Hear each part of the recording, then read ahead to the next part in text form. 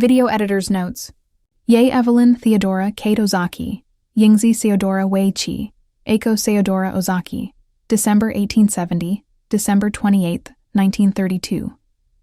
Was a Japanese translator of Japanese short stories and fairy tales. Her translations were fairly liberal, but have been popular, and were reprinted several times after her death. Acknowledgement from book, Eleanor Marion Crawford. I dedicate this book to you and to the sweet child friendship that you gave me in the days spent with you by the Southern Sea, when you used to listen with unfeigned pleasure to these fairy stories from far Japan. May they now remind you of my changeless love and remembrance. Yei Tokyo, 1908.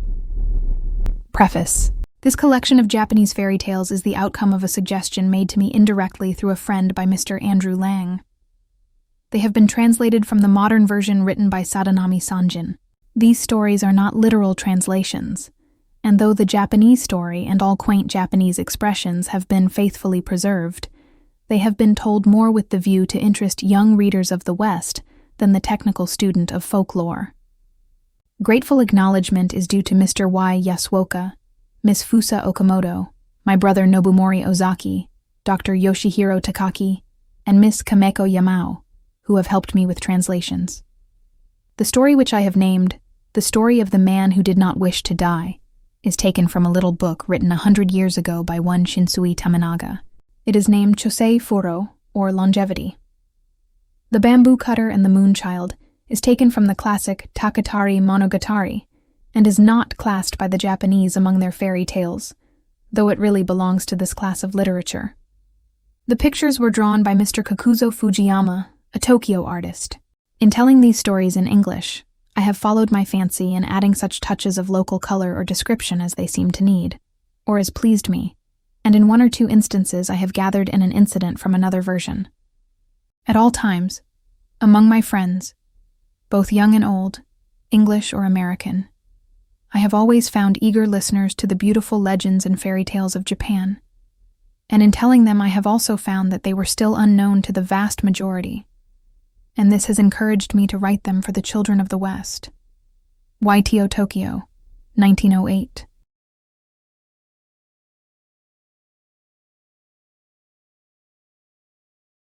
Japanese Fairy Tales, Era 1, My Lord Bag of Rice. Long, long ago there lived in Japan a brave warrior known to all as Tawara Toda, or My Lord Bag of Rice. His true name was Fujiwara Hidesato, and there is a very interesting story of how he came to change his name. One day, he sallied forth in search of adventures, for he had the nature of a warrior, and could not bear to be idle. So he buckled on his 2 swords, took his huge bow, much taller than himself, in his hand, and slinging his quiver on his back, started out. He had not gone far when he came to the bridge of Seita no Karashi spanning one end of the beautiful Lake Biwa. No sooner had he set foot on the bridge than he saw lying right across his path a huge serpent dragon. Its body was so big that it looked like the trunk of a large pine tree, and it took up the whole width of the bridge. One of its huge claws rested on the parapet of one side of the bridge, while its tail lay right against the other.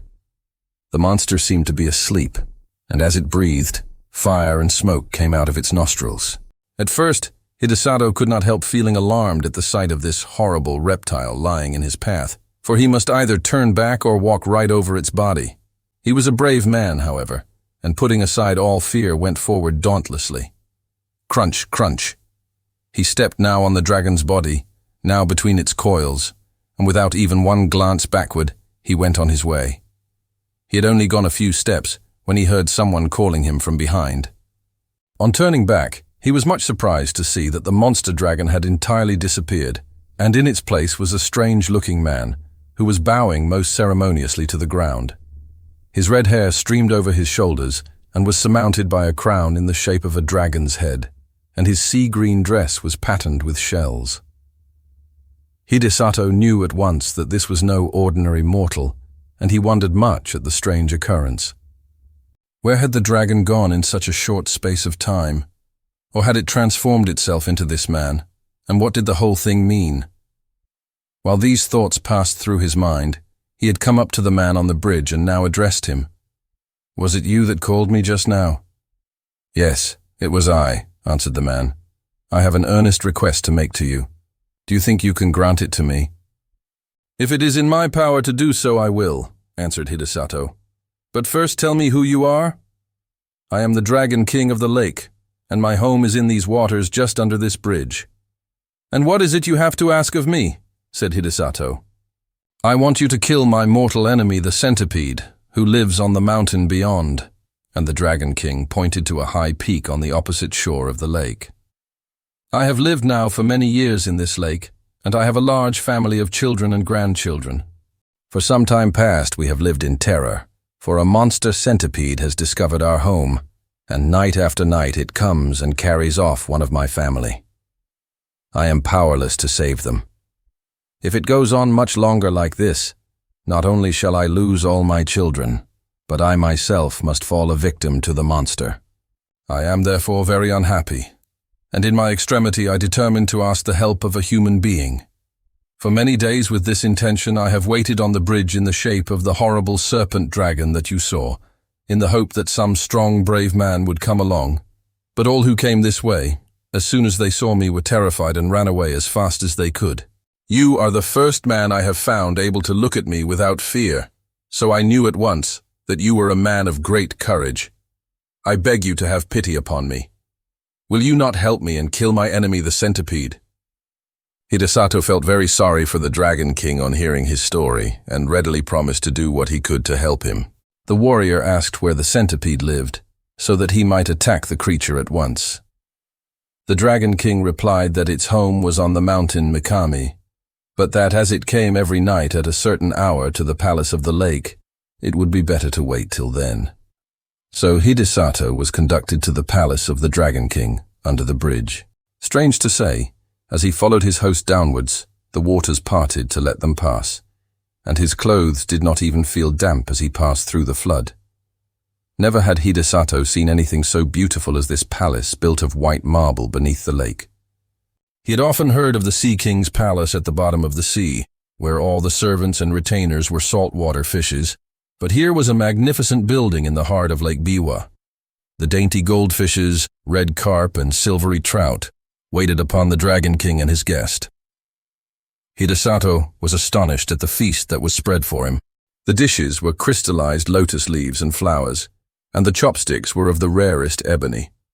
As soon as they sat down, the sliding doors opened, and 10 lovely goldfish dancers came out, and behind them followed 10 red carp musicians with the koto and the samisen. Thus the hours flew by till midnight, and the beautiful music and dancing had banished all thoughts of the centipede. The Dragon King was about to pledge the warrior in a fresh cup of wine when the palace was suddenly shaken by a tramp, as if a mighty army had begun to march not far away. Hidesato and his host both rose to their feet and rushed to the balcony, and the warrior saw on the opposite mountain 2 great balls of glowing fire coming nearer and nearer. The Dragon King stood by the warrior's side, trembling with fear. The centipede! The centipede! Those 2 balls of fire are its eyes. It is coming for its prey. Now is the time to kill it. Hidesato looked where his host pointed, and in the dim light of the starlit evening, behind the 2 balls of fire, he saw the long body of an enormous centipede winding round the mountains, and the light in its 100 feet glowed like so many distant lanterns moving slowly towards the shore. Hidesato showed not the least sign of fear. He tried to calm the Dragon King. Don't be afraid. I shall surely kill the centipede. Just bring me my bow and arrows. The Dragon King did as he was bid, and the warrior noticed that he had only 3 arrows left in his quiver. He took the bow, and fitting an arrow to the notch, took careful aim and let fly. The arrow hit the centipede right in the middle of its head, but instead of penetrating, it glanced off harmless and fell to the ground. Nothing daunted, Hidesato took another arrow, fitted it to the notch of the bow, and let fly. Again, the arrow hit the mark. It struck the centipede right in the middle of its head, only to glance off and fall to the ground. The centipede was invulnerable to weapons. When the Dragon King saw that even this brave warrior's arrows were powerless to kill the centipede, he lost heart and began to tremble with fear. The warrior saw that he had now only one arrow left in his quiver, and if this one failed, he could not kill the centipede. He looked across the waters. The huge reptile had wound its horrid body 7 times round the mountain and would soon come down to the lake. Nearer and nearer gleamed fireballs of eyes, and the light of its 100 feet began to throw reflections in the still waters of the lake. Then suddenly the warrior remembered that he had heard that human saliva was deadly to centipedes. But this was no ordinary centipede. This was so monstrous that even to think of such a creature made one creep with horror. Hidesato determined to try his last chance, so taking his last arrow and first putting the end of it in his mouth, he fitted the notch to his bow, took careful aim once more, and let fly. This time the arrow again hit the centipede right in the middle of its head, but instead of glancing off harmlessly as before, it struck home to the creature's brain. Then with a convulsive shudder, the serpentine body stopped moving, and the fiery light of its great eyes and 100 feet darkened to a dull glare like the sunset of a stormy day, and then went out in blackness. A great darkness now overspread the heavens. The thunder rolled and the lightning flashed, and the wind roared in fury, and it seemed as if the world were coming to an end. The Dragon King and his children and retainers all crouched in different parts of the palace, frightened to death, for the building was shaken to its foundation. At last, the dreadful night was over. Day dawned beautiful and clear. The centipede was gone from the mountain. Then Hidesato called to the Dragon King to come out with him on the balcony, for the centipede was dead, and he had nothing more to fear.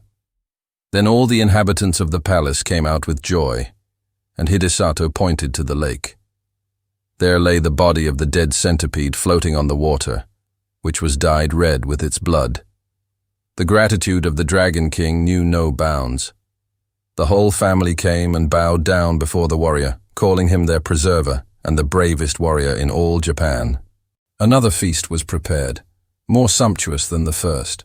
All kinds of fish, prepared in every imaginable way, raw, stewed, boiled and roasted, served on coral trays and crystal dishes, were put before him, and the wine was the best that Hidesato had ever tasted in his life. To add to the beauty of everything, the sun shone brightly, the lake glittered like a liquid diamond, and the palace was 1,000 times more beautiful by day than by night. His host tried to persuade the warrior to stay a few days, but Hidesato insisted on going home, saying that he had now finished what he had come to do and must return.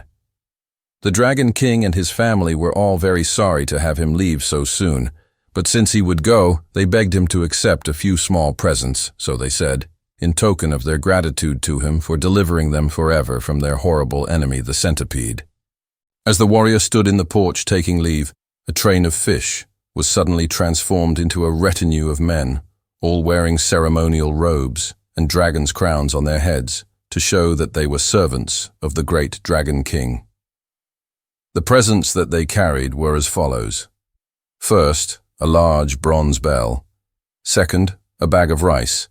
Third, a roll of silk. Fourth, a cooking pot. Fifth, a bell. Hidesato did not want to accept all these presents, but as the Dragon King insisted, he could not well refuse. The Dragon King himself accompanied the warrior as far as the bridge, and then took leave of him with many bows and good wishes, leaving the procession of servants to accompany Hidesato to his house with the presents. The warrior's household and servants had been very much concerned when they found that he did not return the night before, but they finally concluded that he had been kept by the violent storm and had taken shelter somewhere.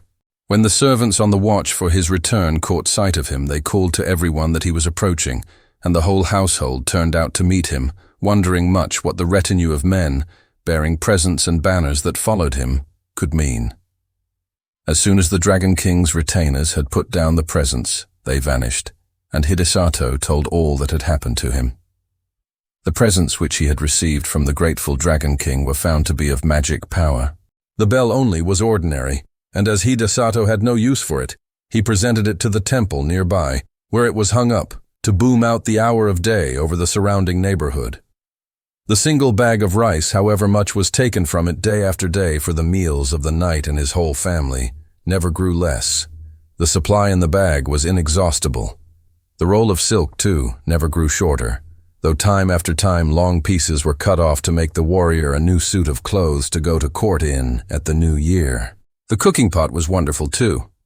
No matter what was put into it, it cooked deliciously whatever was wanted without any firing. Truly, a very economical saucepan. The fame of Hidesato's fortune spread far and wide, and as there was no need for him to spend money on rice or silk or firing, he became very rich and prosperous, and was henceforth known as my Lord Bag of Rice. To the tongue-cut sparrow. Long, long ago in Japan, there lived an old man and his wife.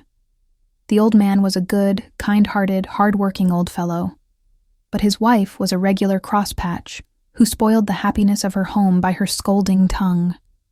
She was always grumbling about something from morning to night. The old man had for a long time ceased to take any notice of her crossness. He was out most of the day at work in the fields, and as he had no child, for his amusement when he came home, he kept a tame sparrow. He loved the little bird just as much as if she had been his child. When he came back at night after his hard day's work in the open air, it was his only pleasure to pet the sparrow, to talk to her, and to teach her little tricks, which she learned very quickly. The old man would open her cage and let her fly about the room, and they would play together. Then when supper time came, he always saved some titbits from his meal with which to feed his little bird. Now, one day, the old man went out to chop wood in the forest, and the old woman stopped at home to wash clothes. The day before, she had made some starch, and now when she came to look for it, it was all gone. The bowl which she had filled full yesterday was quite empty. While she was wondering who could have used or stolen the starch, down flew the pet sparrow, and bowing her little feathered head, a trick which she had been taught by her master, the pretty bird chirped and said, "It is I who have taken the starch. I thought it was some food put out for me in that basin, and I ate it all. If I have made a mistake, I beg you to forgive me." Tweet, tweet, tweet. You see from this that the sparrow was a truthful bird, and the old woman ought to have been willing to forgive her at once when she asked her pardon so nicely. But not so. The old woman had never loved the sparrow, and had often quarreled with her husband for keeping what she called a dirty bird about the house, saying that it only made extra work for her. Now she was only too delighted to have some cause of complaint against the pet.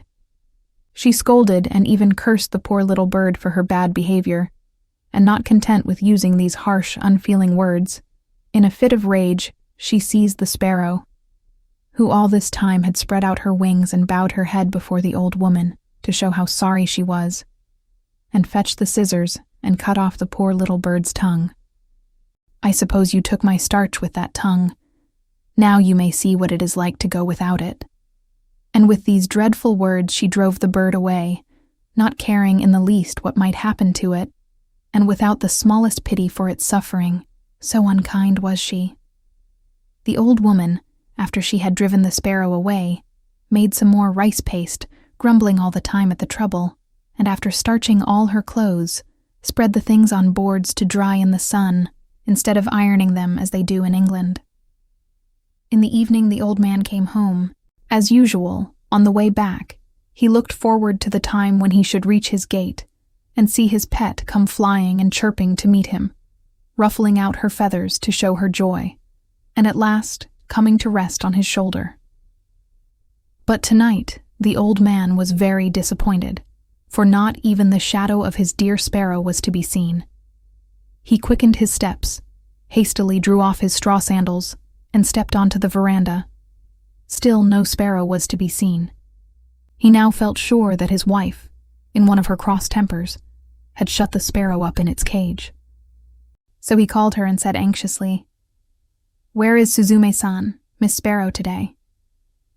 The old woman pretended not to know at first and answered, "Your sparrow?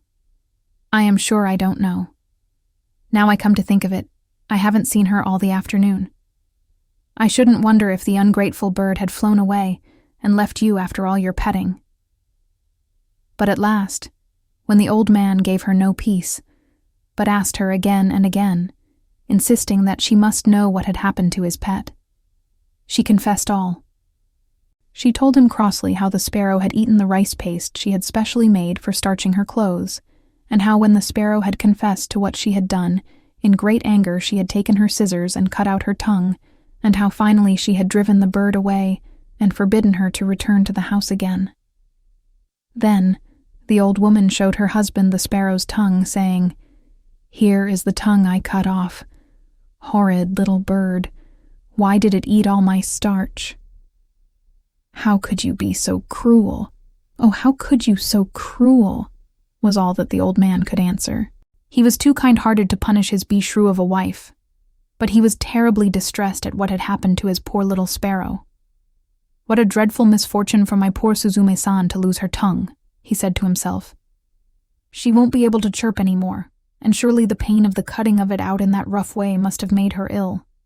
Is there nothing to be done?" The old man shed many tears after his cross wife had gone to sleep. While he wiped away the tears with the sleeve of his cotton robe, a bright thought comforted him. He would go and look for the sparrow on the morrow. Having decided this, he was able to go to sleep at last.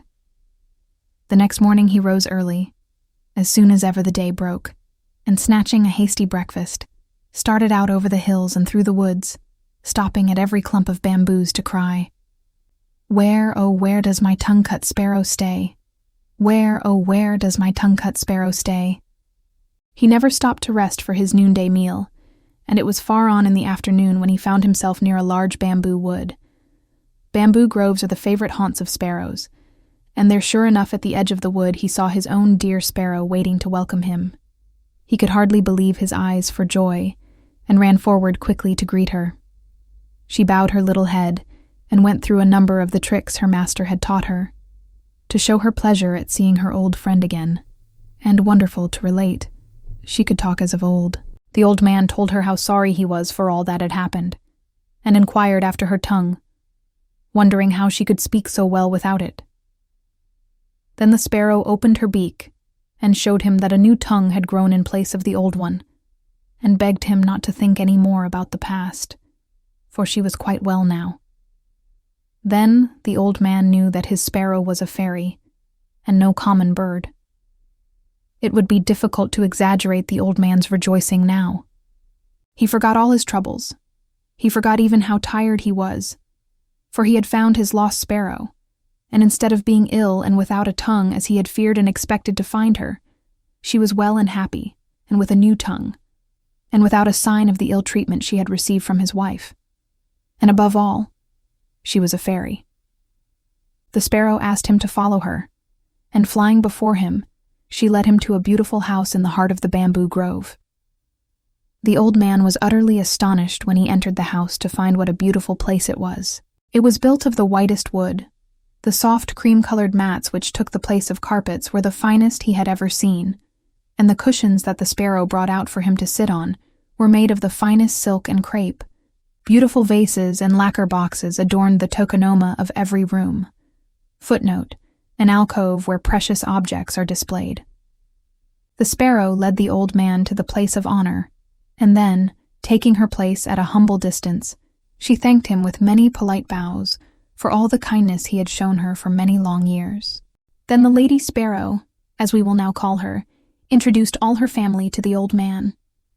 This done, her daughters, robed in dainty crepe gowns, brought in on beautiful old-fashioned trays a feast of all kinds of delicious foods, till the old man began to think he must be dreaming. In the middle of the dinner, some of the sparrow's daughters performed a wonderful dance, called the Suzume Odori, or the sparrow's dance, to amuse the guest. Never had the old man enjoyed himself so much. The hours flew by too quickly in this lovely spot, with all these fairy sparrows to wait upon him and to feast him and to dance before him. But the night came on, and the darkness reminded him that he had a long way to go, and must think about taking his leave and return home. He thanked his kind hostess for her splendid entertainment, and begged her for his sake to forget all she had suffered at the hands of his cross old wife. He told the Lady Sparrow that it was a great comfort and happiness to him to find her in such a beautiful home, and to know that she wanted for nothing. It was his anxiety to know how she fared, and what had really happened to her that had led him to seek her. Now he knew that all was well, he could return home with a light heart. If ever she wanted him for anything, she had only to send for him, and he would come at once.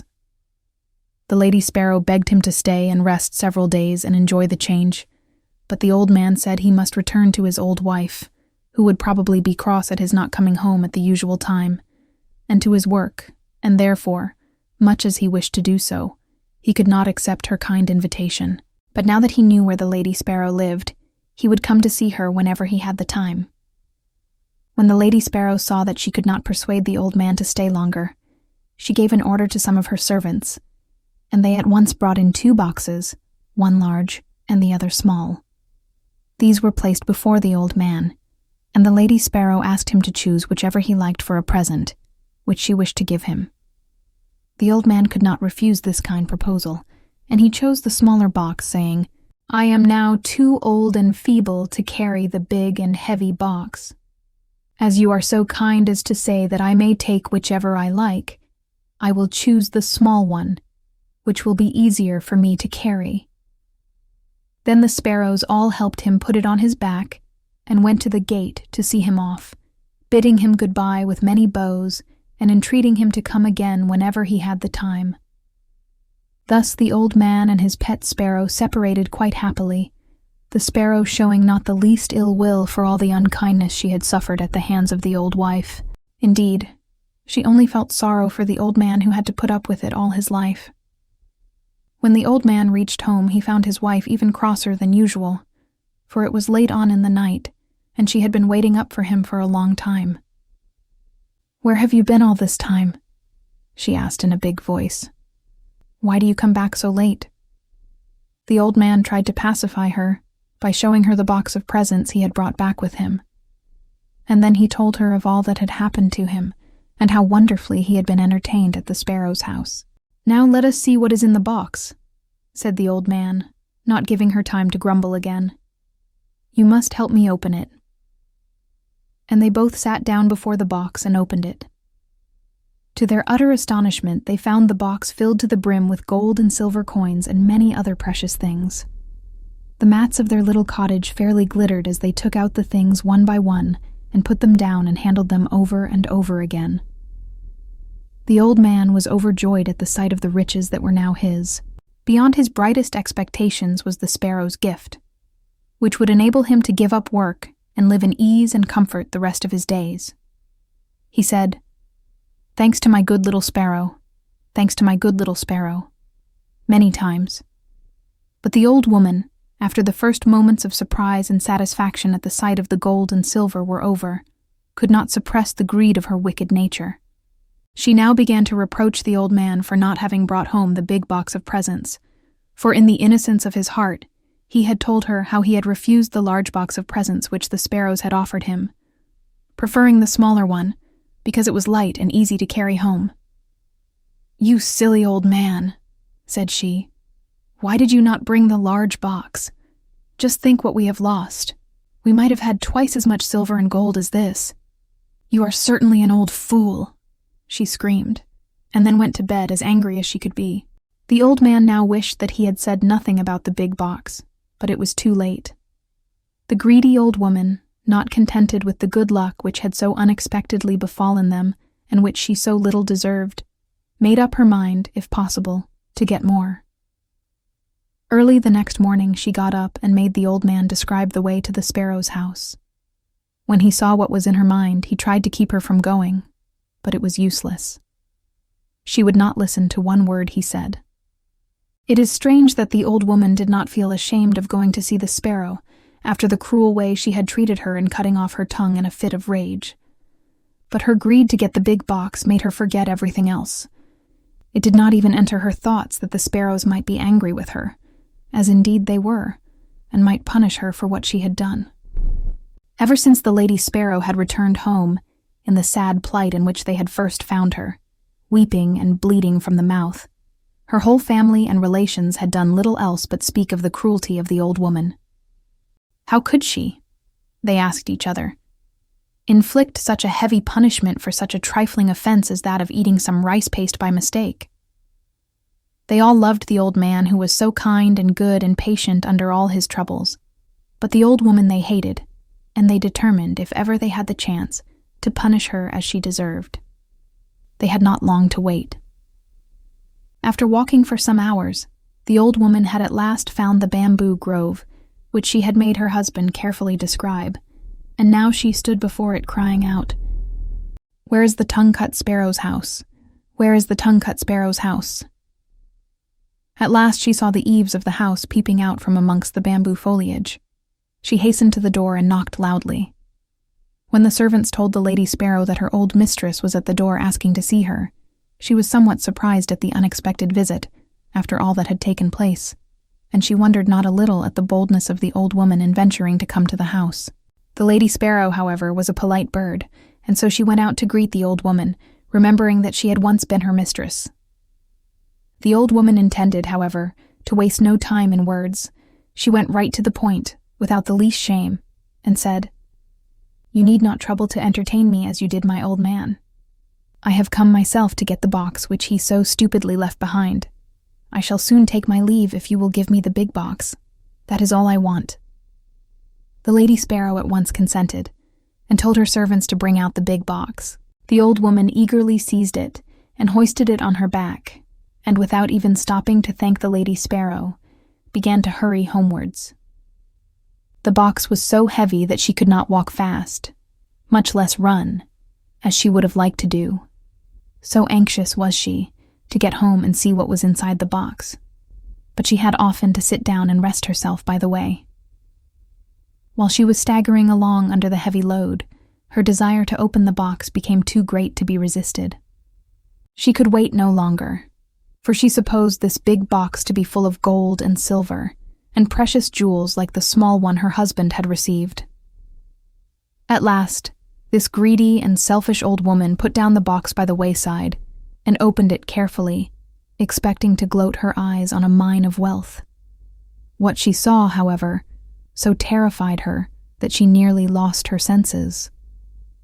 As soon as she lifted the lid, a number of horrible and frightful-looking demons bounced out of the box and surrounded her as if they intended to kill her. Not even in nightmares had she ever seen such horrible creatures as her much-coveted box contained. A demon with one huge eye right in the middle of its forehead came and glared at her. Monsters with gaping mouths looked as if they would devour her. A huge snake coiled and hissed about her, and a big frog hopped and croaked towards her. The old woman had never been so frightened in her life, and ran from the spot as fast as her quaking legs would carry her, glad to escape alive. When she reached home, she fell to the floor and told her husband with tears all that had happened to her, and how she had been nearly killed by the demons in the box. Then she began to blame the sparrow, but the old man stopped her at once, saying, "Don't blame the sparrow. It is your wickedness which has at last met with its reward. I only hope this may be a lesson to you in the future." The old woman said nothing more, and from that day she repented of her cross, unkind ways, and by degrees became a good old woman, so that her husband hardly knew her to be the same person, and they spent their last days together happily, free from want or care, spending carefully the treasure the old man had received from his pet, the tongue-cut sparrow. 3. The story of URASHIMA Taro, the fisher lad. Long, long ago in the province of Tango, there lived on the shore of Japan in the little fishing village of Mizunoye, a young fisherman named URASHIMA Taro. His father had been a fisherman before him, and his skill had more than doubly descended to his son, for URASHIMA was the most skillful fisher in all that countryside, and could catch more bonito and tai in a day than his comrades could in a week. But in the little fishing village, more than for being a clever fisher of the sea, was he known for his kind heart. In his whole life, he had never hurt anything, either great or small, and when a boy, his companions had always laughed at him, for he would never join with them in teasing animals, but always tried to keep them from this cruel sport. One soft summer twilight he was going home at the end of a day's fishing when he came upon a group of children. They were all screaming and talking at the tops of their voices, and seemed to be in a state of great excitement about something, and on his going up to them to see what was the matter, he saw that they were tormenting a tortoise. First one boy pulled it this way, then another boy pulled it that way, while a third child beat it with a stick, and the fourth hammered its shell with a stone. Now Urashima felt very sorry for the poor tortoise and made up his mind to rescue it. He spoke to the boys. "Look here, boys. You are treating that poor tortoise so badly that it will soon die." The boys, who were all of an age when children seem to delight in being cruel to animals, took no notice of Urashima's gentle reproof, but went on teasing it as before. One of the older boys answered, "Who cares whether it lives or dies? We do not. Here, boys, go on, go on." And they began to treat the poor tortoise more cruelly than ever. Urashima waited a moment, turning over in his mind what would be the best way to deal with the boys. He would try to persuade them to give the tortoise up to him, so he smiled at them and said, "I am sure you are all good, kind boys. Now won't you give me the tortoise? I should like to have it so much." "No, we won't give you the tortoise," said one of the boys. "Why should we? We caught it ourselves." "What you say is true," said Urashima, "but I do not ask you to give it to me for nothing. I will give you some money for it. In other words, the Oji-san, uncle, will buy it of you. Won't that do for you, my boys?"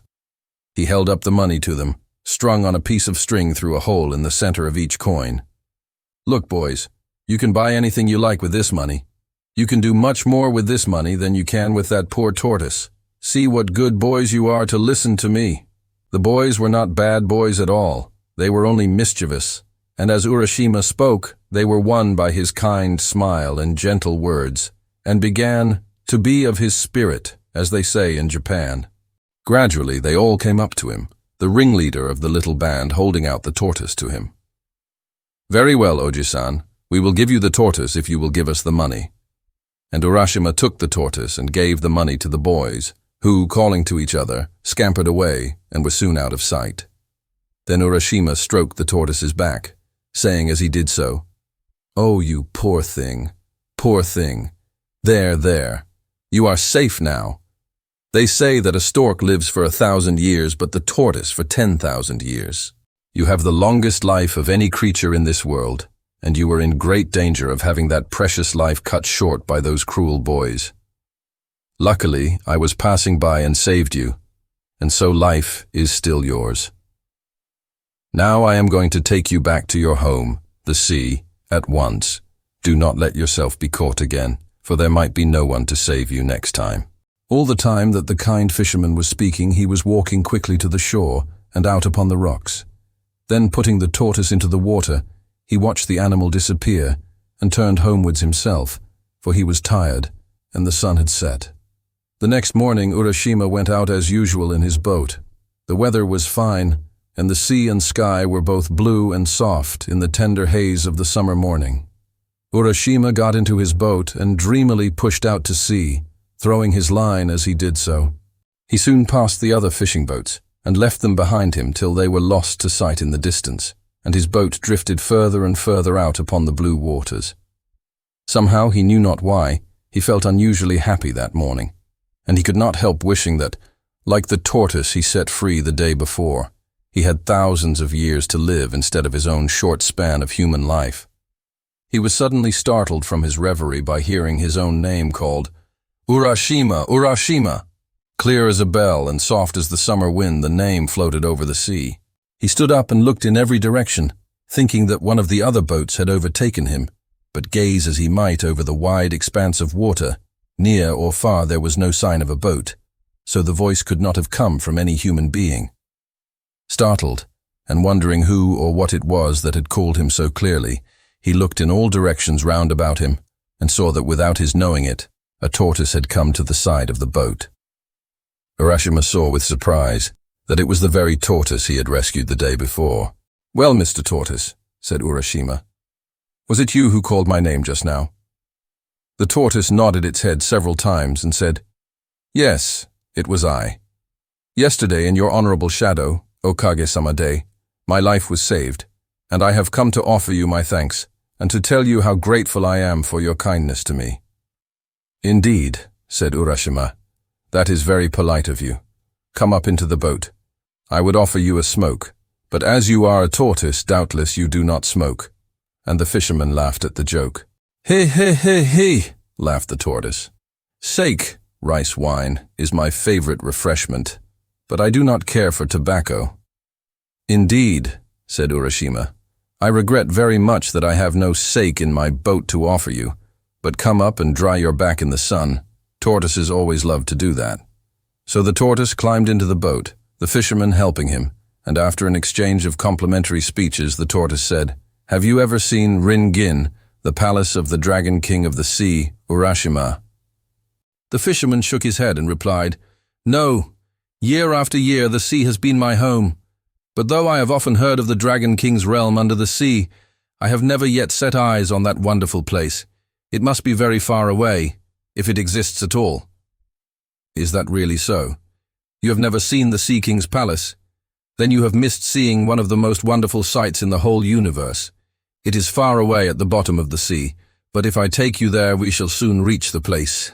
If you would like to see the Sea King's land, I will be your guide. I should like to go there, certainly, and you are very kind to think of taking me. But you must remember that I am only a poor mortal, and have not the power of swimming like a sea creature such as you are. Before the fisherman could say more, the tortoise stopped him, saying, What? You need not swim yourself. If you will ride on my back, I will take you without any trouble on your part. But, said Urashima, how is it possible for me to ride on your small back? It may seem absurd to you, but I assure you that you can do so. Try it once. Just come and get on my back, and see if it is as impossible as you think. As the tortoise finished speaking, Urashima looked at its shell, and strange to say, he saw that the creature had suddenly grown so big that a man could easily sit on its back. This is strange indeed, said Urashima. Then, Mr. Tortoise, with your kind permission, I will get on your back. Dokoisho, he exclaimed as he jumped on. Footnote: Dokoisho means all right, and is only used by lower classes. The tortoise, with an unmoved face, as if this strange proceeding were quite an ordinary event, said, Now we will set out at our leisure. And with these words he leapt into the sea with Urashima on his back. Down through the water the tortoise dived. For a long time these two strange companions rode through the sea. Urashima never grew tired, nor his clothes moist with the water. At last, far away in the distance, a magnificent gate appeared, and behind the gate, the long sloping roofs of a palace on the horizon. "Yeah," exclaimed Urashima. That looks like the gate of some large palace just appearing. Mr. Tortoise, can you tell what that place is we can now see? That is the great gate of the Rin-Gin Palace. The large roof that you see behind the gate is the Sea King's palace itself. Then we have at last come to the realm of the Sea King, and to his palace, said Urashima. Yes, indeed, answered the tortoise. And don't you think we have come very quickly? And while he was speaking, the tortoise reached the side of the gate. And here we are, and you must please walk from here. The tortoise now went in front, and speaking to the gatekeeper said, This is Urashima Taro, from the country of Japan. I have had the honor of bringing him as a visitor to this kingdom. Please show him the way.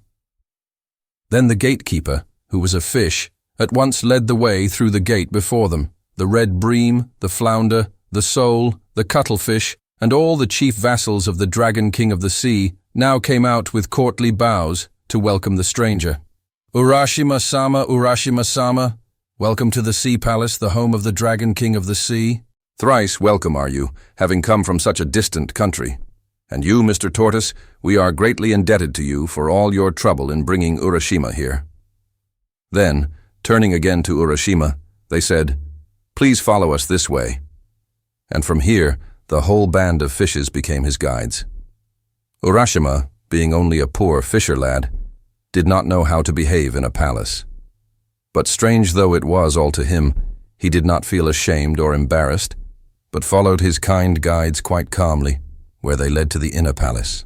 When he reached the portals, a beautiful princess with her attendant maidens came out to welcome him. She was more beautiful than any human being, and was robed in flowing garments of red and soft green like the underside of a wave, and golden threads glimmered through the folds of her gown. Her lovely black hair streamed over her shoulders in the fashion of a king's daughter many hundreds of years ago, and when she spoke, her voice sounded like music over the water.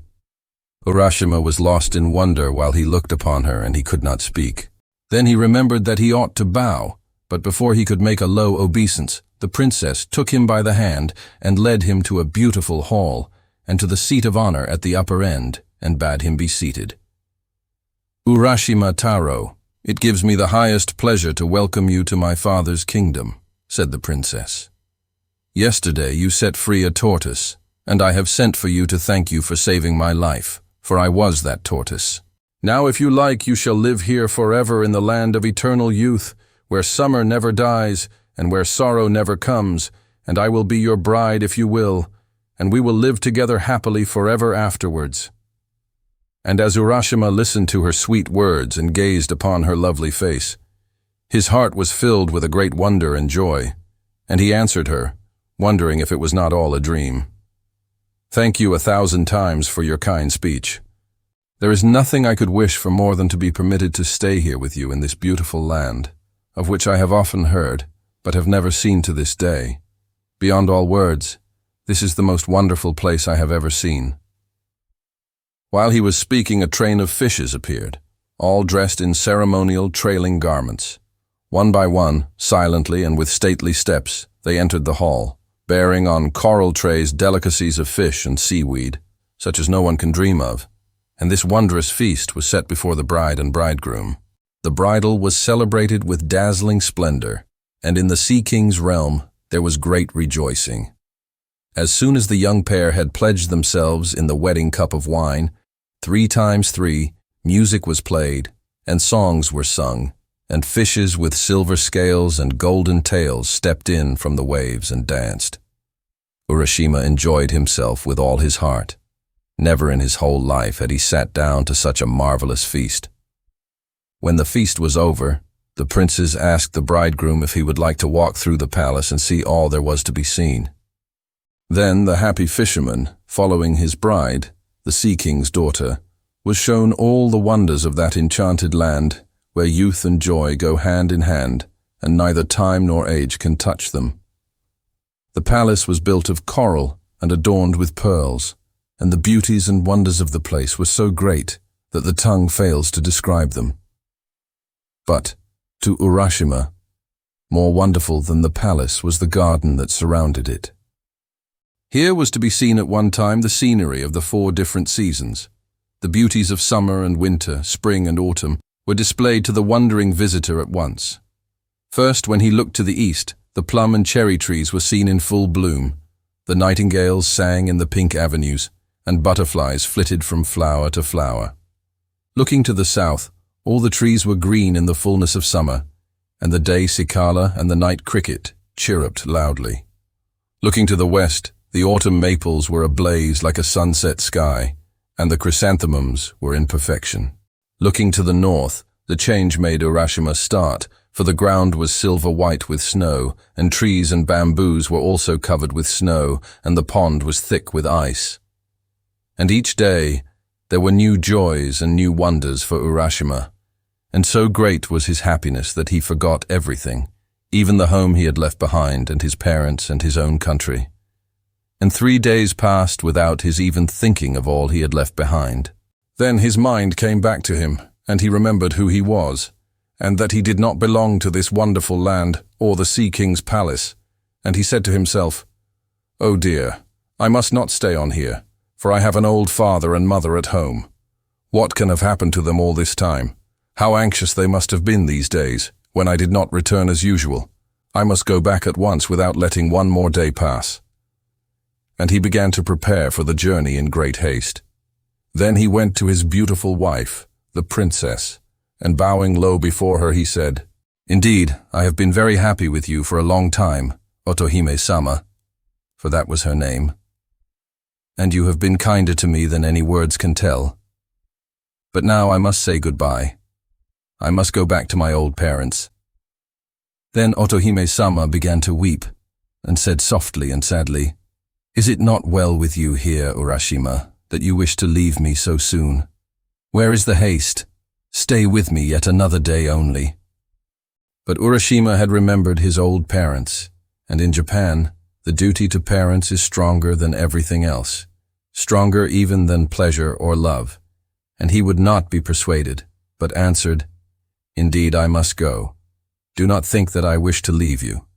It is not that. I must go and see my old parents. Let me go for one day and I will come back to you." "Then," said the princess sorrowfully, "there is nothing to be done. I will send you back today to your father and mother, and instead of trying to keep you with me one more day, I shall give you this as a token of our love. Please take it back with you." And she brought him a beautiful lacquer box tied about with a silken cord and tassels of red silk. Urashima had received so much from the princess already that he felt some compunction in taking the gift and said, "It does not seem right for me to take yet another gift from you after all the many favors I have received at your hands, but because it is your wish I will do so." And then he added, "Tell me, what is this box?" "That," answered the princess, "is the tamatebako, box of the jewel hand, and it contains something very precious. You must not open this box, whatever happens. If you open it, something dreadful will happen to you. Now promise me that you will never open this box." And Urashima promised that he would never open the box, whatever happened. Then, bidding goodbye to Otohime-sama, he went down to the seashore, the princess and her attendants following him, and there he found a large tortoise waiting for him. He quickly mounted the creature's back and was carried away over the shining sea into the east. He looked back to wave his hand to Otohime-sama, till at last he could see her no more, and the land of the Sea King and the roofs of the wonderful palace were lost in the far, far distance. Then, with his face turned eagerly towards his own land, he looked for the rising of the blue hills on the horizon before him. At last, the tortoise carried him into the bay he knew so well, and to the shore from whence he had set out. He stepped onto the shore and looked about him while the tortoise rowed away back to the Sea King's realm. But what is the strange fear that seizes Urashima as he stands and looks about him? Why does he gaze so fixedly at the people that pass him by? And why do they in turn stand and look at him? The shore is the same and the hills are the same, but the people that he sees walking past him have very different faces to those he had known so well before. Wondering what it can mean, he walks quickly towards his old home. Even that looks different, but a house stands on the spot, and he calls out, "Father, I have just returned."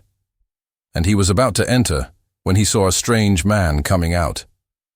"Perhaps my parents have moved while I have been away and have gone somewhere else," was the fisherman's thought. Somehow, he began to feel strangely anxious. He could not tell why. "Excuse me," said he to the man who was staring at him, "but till within the last few days I have lived in this house.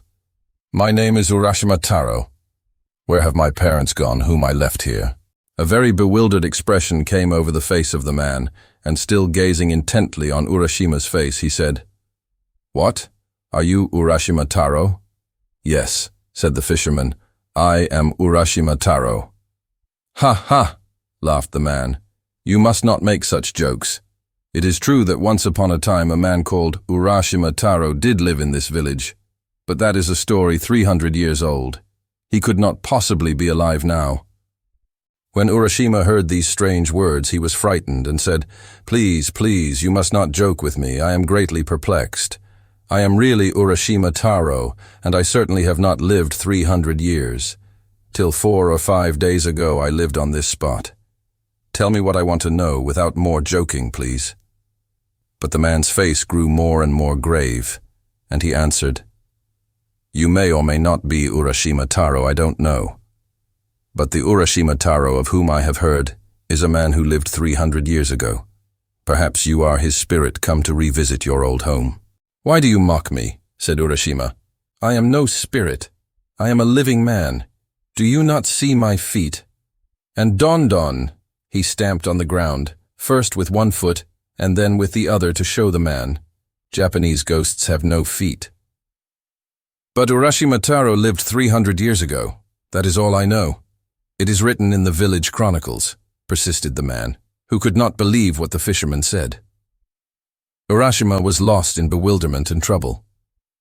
He stood looking all around him, terribly puzzled, And indeed, something in the appearance of everything was different to what he remembered before he went away, and the awful feeling came over him that what the man said was perhaps true.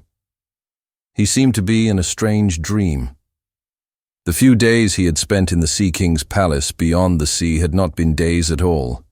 They had been hundreds of years. And in that time his parents had died, and all the people he had ever known, and the village had written down his story. There was no use in staying here any longer. He must get back to his beautiful wife beyond the sea.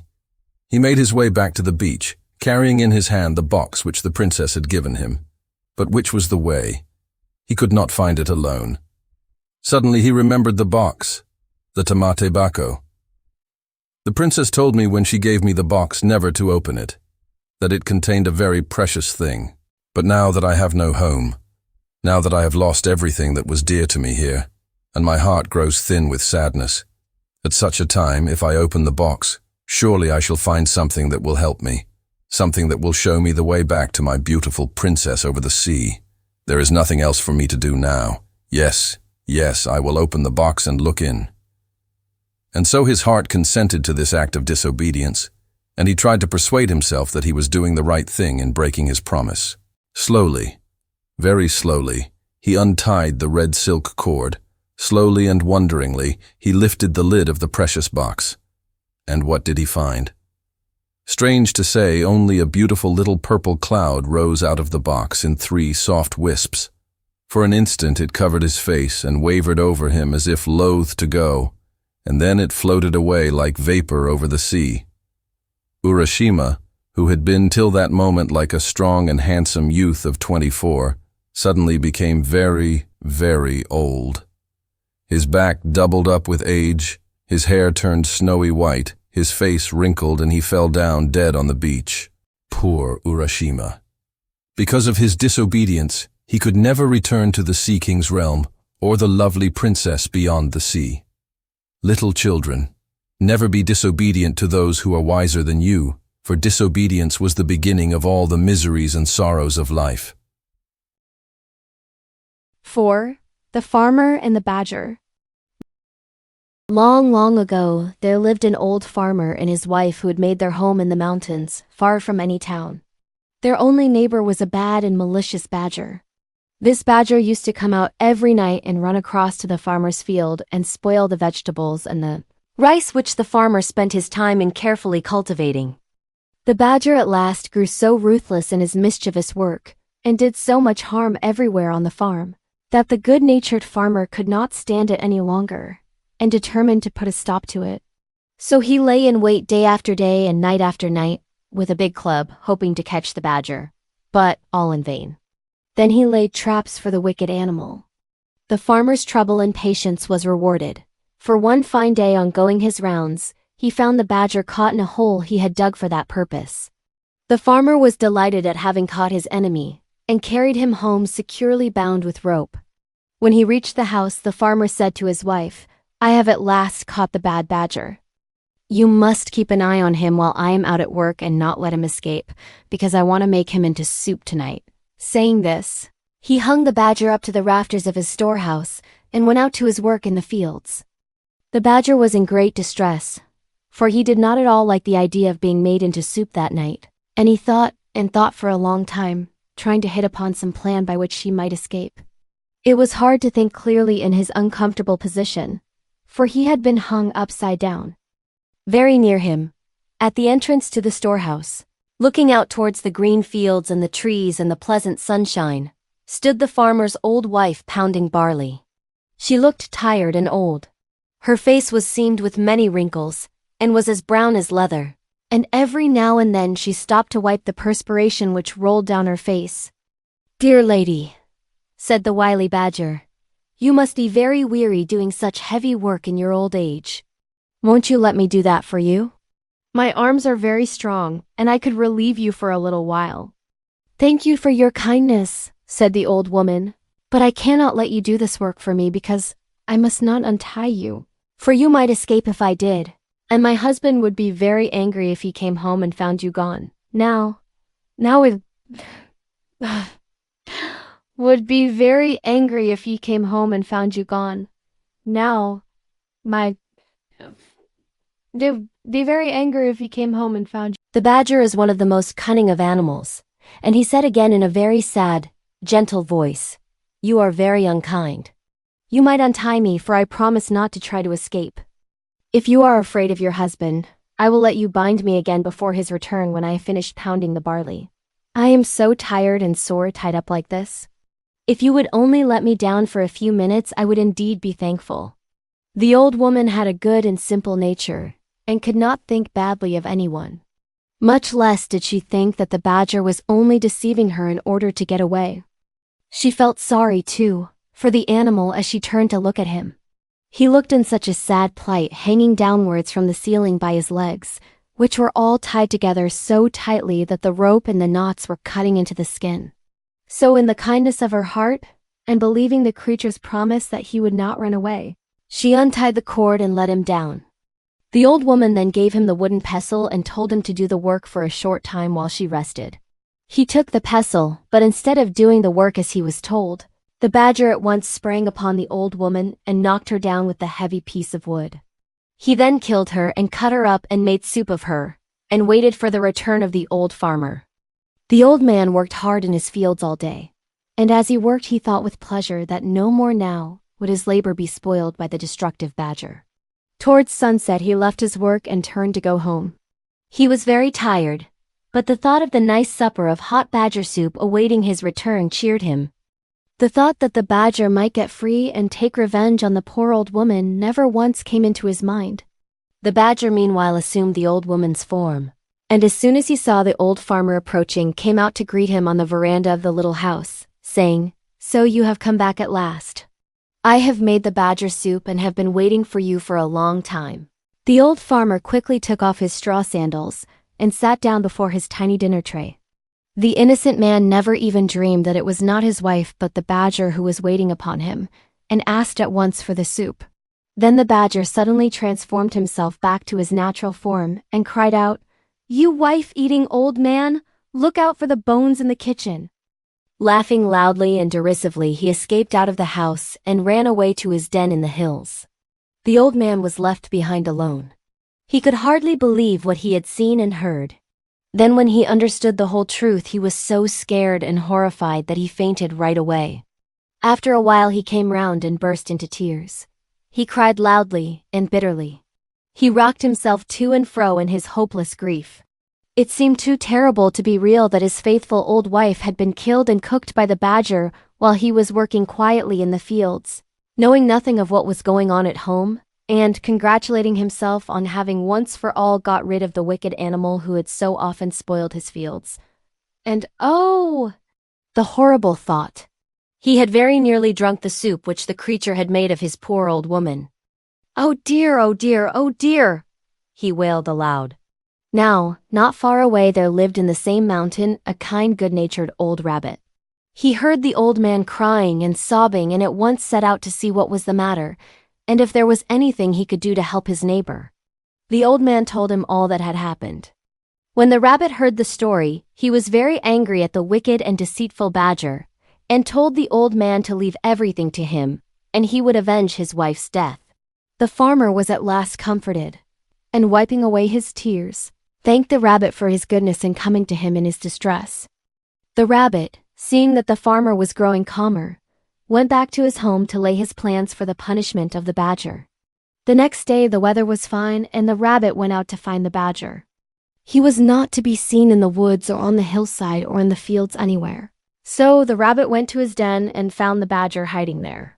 For the animal had been afraid to show himself ever since he had escaped from the farmer's house, for fear of the old man's wrath.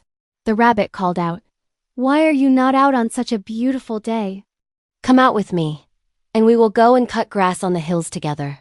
The badger, never doubting but that the rabbit was his friend, willingly consented to go out with him, only too glad to get away from the neighborhood of the farmer and the fear of meeting him.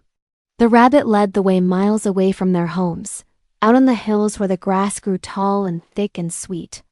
They both set to work to cut down as much as they could carry home, to store it up for their winter's food. When they had each cut down all they wanted, they tied it in bundles, and then started homewards, each carrying his bundle of grass on his back. This time the rabbit made the badger go first. When they had gone a little way, the rabbit took out a flint and steel, and striking it over the badger's back, as he stepped along in front, set his bundle of grass on fire. The badger heard the flint striking and asked, "What is that noise?" "Crack, crack."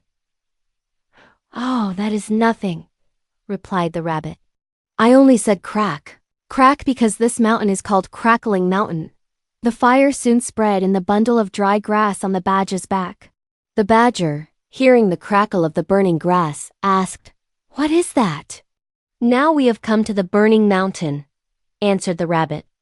By this time the bundle was nearly burned out, and all the hair had been burned off the badger's back. He now knew what had happened by the smell of the smoke of the burning grass. Screaming with pain, the badger ran as fast as he could to his hole. The rabbit followed and found him lying on his bed groaning with pain. "What an unlucky fellow you are," said the rabbit. "I can't imagine how this happened. I will bring you some medicine which will heal your back quickly." The rabbit went away glad and smiling to think that the punishment upon the badger had already begun. He hoped that the badger would die of his burns, for he felt that nothing could be too bad for the animal, who was guilty of murdering a poor helpless old woman who had trusted him. He went home and made an ointment by mixing some sauce and red pepper together. He carried this to the badger, but before putting it on he told him that it would cause him great pain, but that he must bear it patiently because it was a very wonderful medicine for burns and scalds and such wounds. The badger thanked him and begged him to apply it at once. But no language can describe the agony of the badger as soon as the red pepper had been pasted all over his sore back. He rolled over and over and howled loudly. The rabbit, looking on, felt that the farmer's wife was beginning to be avenged. The badger was in bed for about a month. But at last, in spite of the red pepper application, his burns healed and he got well. When the rabbit saw that the badger was getting well, he thought of another plan by which he could compass the creature's death. So he went one day to pay the badger a visit and to congratulate him on his recovery. During the conversation, the rabbit mentioned that he was going fishing, and described how pleasant fishing was when the weather was fine and the sea smooth. The badger listened with pleasure to the rabbit's account of the way he passed his time now, and forgot all his pains and his month's illness, and thought what fun it would be if he could go fishing too. So he asked the rabbit if he would take him the next time he went out to fish. This was just what the rabbit wanted, so he agreed. Then he went home and built 2 boats, one of wood and the other of clay. At last they were both finished, and as the rabbit stood and looked at his work, he felt that all his trouble would be well rewarded if his plan succeeded, and he could manage to kill the wicked badger now. The day came when the rabbit had arranged to take the badger fishing. He kept the wooden boat himself and gave the badger the clay boat. The badger, who knew nothing about boats, was delighted with his new boat, and thought how kind it was of the rabbit to give it to him. They both got into their boats and set out.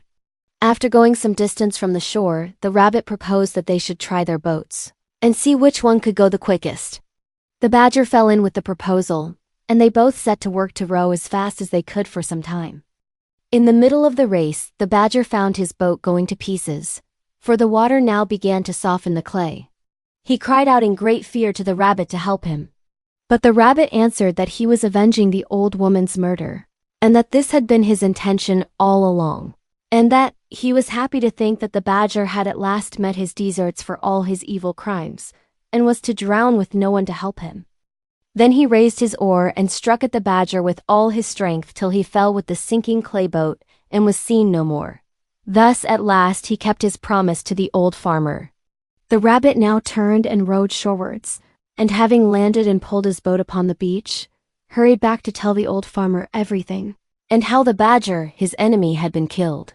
The old farmer thanked him with tears in his eyes. He said that till now he could never sleep at night or be at peace in the daytime, thinking of how his wife's death was unavenged, but from this time he would be able to sleep and eat as of old. He begged the rabbit to stay with him and share his home. So, from this day, the rabbit went to stay with the old farmer, and they both lived together as good friends to the end of their days. Arrow 5. The SHINANSHA, or the south-pointing carriage. The compass, with its needle always pointing to the north, is quite a common thing, and no one thinks that it is remarkable now, though when it was first invented, It must have been a wonder. Now, long ago in China, there was a still more wonderful invention called the SHINANSHA. This was a kind of chariot with the figure of a man on it, always pointing to the south. No matter how the chariot was placed, the figure always wheeled about and pointed to the south. This curious instrument was invented by Kotei, one of the 3 Chinese emperors of the mythological age. Kotei was the son of the Emperor Yuhi. Before he was born, his mother had a vision which foretold that her son would be a great man. One summer evening, she went out to walk in the meadows to seek the cool breezes which blow at the end of the day, and to gaze with pleasure at the star-lit heavens above her. As she looked at the North Star, strange to relate, it shot forth vivid flashes of lightning in every direction. Soon after this, her son Kotei came into the world. Kotei, in time, grew to manhood and succeeded his father, the Emperor Yuhi. His early reign was greatly troubled by the rebel Xiu. This rebel wanted to make himself king, and many were the battles which he fought to this end. Xiu was a wicked magician. His head was made of iron, and there was no man that could conquer him. At last Kotei declared war against the rebel and led his army to battle, and the 2 armies met on a plain called Takuroku. The emperor boldly attacked the enemy, but the magician brought down a dense fog upon the battlefield, and while the royal army were wandering about in confusion, trying to find their way, Xiu retreated with his troops, laughing at having fooled the royal army. No matter however strong and brave the emperor's soldiers were, the rebel with his magic could always escape in the end. Kotei returned to his palace and thought and pondered deeply as to how he should conquer the magician, for he was determined not to give up yet. After a long time, he invented the SHINANSHA with the figure of a man always pointing south, for there were no compasses in those days. With this instrument to show him the way, he need not fear the dense fogs raised up by the magician to confound his men. Kotei again declared war against Xiu. He placed the SHINANSHA in front of his army and led the way to the battlefield. The battle began in earnest. The rebel was being driven backward by the royal troops when he again resorted to magic. And upon his saying some strange words in a loud voice, immediately a dense fog came down upon the battlefield. But this time no soldier minded the fog. Not one was confused. Kotei, by pointing to the SHINANSHA, could find his way and directed the army without a single mistake. He closely pursued the rebel army and drove them backward till they came to a big river. This river Kotei and his men found was swollen by the floods and impossible to cross.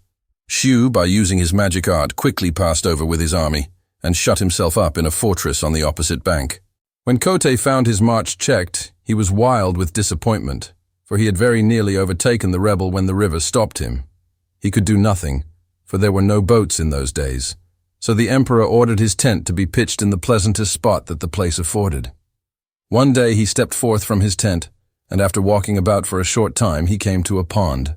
Here he sat down on the bank and was lost in thought. It was autumn. The trees growing along the edge of the water were shedding their leaves, which floated hither and thither on the surface of the pond. By and by, Kotei's attention was attracted to a spider on the brink of the water. The little insect was trying to get on to one of the floating leaves nearby. It did so at last, and was soon floating over the water to the other side of the pond.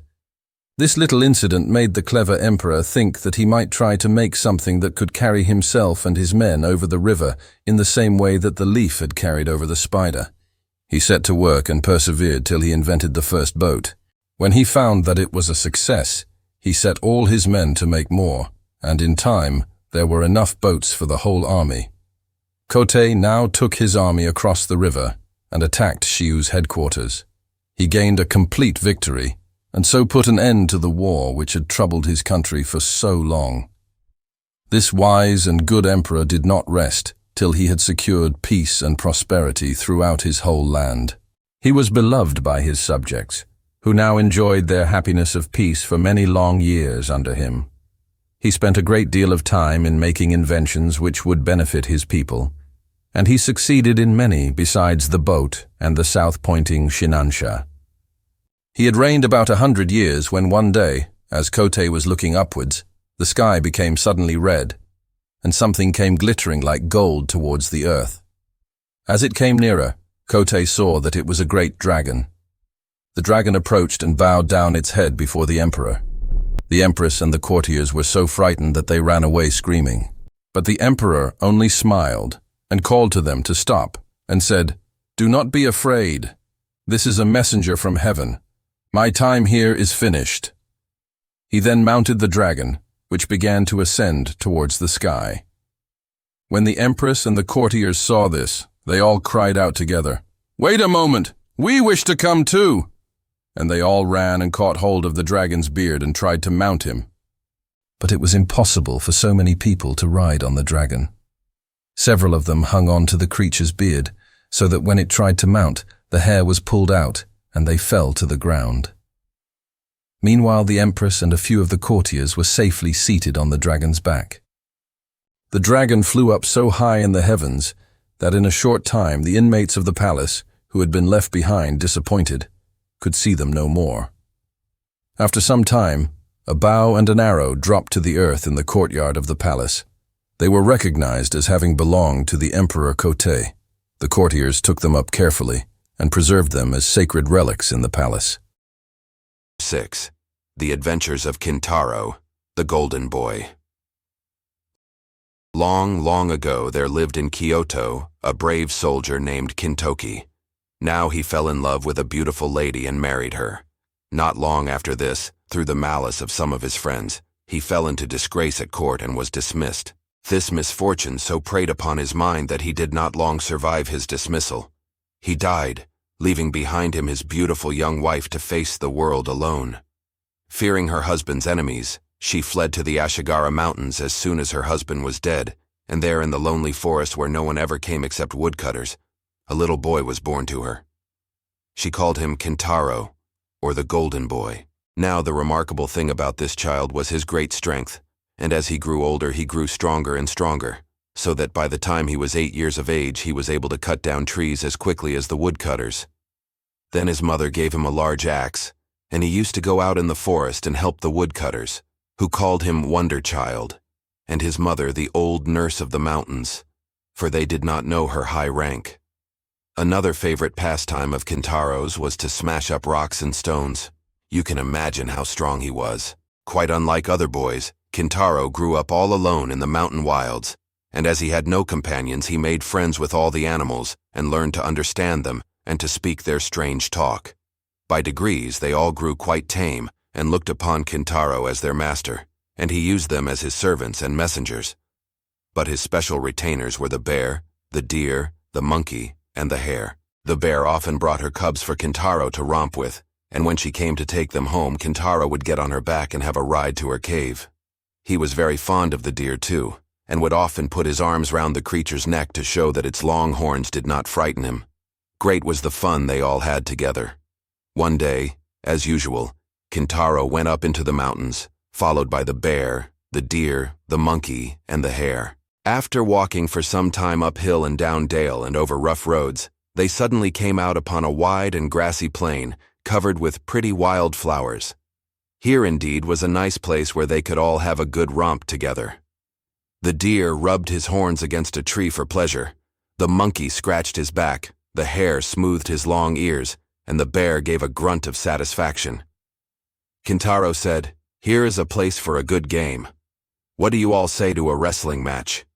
The bear, being the biggest and the oldest, answered for the others. "That will be great fun," said she.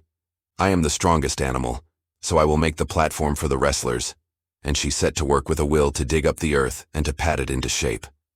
"All right," said Kintaro. "I will look on while you all wrestle with each other.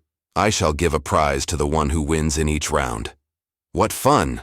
We shall all try to get the prize," said the bear. The deer, the monkey, and the hare set to work to help the bear raise the platform on which they were all to wrestle. When this was finished, Kintaro cried out, "Now begin! The monkey and the hare shall open the sports, and the deer shall be umpire. Now, Mr. Deer, you are to be umpire." He, answered the deer. "I will be umpire. Now, Mr. Monkey and Mr. Hare, if you are both ready, please walk out and take your places on the platform." Then the monkey and the hare both hopped out quickly and nimbly to the wrestling platform. The deer, as umpire, stood between the two and called out, Red back, red back. This to the monkey, who has a red back in Japan.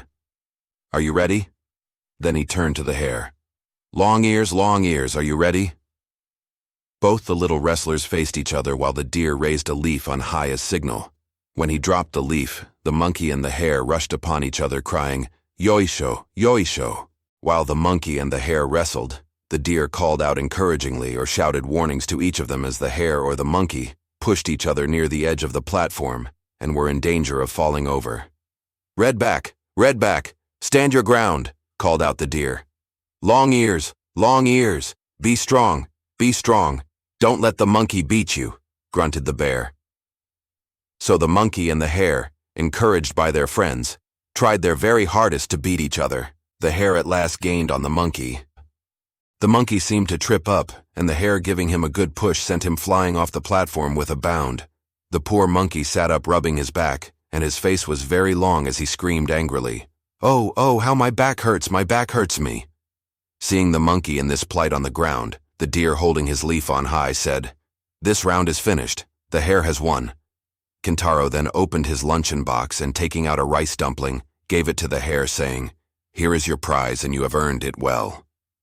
Now the monkey got up looking very cross, and as they say in Japan, his stomach stood up, for he felt that he had not been fairly beaten.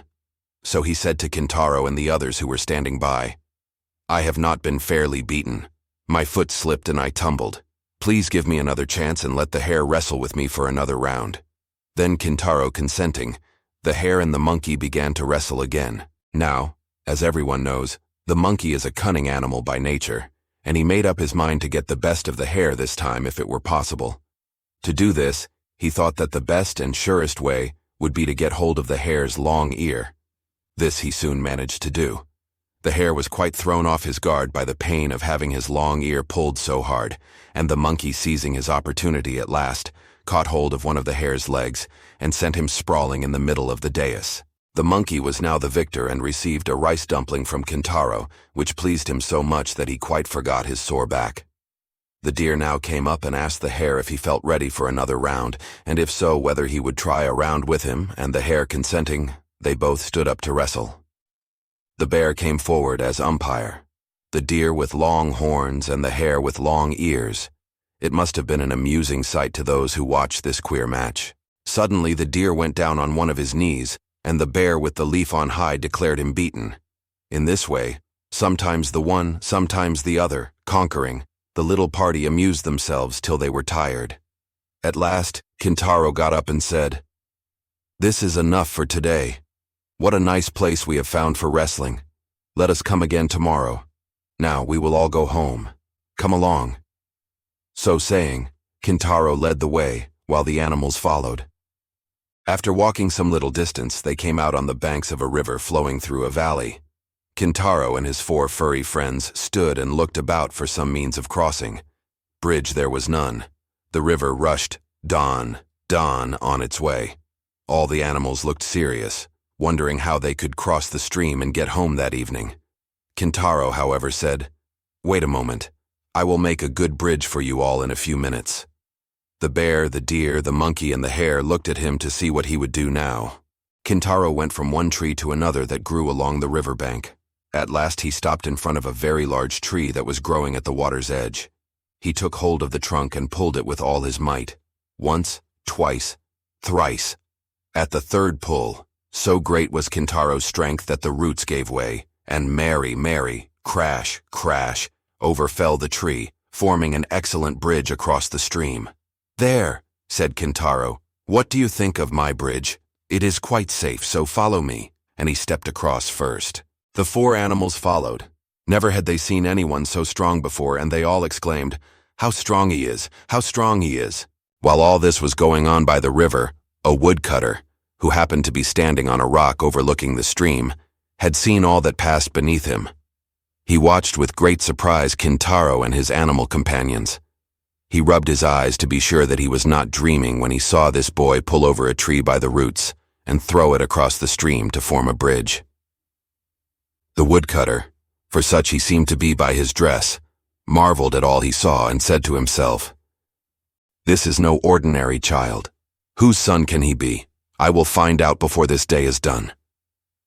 He hastened after the strange party and crossed the bridge behind them. Kintaro knew nothing of all this and little guessed that he was being followed. On reaching the other side of the river, he and the animals separated, they to their lairs in the woods and he to his mother, who was waiting for him. As soon as he entered the cottage, which stood like a matchbox in the heart of the pine woods, he went to greet his mother, saying, "Oka-san, mother, here I am." "Oh, Kimbo," said his mother with a bright smile, glad to see her boy home safe after the long day. "How late you are today. I feared that something had happened to you. Where have you been all the time?"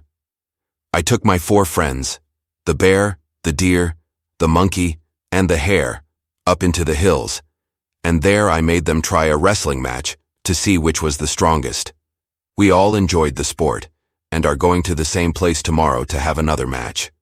"Now tell me who is the strongest of all?" asked his mother, pretending not to know. "Oh, mother," said Kintaro, "don't you know that I am the strongest? There was no need for me to wrestle with any of them." "But next to you then, who is the strongest?" "The bear comes next to me in strength," answered Kintaro. "And after the bear?" asked his mother again. "Next to the bear, it is not easy to say which is the strongest, for the deer, the monkey, and the hare all seem to be as strong as each other," said Kintaro. Suddenly, Kintaro and his mother were startled by a voice from outside. "Listen to me, little boy. Next time you go, take this old man with you to the wrestling match. He would like to join the sport too." It was the old woodcutter who had followed Kintaro from the river. He slipped off his clogs and entered the cottage. Yama-uba and her son were both taken by surprise. They looked at the intruder wonderingly and saw that he was someone they had never seen before. "Who are you?" they both exclaimed. Then the woodcutter laughed and said, "It does not matter who I am yet, but let us see who has the strongest arm, this boy or myself." Then Kintaro, who had lived all his life in the forest, answered the old man without any ceremony, saying, "We will have a try if you wish it, but you must not be angry whoever is beaten." Then Kintaro and the woodcutter both put out their right arms and grasped each other's hands. For a long time, Kintaro and the old man wrestled together in this way, each trying to bend the other's arm. But the old man was very strong, and the strange pair were evenly matched. At last the old man desisted, declaring it a drawn game. "You are indeed a very strong child. There are few men who can boast of the strength of my right arm," said the woodcutter. "I saw you first on the banks of the river a few hours ago, when you pulled up that large tree to make a bridge across the torrent. Hardly able to believe what I saw, I followed you home. Your strength of arm, which I have just tried, proves what I saw this afternoon. When you are full grown, you will surely be the strongest man in all Japan. It is a pity that you are hidden away in these wild mountains." Then he turned to Kintaro's mother. "And you, mother, have you no thought of taking your child to the capital, and of teaching him to carry a sword as befits a samurai, a Japanese knight?" "You are very kind to take so much interest in my son," replied the mother. "But he is, as you see, wild and uneducated, and I fear it would be very difficult to do as you say. Because of his great strength as an infant, I hid him away in this unknown part of the country, for he hurt everyone that came near him. I have often wished that I could one day see my boy a knight wearing 2 swords, but as we have no influential friend to introduce us at the capital, I fear my hope will never come true. You need not trouble yourself about that. To tell you the truth, I am no woodcutter. I am one of the great generals of Japan. My name is Sadamitsu, and I am a vassal of the powerful Lord Minamoto no Raiko. He ordered me to go round the country and look for boys who give promise of remarkable strength, so that they may be trained as soldiers for his army. I thought that I could best do this by assuming the disguise of a woodcutter. By good fortune, I have thus unexpectedly come across your son. Now if you really wish him to be a samurai, a knight, I will take him and present him to the Lord Raiko as a candidate for his service. What do you say to this?" As the kind general gradually unfolded his plan, the mother's heart was filled with a great joy. She saw that here was a wonderful chance of the one wish of her life being fulfilled, that of seeing Kintaro a samurai before she died. Bowing her head to the ground, she replied, I will then entrust my son to you if you really mean what you say." Kintaro had all this time been sitting by his mother's side listening to what they said. When his mother finished speaking, he exclaimed, "Oh, joy, joy! I am to go with the general, and one day I shall be a samurai." Thus, Kintaro's fate was settled, and the general decided to start for the capital at once, taking Kintaro with him. It need hardly be said that Yama-uba was sad at parting with her boy, for he was all that was left to her.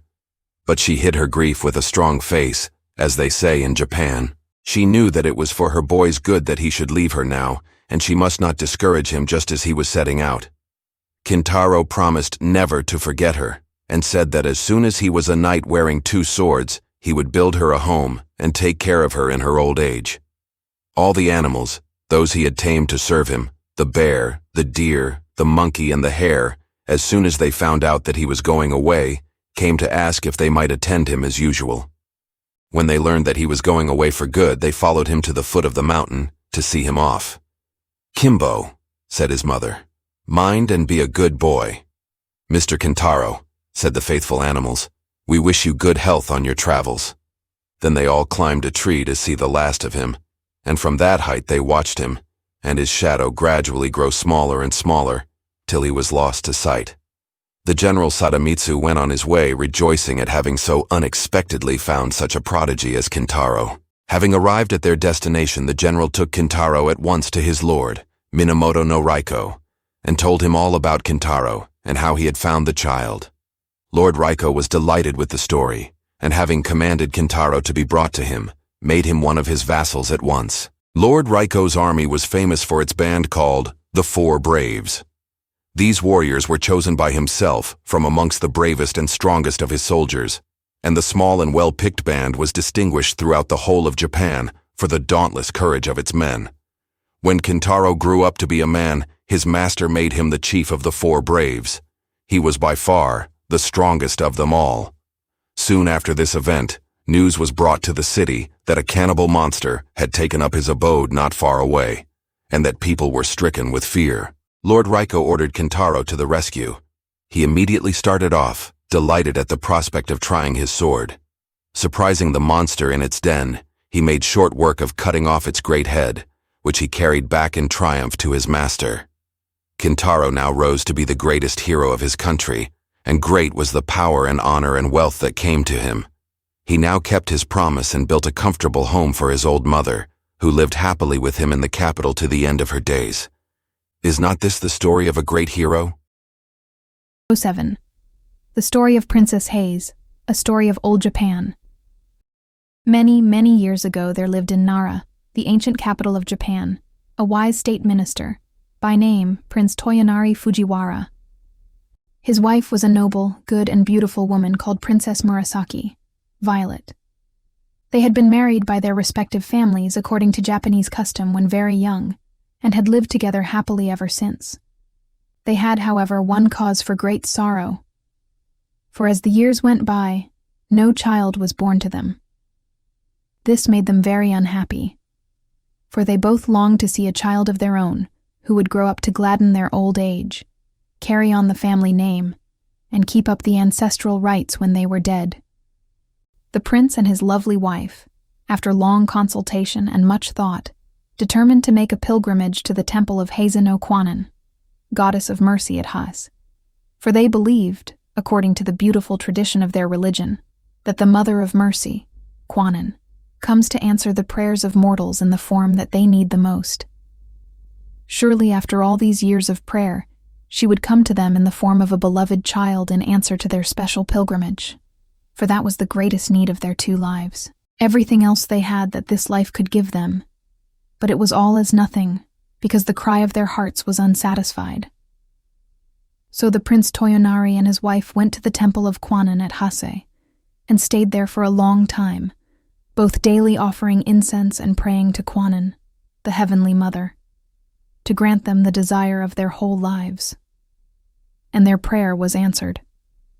A daughter was born at last to the Princess Murasaki, and great was the joy of her heart.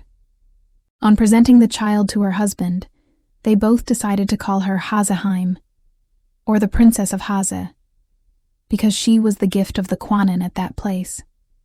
They both reared her with great care and tenderness, and the child grew in strength and beauty. When the little girl was 5 years old, her mother fell dangerously ill, and all the doctors and their medicines could not save her.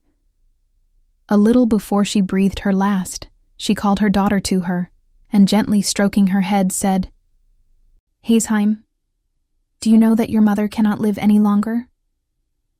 Though I die, you must grow up a good girl. Do your best not to give trouble to your nurse or any other of your family.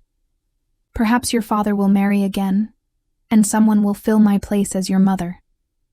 If so, do not grieve for me, but look upon your father's second wife as your true mother, and be obedient and filial to both her and your father. Remember when you are grown up to be submissive to those who are your superiors, and to be kind to all those who are under you. Don't forget this. I die with the hope that you will grow up a model woman." Haseheim listened in an attitude of respect while her mother spoke, and promised to do all that she was told. There is a proverb which says, "As the soul is at 3, so it is at 100. And so Haseheim grew up as her mother had wished, a good and obedient little princess, though she was now too young to understand how great was the loss of her mother. Not long after the death of his first wife, Prince Toyonari married again, a lady of noble birth named Princess Terute. Very different in character, alas. To the good and wise Princess Murasaki, this woman had a cruel, bad heart. She did not love her stepdaughter at all, and was often very unkind to the little motherless girl, saying to herself, "This is not my child, this is not my child." But Haseheim bore every unkindness with patience, and even waited upon her stepmother kindly, and obeyed her in every way and never gave any trouble, just as she had been trained by her own good mother, so that the Lady Terute had no cause for complaint against her. The little princess was very diligent, and her favorite studies were music and poetry. She would spend several hours practicing every day, and her father had the most proficient of masters he could find to teach her the kodo, Japanese harp, the art of writing letters and verse. When she was 12 years of age, she could play so beautifully that she and her stepmother were summoned to the palace to perform before the emperor. It was the festival of the cherry flowers, and there were great festivities at the court. The emperor threw himself into the enjoyment of the season, and commanded that Princess Hase should perform before him on the koto, and that her mother, Princess Terute, should accompany her on the flute. The emperor sat on a raised dais, before which was hung a curtain of finely sliced bamboo and purple tassels, so that his majesty might see all and not be seen, for no ordinary subject was allowed to look upon his sacred face. Haseheim was a skilled musician, though so young, and often astonished her masters by her wonderful memory and talent. On this momentous occasion she played well, but Princess Terute, her stepmother, who was a lazy woman and never took the trouble to practice daily, broke down in her accompaniment and had to request one of the court ladies to take her place. This was a great disgrace, and she was furiously jealous to think that she had failed where her stepdaughter succeeded. And to make matters worse, the emperor sent many beautiful gifts to the little princess to reward her for playing so well at the palace. There was also now another reason why Princess Terute hated her stepdaughter, for she had had the good fortune to have a son born to her, and in her inmost heart she kept saying, "If only Haseheim were not here, my son would have all the love of his father." And never having learned to control herself, she allowed this wicked thought to grow into the awful desire of taking her stepdaughter's life. So one day she secretly ordered some poison and poisoned some sweet wine. This poisoned wine she put into a bottle. Into another similar bottle she poured some good wine. It was the occasion of the boys' festival on the 5th of May, and Haseheim was playing with her little brother. All his toys of warriors and heroes were spread out, and she was telling him wonderful stories about each of them. They were both enjoying themselves and laughing merrily with their attendants when his mother entered with the 2 bottles of wine and some delicious cakes. "You are both so good and happy," said the wicked Princess Terute with a smile, "that I have brought you some sweet wine as a reward. And here are some nice cakes for my good children. and she filled 2 cups from the different bottles. HASE, never dreaming of the dreadful part her stepmother was acting, took one of the cups of wine and gave to her little stepbrother the other that had been poured out for him. The wicked woman had carefully marked the poisoned bottle, but on coming into the room she had grown nervous, and pouring out the wine hurriedly had unconsciously given the poisoned cup to her own child. All this time she was anxiously watching the little princess, but to her amazement, no change whatever took place in the young girl's face. Suddenly the little boy screamed and threw himself on the floor, doubled up with pain. His mother flew to him, taking the precaution to upset the 2 tiny jars of wine which she had brought into the room, and lifted him up. The attendants rushed for the doctor, but nothing could save the child. He died within the hour in his mother's arms. Doctors did not know much in those ancient times, and it was thought that the wine had disagreed with the boy, causing convulsions of which he died. Thus was the wicked woman punished in losing her own child when she had tried to do away with her stepdaughter. But instead of blaming herself, she began to hate HASE more than ever in the bitterness and wretchedness of her own heart, and she eagerly watched for an opportunity to do her harm, which was, however, long in coming. When HASE was 13 years of age, she had already become mentioned as a poetess of some merit. This was an accomplishment very much cultivated by the women of old Japan, and one held in high esteem. It was the rainy season at Nara, and floods were reported every day as doing damage in the neighborhood. The river Tatsuta, which flowed through the imperial palace grounds, was swollen to the top of its banks, and the roaring of the torrents of water rushing along a narrow bed so disturbed the emperor's rest day and night that a serious nervous disorder was the result. An imperial edict was sent forth to all the Buddhist temples commanding the priests to offer up continuous prayers to heaven to stop the noise of the flood. But this was of no avail. Then it was whispered in court circles that the Princess HASE, the daughter of Prince Toyonari Fujiwara, second minister at court, was the most gifted poetess of the day, though still so young, and her masters confirmed the report. Long ago, a beautiful and gifted maiden poetess had moved heaven by praying in verse, had brought down rain upon a land famished with drought. So said the ancient biographers of the poetess Ono no Komachi.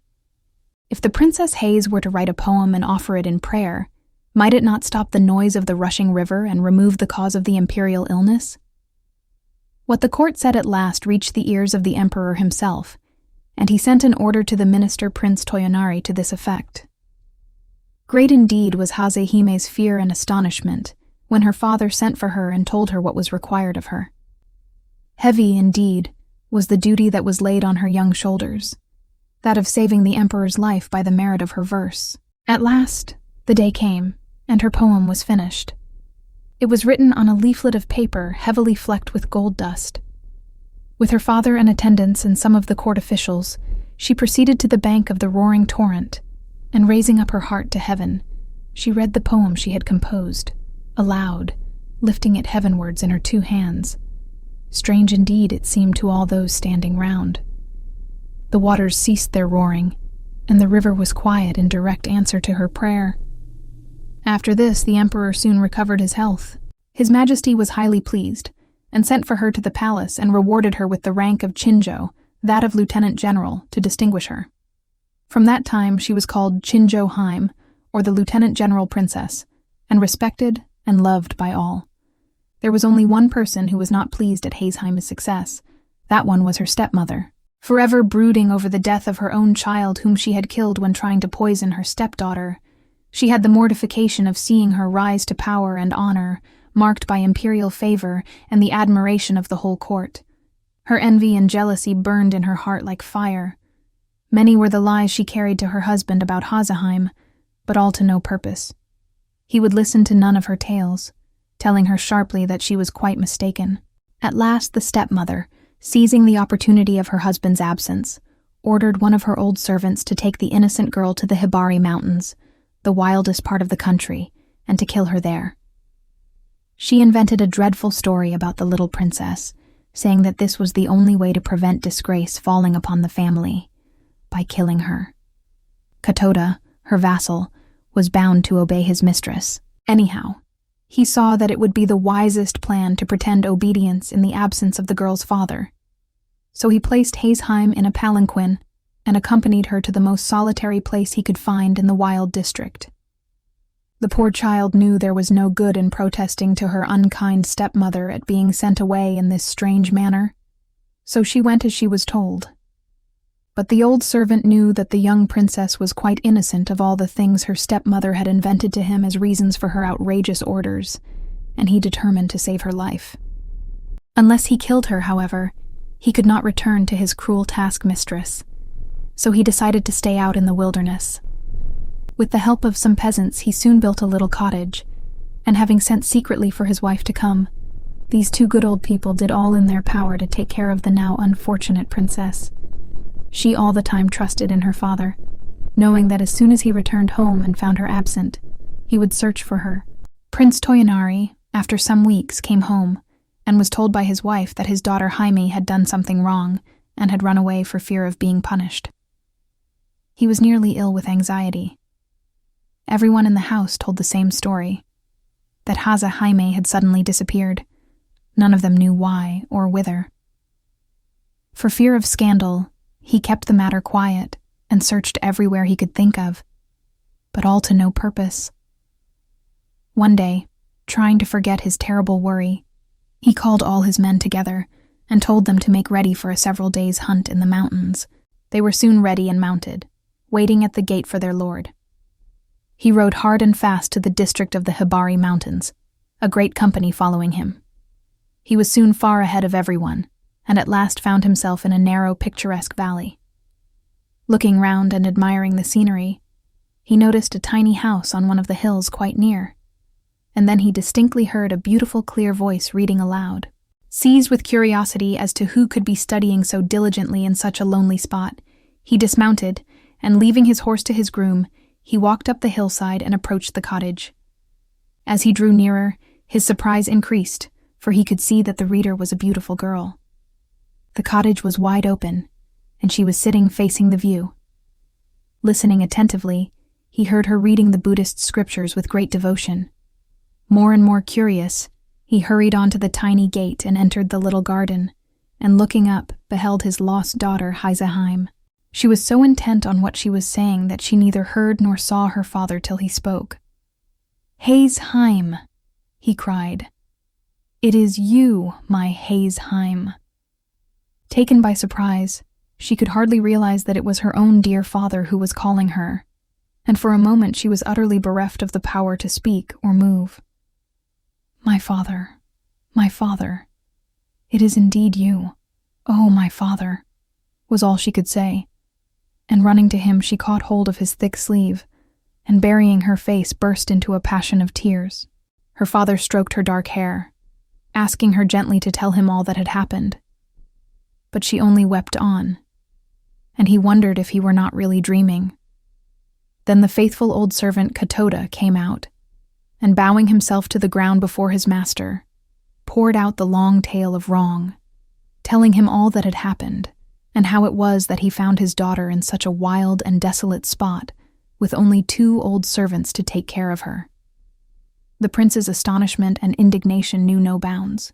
He gave up the hunt at once and hurried home with his daughter. One of the company galloped ahead to inform the household of the glad news, and the stepmother, hearing what had happened, and fearful of meeting her husband now that her wickedness was discovered, fled from the house and returned in disgrace to her father's roof, and nothing more was heard of her. The old servant Katoda was rewarded with the highest promotion in his master's service, and lived happily to the end of his days, devoted to the little princess, who never forgot that she owed her life to this faithful retainer. She was no longer troubled by an unkind stepmother, and her days passed happily and quietly with her father. As Prince Toyonari had no son, he adopted a younger son of one of the court nobles to be his heir, and to marry his daughter Hazehime, and in a few years the marriage took place. Hazehime lived to a good old age, and all said that she was the wisest, most devout, and most beautiful mistress that had ever reigned in Prince Toyonari's ancient house. She had the joy of presenting her son, the future lord of the family, to her father just before he retired from active life. To this day, there is preserved a piece of needlework in one of the Buddhist temples of Kyoto. It is a beautiful piece of tapestry, with the figure of Buddha embroidered in the silky threads drawn from the stem of the lotus. This is said to have been the work of the hands of the good Princess Hase. 8. The story of the man who did not wish to die. Long, long ago there lived a man called Sentaro. His surname meant millionaire, but although he was not so rich as all that, he was still very far removed from being poor. He had inherited a small fortune from his father and lived on this, spending his time carelessly, without any serious thoughts of work, till he was about 32 years of age. One day, without any reason whatsoever, the thought of death and sickness came to him. The idea of falling ill or dying made him very wretched. "I should like to live," he said to himself, "till I am 500 or 600 years old at least, free from all sickness. The ordinary span of a man's life is very short." He wondered whether it were possible, by living simply and frugally henceforth, to prolong his life as long as he wished. He knew there were many stories in ancient history of emperors who had lived 1,000 years, and there was a princess of Yamato who, it was said, lived to the age of 500. This was the latest story of a very long life record. Sentaro had often heard the tale of the Chinese king named Shin no Shiko. He was one of the most able and powerful rulers in Chinese history. He built all the large palaces and also the famous Great Wall of China. He had everything in the world he could wish for, but in spite of all his happiness and the luxury and the splendor of his court, the wisdom of his counselors and the glory of his reign, he was miserable because he knew that one day he must die and leave it all. When Shin no Shiko went to bed at night, when he rose in the morning, as he went through his day, the thought of death was always with him. He could not get away from it. If only he could find the elixir of life, he would be happy. The emperor at last called a meeting of his courtiers and asked them all if they could not find for him the elixir of life, of which he had so often read and heard. One old courtier, Jofuku by name, said that far away across the seas there was a country called Horeizan, and that certain hermits lived there who possessed the secret of the elixir of life. Whoever drank of this wonderful draught lived forever. The emperor ordered Jofuku to set out for the land of Horeizan to find the hermits and to bring him back a phial of the magic elixir. He gave Jofuku one of his best junks, fitted it out for him, and loaded it with great quantities of treasures and precious stones for Jofuku to take as presents to the hermits. Jofuku sailed for the land of Horeizan, but he never returned to the waiting emperor. But ever since that time, Mount Fuji has been said to be the fabled Horeizan and the home of hermits who had the secret of the elixir. And Jofuku has been worshipped as their patron god.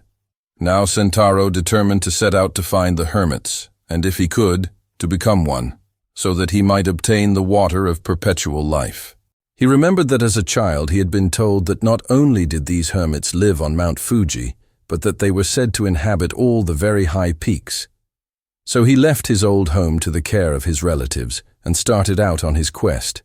He traveled through all the mountainous regions of the land, climbing to the tops of the highest peaks, but never a hermit did he find. At last, after wandering in an unknown region for many days, he met a hunter. "Can you tell me," asked Sentaro, "where the hermits live who have the elixir of life?" "No," said the hunter. "I can't tell you where such hermits live, but there is a notorious robber living in these parts. It is said that he is chief of a band of 200 followers." This odd answer irritated Sentaro very much, and he thought how foolish it was to waste more time in looking for the hermits in this way, so he decided to go at once to the shrine of Jofuku, who is worshipped as the patron god of the hermits in the south of Japan. Sentaro reached the shrine and prayed for 7 days, entreating Jofuku to show him the way to a hermit who could give him what he wanted so much to find. At midnight of the 7th day, as Sentaro knelt in the temple, the door of the innermost shrine flew open, and Jofuku appeared in a luminous cloud, and calling to Sentaro to come nearer, spoke thus: "Your desire is a very selfish one, and cannot be easily granted. You think that you would like to become a hermit so as to find the elixir of life. Do you know how hard a hermit's life is? A hermit is only allowed to eat fruit and berries and the bark of pine trees. A hermit must cut himself off from the world so that his heart may become as pure as gold and free from every earthly desire. Gradually, after following these strict rules, the hermit ceases to feel hunger or cold or heat, and his body becomes so light that he can ride on a crane or a carp and can walk on water without getting his feet wet. You, Centauro, are fond of good living and of every comfort. You are not even like an ordinary man, for you are exceptionally idle and more sensitive to heat and cold than most people. You would never be able to go barefoot or to wear only one thin dress in the winter-time. Do you think that you would ever have the patience or the endurance to live a hermit's life? In answer to your prayer, however, I will help you in another way.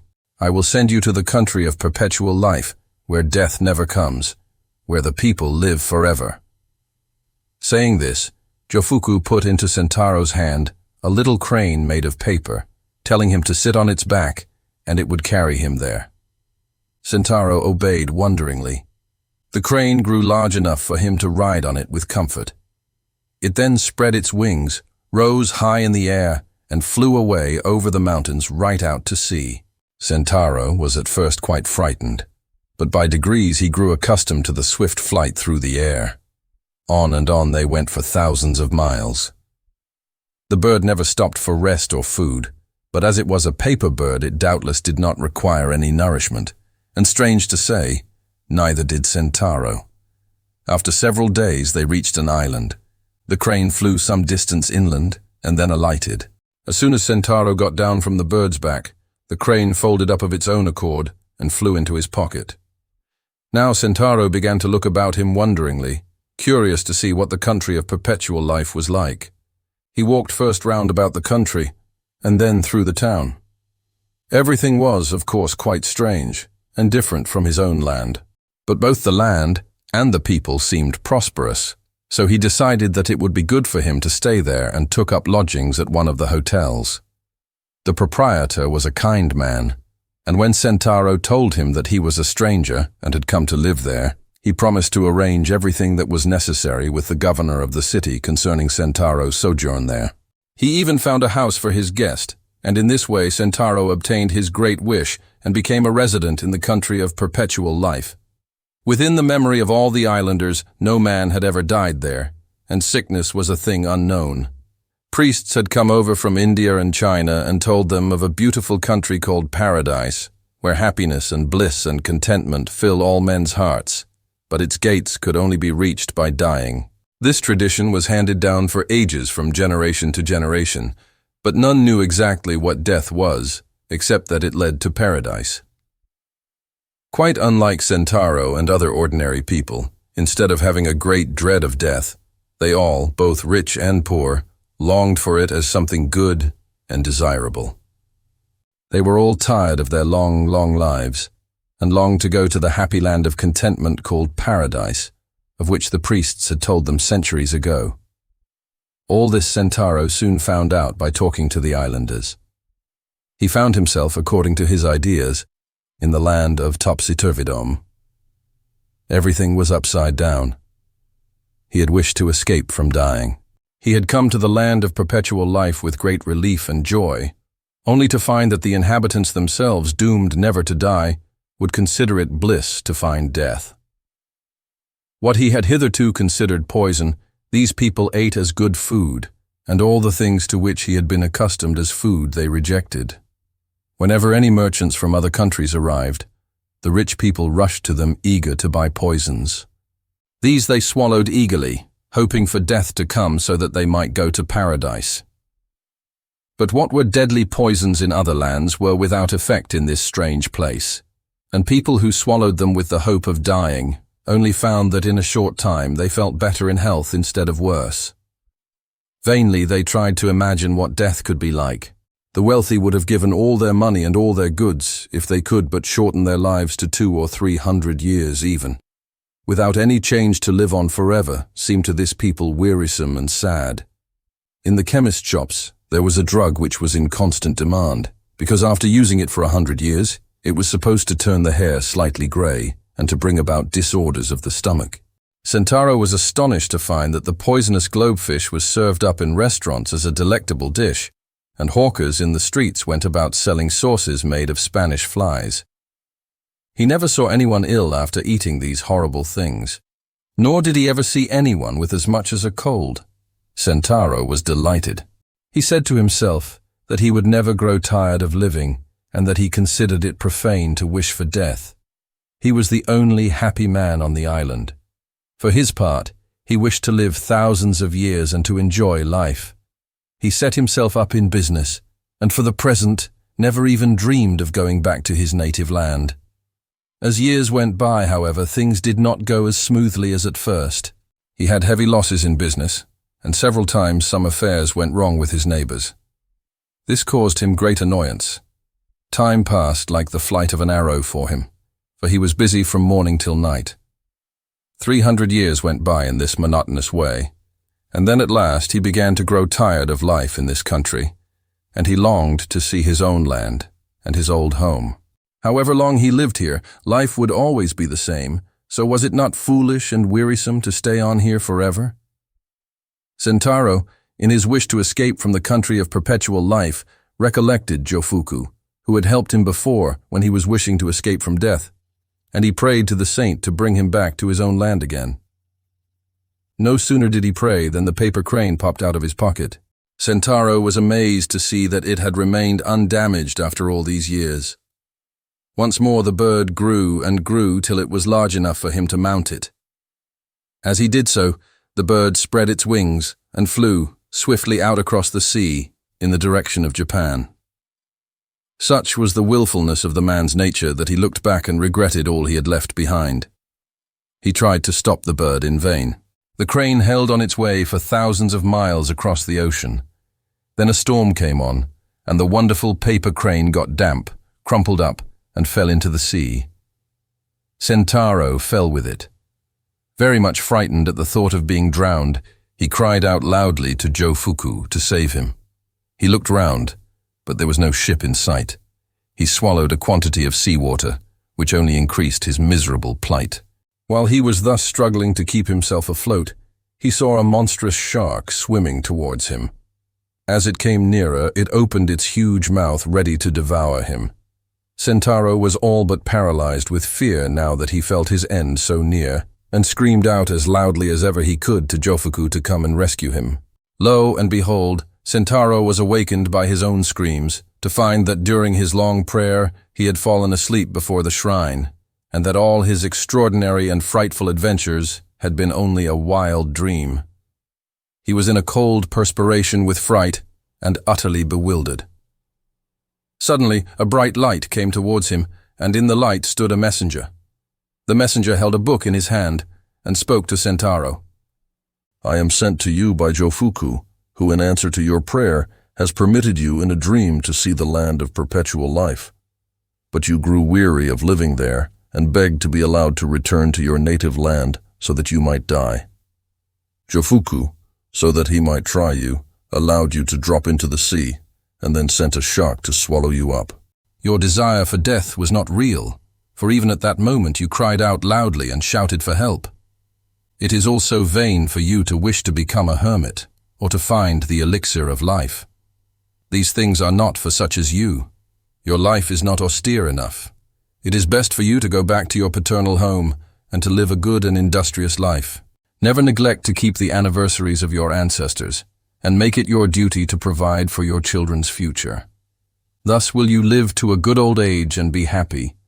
But give up the vain desire to escape death, for no man can do that.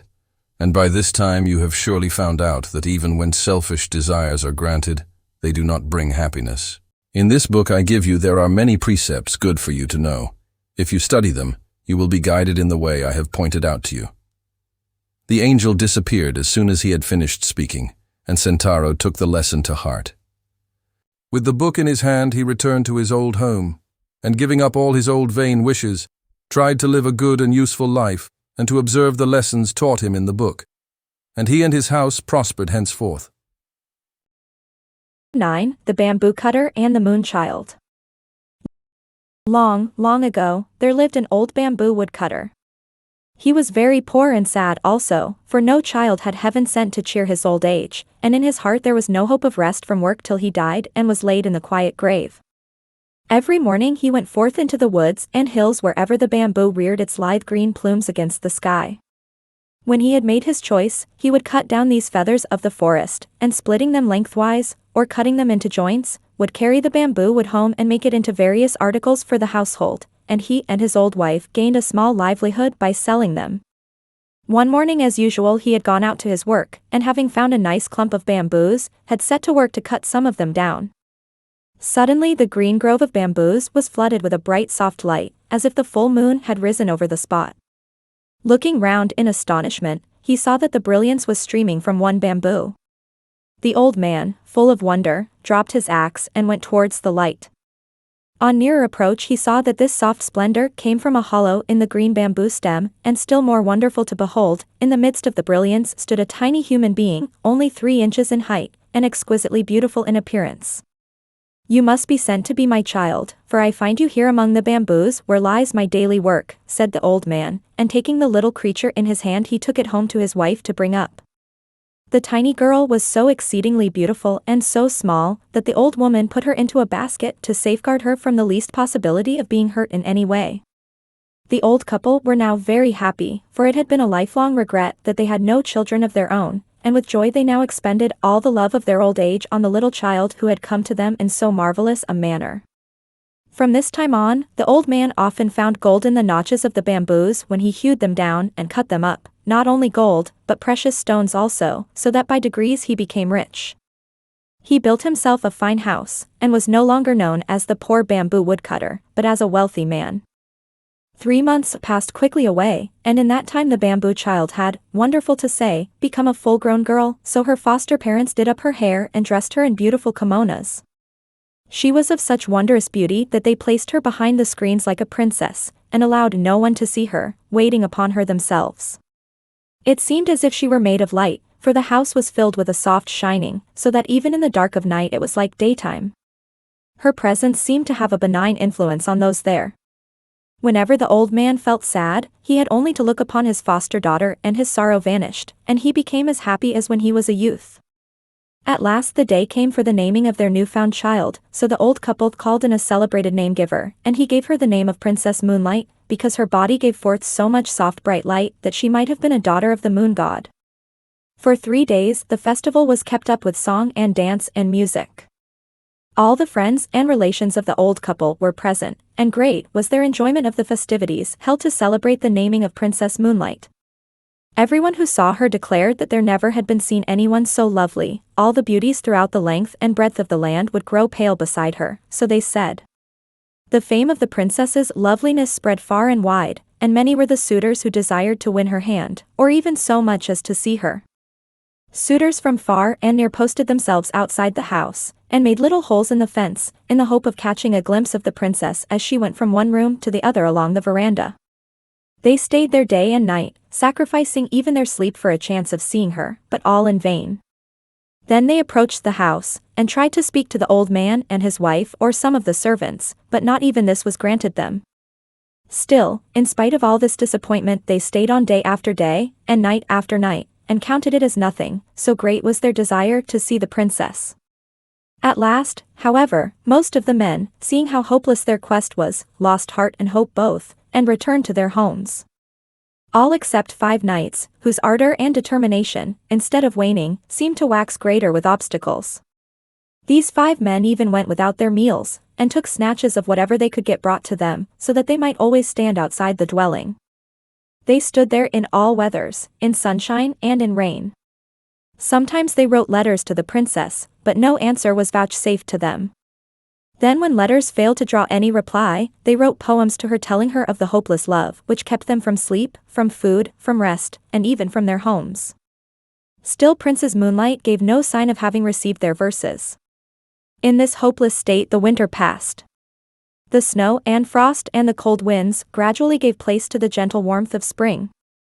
Then the summer came, and the sun burned white and scorching in the heavens above and on the earth beneath, and still these faithful knights kept watch and waited. At the end of these long months, they called out to the old bamboo cutter and entreated him to have some mercy upon them and to show them the princess, but he answered only that as he was not her real father he could not insist on her obeying him against her wishes. The 5 knights on receiving this stern answer returned to their several homes, and pondered over the best means of touching the proud princess's heart, even so much as to grant them a hearing. They took their rosaries in hand and knelt before their household shrines, and burned precious incense, praying to Buddha to give them their heart's desire. Thus several days passed, but even so they could not rest in their homes. So again they set out for the bamboo cutter's house. This time the old man came out to see them, and they asked him to let them know if it was the princess's resolution never to see any man whatsoever, and they implored him to speak for them and to tell her the greatness of their love, and how long they had waited through the cold of winter and the heat of summer, sleepless and roofless through all weathers, without food and without rest, in the ardent hope of winning her, and they were willing to consider this long vigil as pleasure if she would but give them one chance of pleading their cause with her.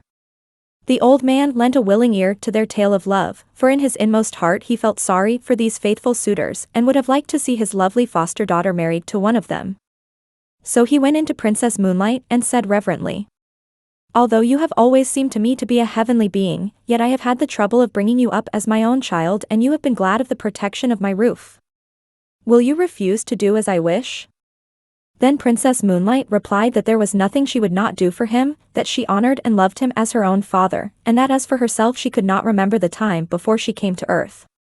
The old man listened with great joy as she spoke these dutiful words. Then he told her how anxious he was to see her safely and happily married before he died. "I am an old man, over 70 years of age, and my end may come any time now. It is necessary and right that you should see these 5 suitors and choose one of them." "Oh, why," said the princess in distress, "must I do this? I have no wish to marry now."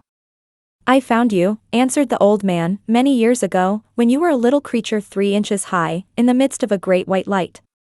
The light streamed from the bamboo in which you were hid and led me to you. So I have always thought that you were more than mortal woman.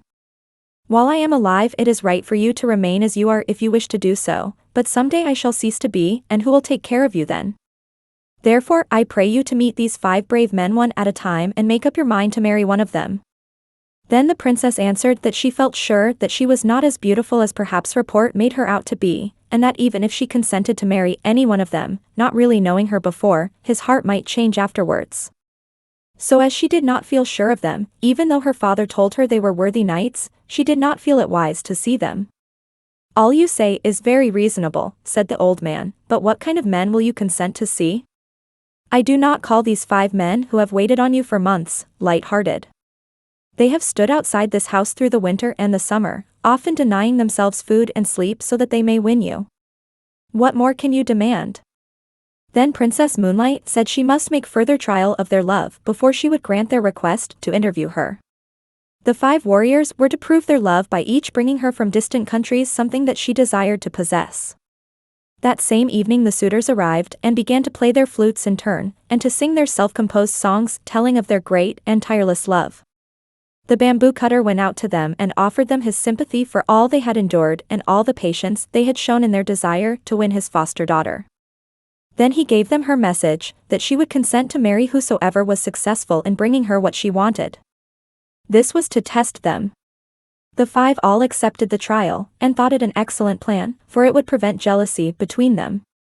Princess Moonlight then sent word to the first knight that she requested him to bring her the stone bowl which had belonged to Buddha in India. The second knight was asked to go to the mountain of HARE, said to be situated in the eastern sea, and to bring her a branch of the wonderful tree that grew on its summit. The roots of this tree were of silver, the trunk of gold, and the branches bore as fruit white jewels. The third knight was told to go to China and search for the fire rat and to bring her its skin. The fourth knight was told to search for the dragon that carried on its head the stone radiating 5 colors and to bring the stone to her. The 5th knight was to find the swallow which carried a shell in its stomach and to bring the shell to her. The old man thought these very hard tasks and hesitated to carry the messages, but the princess would make no other conditions.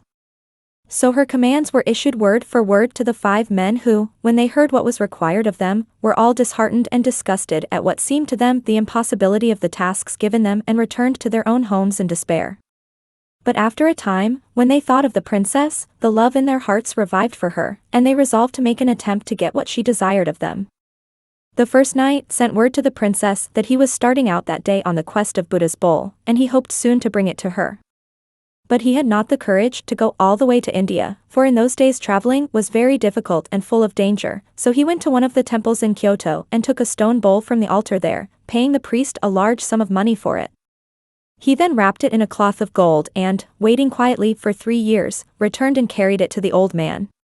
Princess Moonlight wondered that the knight should have returned so soon. She took the bowl from its gold wrapping, expecting it to make the room full of light, but it did not shine at all, so she knew that it was a sham thing and not the true bowl of Buddha. She returned it at once and refused to see him. The knight threw the bowl away and returned to his home in despair. He gave up now all hopes of ever winning the princess. The second knight told his parents that he needed change of air for his health, for he was ashamed to tell them that love for the Princess Moonlight was the real cause of his leaving them. He then left his home, at the same time sending word to the princess that he was setting out for Mount Horai in the hope of getting her a branch of the gold and silver tree which she so much wished to have. He only allowed his servants to accompany him halfway, and then sent them back.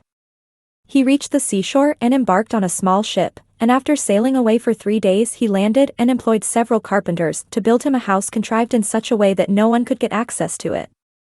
He then shut himself up with 6 skilled jewelers, and endeavored to make such a gold and silver branch as he thought would satisfy the princess as having come from the wonderful tree growing on Mount Horai. Everyone whom he had asked declared that Mount Horai belonged to the land of fable and not to fact. When the branch was finished, he took his journey home and tried to make himself look as if he were wearied and worn out with travel.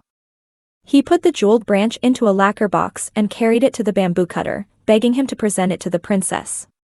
The old man was quite deceived by the travel-stained appearance of the knight, and thought that he had only just returned from his long journey with the branch. So he tried to persuade the princess to consent to see the man. But she remained silent and looked very sad. The old man began to take out the branch and praised it as a wonderful treasure to be found nowhere in the whole land. Then he spoke of the knight, how handsome and how brave he was to have undertaken a journey to so remote a place as the Mount of Horai. Princess Moonlight took the branch in her hand and looked at it carefully. She then told her foster parent that she knew it was impossible for the man to have obtained a branch from the gold and silver tree growing on Mount Horai so quickly or so easily, and she was sorry to say she believed it artificial. The old man then went out to the expectant knight, who had now approached the house, and asked where he had found the branch. Then the man did not scruple to make up a long story. 2 years ago I took a ship and started in search of Mount Horai. After going before the wind for some time I reached the far eastern sea. Then a great storm arose and I was tossed about for many days, losing all count of the points of the compass, and finally we were blown ashore on an unknown island. Here I found the place inhabited by demons who at one time threatened to kill and eat me. However, I managed to make friends with these horrible creatures, and they helped me and my sailors to repair the boat, and I set sail again. Our food gave out, and we suffered much from sickness on board.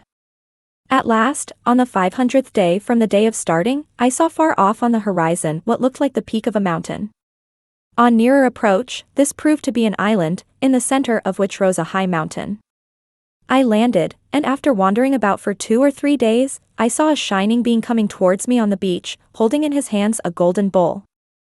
I went up to him and asked him if I had, by good chance, found the island of Mount Horai, and he answered, "Yes, this is Mount Horai." With much difficulty I climbed to the summit. Here stood the golden tree growing with silver roots in the ground. The wonders of that strange land are many, and if I began to tell you about them I could never stop. In spite of my wish to stay there long, on breaking off the branch I hurried back. With utmost speed it has taken me 400 days to get back, and, as you see, my clothes are still damp from exposure on the long sea voyage. I have not even waited to change my raiment, so anxious was I to bring the branch to the princess quickly. Just at this moment the 6 jewelers, who had been employed on the making of the branch, but not yet paid by the knight, arrived at the house and sent in a petition to the princess to be paid for their labor. They said that they had worked for over 1,000 days making the branch of gold, with its silver twigs and its jeweled fruit, that was now presented to her by the knight, but as yet they had received nothing in payment. So this knight's deception was thus found out, and the princess, glad of an escape from one more importunate suitor, was only too pleased to send back the branch. She called in the workmen and had them paid liberally, and they went away happy. But on the way home they were overtaken by the disappointed man, who beat them till they were nearly dead, for letting out the secret, and they barely escaped with their lives. The knight then returned home, raging in his heart, and in despair of ever winning the princess gave up society and retired to a solitary life among the mountains. Now the third knight had a friend in China, so he wrote to him to get the skin of the fire rat. The virtue of any part of this animal was that no fire could harm it. He promised his friend any amount of money he liked to ask if only he could get him the desired article. As soon as the news came that the ship on which his friend had sailed home had come into port, he rode 7 days on horseback to meet him. He handed his friend a large sum of money, and received the fire rat's skin. When he reached home he put it carefully in a box and sent it in to the princess while he waited outside for her answer. The bamboo cutter took the box from the knight and, as usual, carried it in to her and tried to coax her to see the knight at once, but Princess Moonlight refused, saying that she must first put the skin to test by putting it into the fire. If it were the real thing it would not burn. So she took off the crepe wrapper and opened the box, and then threw the skin into the fire. The skin crackled and burned up at once, and the princess knew that this man also had not fulfilled his word. So the third knight failed also. Now the fourth knight was no more enterprising than the rest. Instead of starting out on the quest of the dragon bearing on its head the 5-color radiating jewel, he called all his servants together and gave them the order to seek for it far and wide in Japan and in China, and he strictly forbade any of them to return till they had found it. His numerous retainers and servants started out in different directions, with no intention, however, of obeying what they considered an impossible order. They simply took a holiday, went to pleasant country places together, and grumbled at their master's unreasonableness. The knight meanwhile, thinking that his retainers could not fail to find the jewel, repaired to his house, and fitted it up beautifully for the reception of the princess. He felt so sure of winning her. 1 year passed away in weary waiting, and still his men did not return with the dragon jewel. The knight became desperate. He could wait no longer, so taking with him only 2 men he hired a ship and commanded the captain to go in search of the dragon. The captain and the sailors refused to undertake what they said was an absurd search, but the knight compelled them at last to put out to sea. When they had been but a few days out they encountered a great storm which lasted so long that, by the time its fury abated, the knight had determined to give up the hunt of the dragon. They were at last blown on shore, for navigation was primitive in those days. Worn out with his travels and anxiety, the fourth suitor gave himself up to rest. He had caught a very heavy cold, and had to go to bed with a swollen face. The governor of the place, hearing of his plight, sent messengers with a letter inviting him to his house. While he was there thinking over all his troubles, his love for the princess turned to anger, and he blamed her for all the hardships he had undergone. He thought that it was quite probable she had wished to kill him so that she might be rid of him, and in order to carry out her wish had sent him upon his impossible quest. At this point all the servants he had sent out to find the jewel came to see him, and were surprised to find praise instead of displeasure awaiting them. Their master told them that he was heartily sick of adventure, and said that he never intended to go near the princess's house again in the future. Like all the rest, the fifth knight failed in his quest. He could not find the swallow's shell. By this time the fame of Princess Moonlight's beauty had reached the ears of the emperor, and he sent one of the court ladies to see if she were really as lovely as report said. If so he would summon her to the palace and make her one of the ladies in waiting. When the court lady arrived, in spite of her father's entreaties, Princess Moonlight refused to see her. The imperial messenger insisted, saying it was the emperor's order. Then Princess Moonlight told the old man that if she was forced to go to the palace in obedience to the emperor's order, she would vanish from the earth. When the emperor was told of her persistence in refusing to obey his summons, and that if pressed to obey she would disappear altogether from sight, he determined to go and see her. So he planned to go on a hunting excursion in the neighborhood of the bamboo cutter's house, and see the princess himself. He sent word to the old man of his intention, and he received consent to the scheme. The next day the emperor set out with his retinue, which he soon managed to outride. He found the bamboo cutter's house and dismounted. He then entered the house and went straight to where the princess was sitting with her attendant maidens. Never had he seen anyone so wonderfully beautiful, and he could not but look at her, for she was more lovely than any human being as she shone in her own soft radiance. When Princess Moonlight became aware that a stranger was looking at her, she tried to escape from the room, but the emperor caught her and begged her to listen to what he had to say. Her only answer was to hide her face in her sleeves. The emperor fell deeply in love with her and begged her to come to the court, where he would give her a position of honor and everything she could wish for.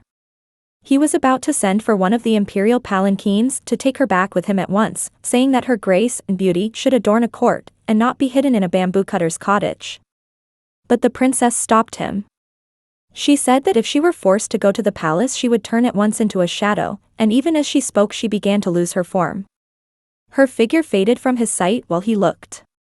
The emperor then promised to leave her free if only she would resume her former shape, which she did. It was now time for him to return, for his retinue would be wondering what had happened to their royal master when they missed him for so long. So he bade her goodbye, and left the house with a sad heart. Princess Moonlight was for him the most beautiful woman in the world, all others were dark beside her, and he thought of her night and day. His Majesty now spent much of his time in writing poems, telling her of his love and devotion, and sent them to her, and though she refused to see him again, she answered with many verses of her own composing, which told him gently and kindly that she could never marry anyone on this earth. These little songs always gave him pleasure. At this time her foster parents noticed that night after night the princess would sit on her balcony and gaze for hours at the moon, in a spirit of the deepest dejection, ending always in a burst of tears. One night the old man found her thus weeping as if her heart were broken, and he besought her to tell him the reason of her sorrow. With many tears she told him that he had guessed rightly when he supposed her not to belong to this world, that she had in truth come from the moon, and that her time on earth would soon be over. On the 15th day of that very month of August her friends from the moon would come to fetch her, and she would have to return. Her parents were both there, but having spent a lifetime on the earth she had forgotten them, and also the moon world to which she belonged. It made her weep, she said, to think of leaving her kind foster parents, and the home where she had been happy for so long. When her attendants heard this they were very sad, and could not eat or drink for sadness at the thought that the princess was so soon to leave them.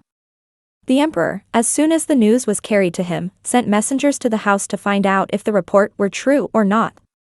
The old bamboo cutter went out to meet the imperial messengers.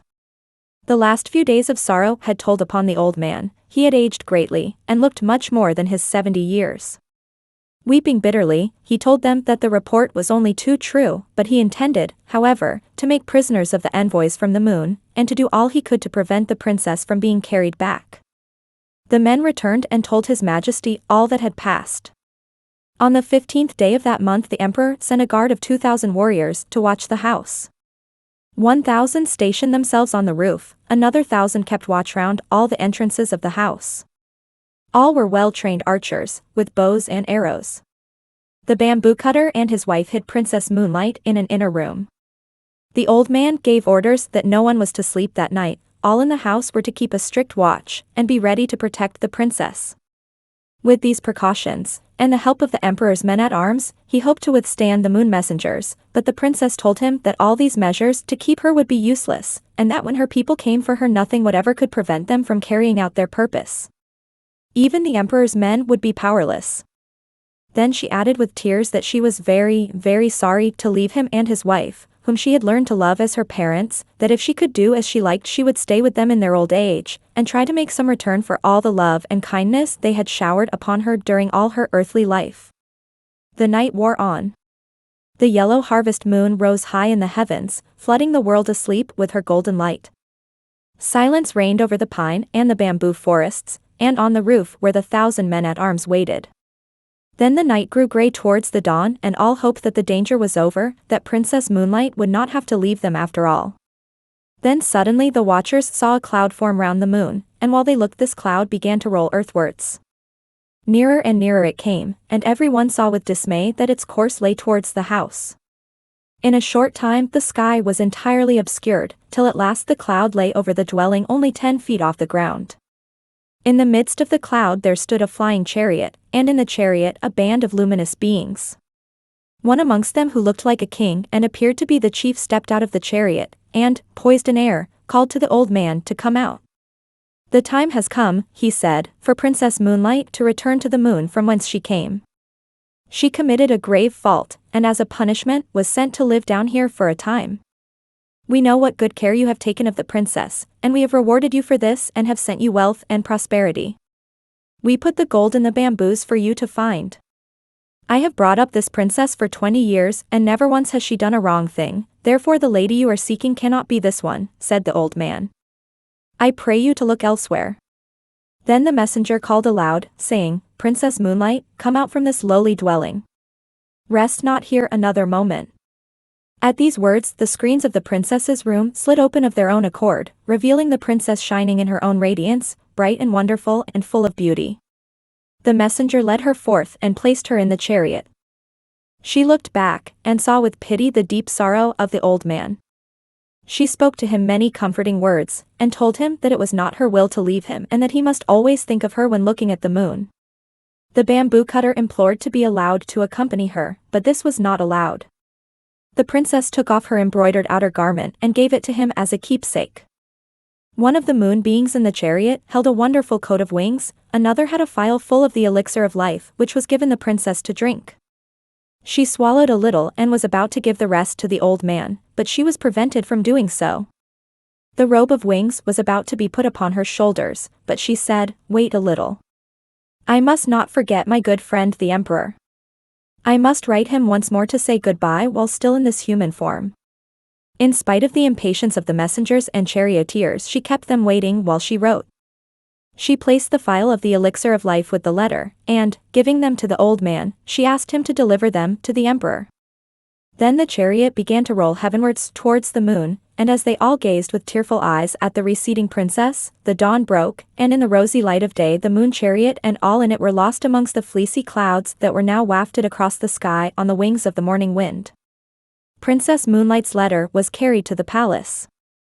His Majesty was afraid to touch the elixir of life, so he sent it with the letter to the top of the most sacred mountain in the land, Mount Fuji, and there the royal emissaries burn it on the summit at sunrise. So to this day people say there is smoke to be seen rising from the top of Mount Fuji to the clouds. 10. The Mirror of Matsuyama. A story of old Japan. Long years ago in old Japan there lived in the province of Echigo, a very remote part of Japan even in these days, a man and his wife. When this story begins, they had been married for some years and were blessed with one little daughter. She was the joy and pride of both their lives, and in her they stored an endless source of happiness for their old age. What golden letter days in their memory were these that had marked her growing up from babyhood, the visit to the temple when she was just 30 days old, her proud mother carrying her, robed in ceremonial kimono, to be put under the patronage of the family's household god, then her first dolls festival, when her parents gave her a set of dolls and their miniature belongings, to be added to as year succeeded year, and perhaps the most important occasion of all, on her 3rd birthday, when her first obi, broad brocade sash, of scarlet and gold was tied round her small waist, a sign that she had crossed the threshold of girlhood and left infancy behind. Now that she was 7 years of age, and had learned to talk and to wait upon her parents in those several little ways so dear to the hearts of fond parents, their cup of happiness seemed full. There could not be found in the whole of the island empire a happier little family. One day there was much excitement in the home, for the father had been suddenly summoned to the capital on business. In these days of railways and jinrickshaws and other rapid modes of traveling, it is difficult to realize what such a journey as that from Matsuyama to Kyoto meant. The roads were rough and bad, and ordinary people had to walk every step of the way, whether the distance were 100 or several hundred miles. Indeed, in those days it was as great an undertaking to go up to the capital as it is for a Japanese to make a voyage to Europe now. So the wife was very anxious while she helped her husband get ready for the long journey, knowing what an arduous task lay before him. Vainly she wished that she could accompany him, but the distance was too great for the mother and child to go, and besides that, it was the wife's duty to take care of the home. All was ready at last, and the husband stood in the porch with his little family round him. "Do not be anxious, I will come back soon," said the man. "While I am away, take care of everything, and especially of our little daughter." "Yes, we shall be all right, but you must take care of yourself and delay not a day in coming back to us," said the wife, while the tears fell like rain from her eyes. The little girl was the only one to smile, for she was ignorant of the sorrow of parting, and did not know that going to the capital was at all different from walking to the next village, which her father did very often. She ran to his side, and caught hold of his long sleeve to keep him a moment. "Father, I will be very good while I am waiting for you to come back, so please bring me a present." As the father turned to take a last look at his weeping wife and smiling, eager child, he felt as if someone were pulling him back by the hair, so hard was it for him to leave them behind, for they had never been separated before. But he knew that he must go, for the call was imperative. With a great effort he ceased to think, and resolutely turning away he went quickly down the little garden and out through the gate. His wife, catching up the child in her arms, ran as far as the gate, and watched him as he went down the road between the pines till he was lost in the haze of the distance, and all she could see was his quaint peaked hat, and at last that vanished too. "Now father has gone, you and I must take care of everything till he comes back," said the mother, as she made her way back to the house. "Yes, I will be very good," said the child, nodding her head, "and when father comes home please tell him how good I have been, and then perhaps he will give me a present. Father is sure to bring you something that you want very much. I know, for I asked him to bring you a doll. You must think of father every day, and pray for a safe journey till he comes back." "Oh, yes, when he comes home again how happy I shall be," said the child, clapping her hands, and her face growing bright with joy at the glad thought. It seemed to the mother as she looked at the child's face that her love for her grew deeper and deeper. Then she set to work to make the winter clothes for the three of them. She set up her simple wooden spinning wheel and spun the thread before she began to weave the stuffs. In the intervals of her work she directed the little girl's games and taught her to read the old stories of her country. Thus did the wife find consolation in work during the lonely days of her husband's absence. While the time was thus slipping quickly by in the quiet home, the husband finished his business and returned. It would have been difficult for anyone who did not know the man well to recognize him. He had traveled day after day, exposed to all weathers, for about a month altogether, and was sunburnt to bronze, but his fond wife and child knew him at a glance, and flew to meet him from either side, each catching hold of one of his sleeves in their eager greeting. Both the man and his wife rejoiced to find each other well. It seemed a very long time to all till, the mother and child helping, his straw sandals were untied, his large umbrella hat taken off, and he was again in their midst in the old familiar sitting room that had been so empty while he was away. As soon as they had sat down on the white mats, the father opened a bamboo basket that he had brought in with him, and took out a beautiful doll in a lacquer box full of cakes. "Here," he said to the little girl, "is a present for you. It is a prize for taking care of mother in the house so well while I was away." "Thank you," said the child, as she bowed her head to the ground, and then put out her hand just like a little maple leaf with its eager widespread fingers to take the doll and the box, both of which, coming from the capital, were prettier than anything she had ever seen. No words can tell how delighted the little girl was. Her face seemed as if it would melt with joy, and she had no eyes and no thought for anything else. Again the husband dived into the basket, and brought out this time a square wooden box, carefully tied up with red and white string, and handing it to his wife, said, "And this is for you." The wife took the box, and opening it carefully took out a metal disc with a handle attached. One side was bright and shining like a crystal, and the other was covered with raised figures of pine trees and storks, which had been carved out of its smooth surface in lifelike reality. Never had she seen such a thing in her life, for she had been born and bred in the rural province of Echigo. She gazed into the shining disc, and looking up with surprise and wonder pictured on her face, she said, "I see somebody looking at me in this round thing.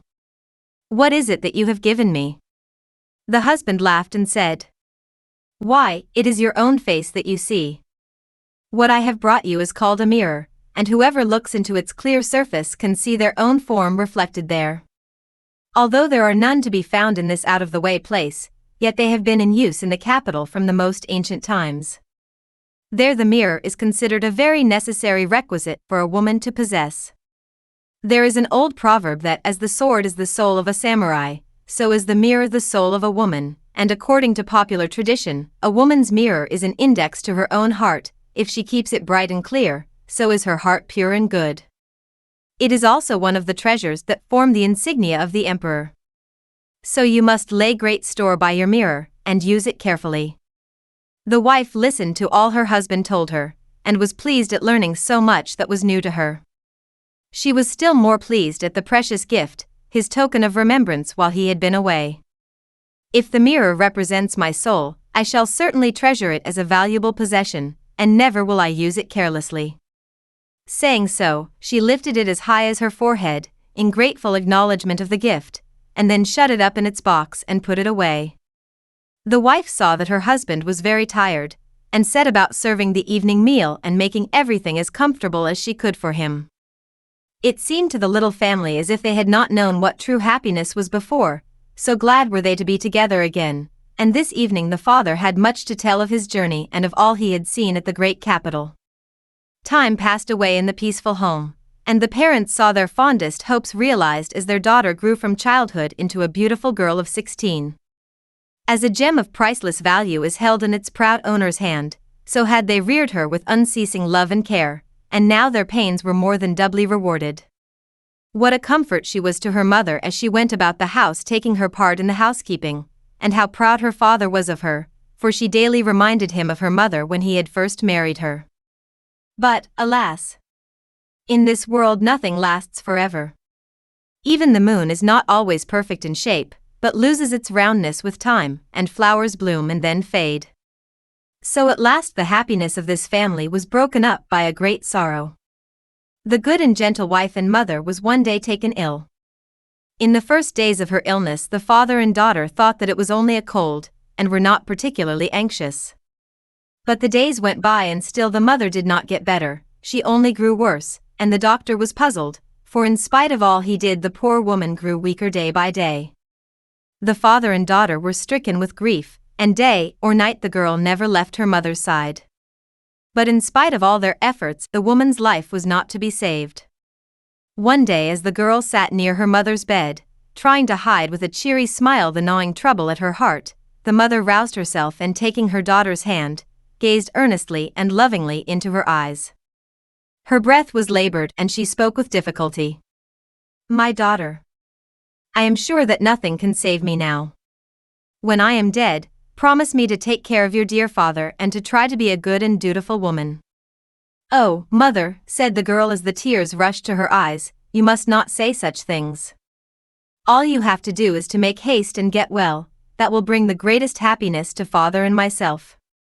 "Yes, I know, and it is a comfort to me in my last days to know how greatly you long for me to get better, but it is not to be.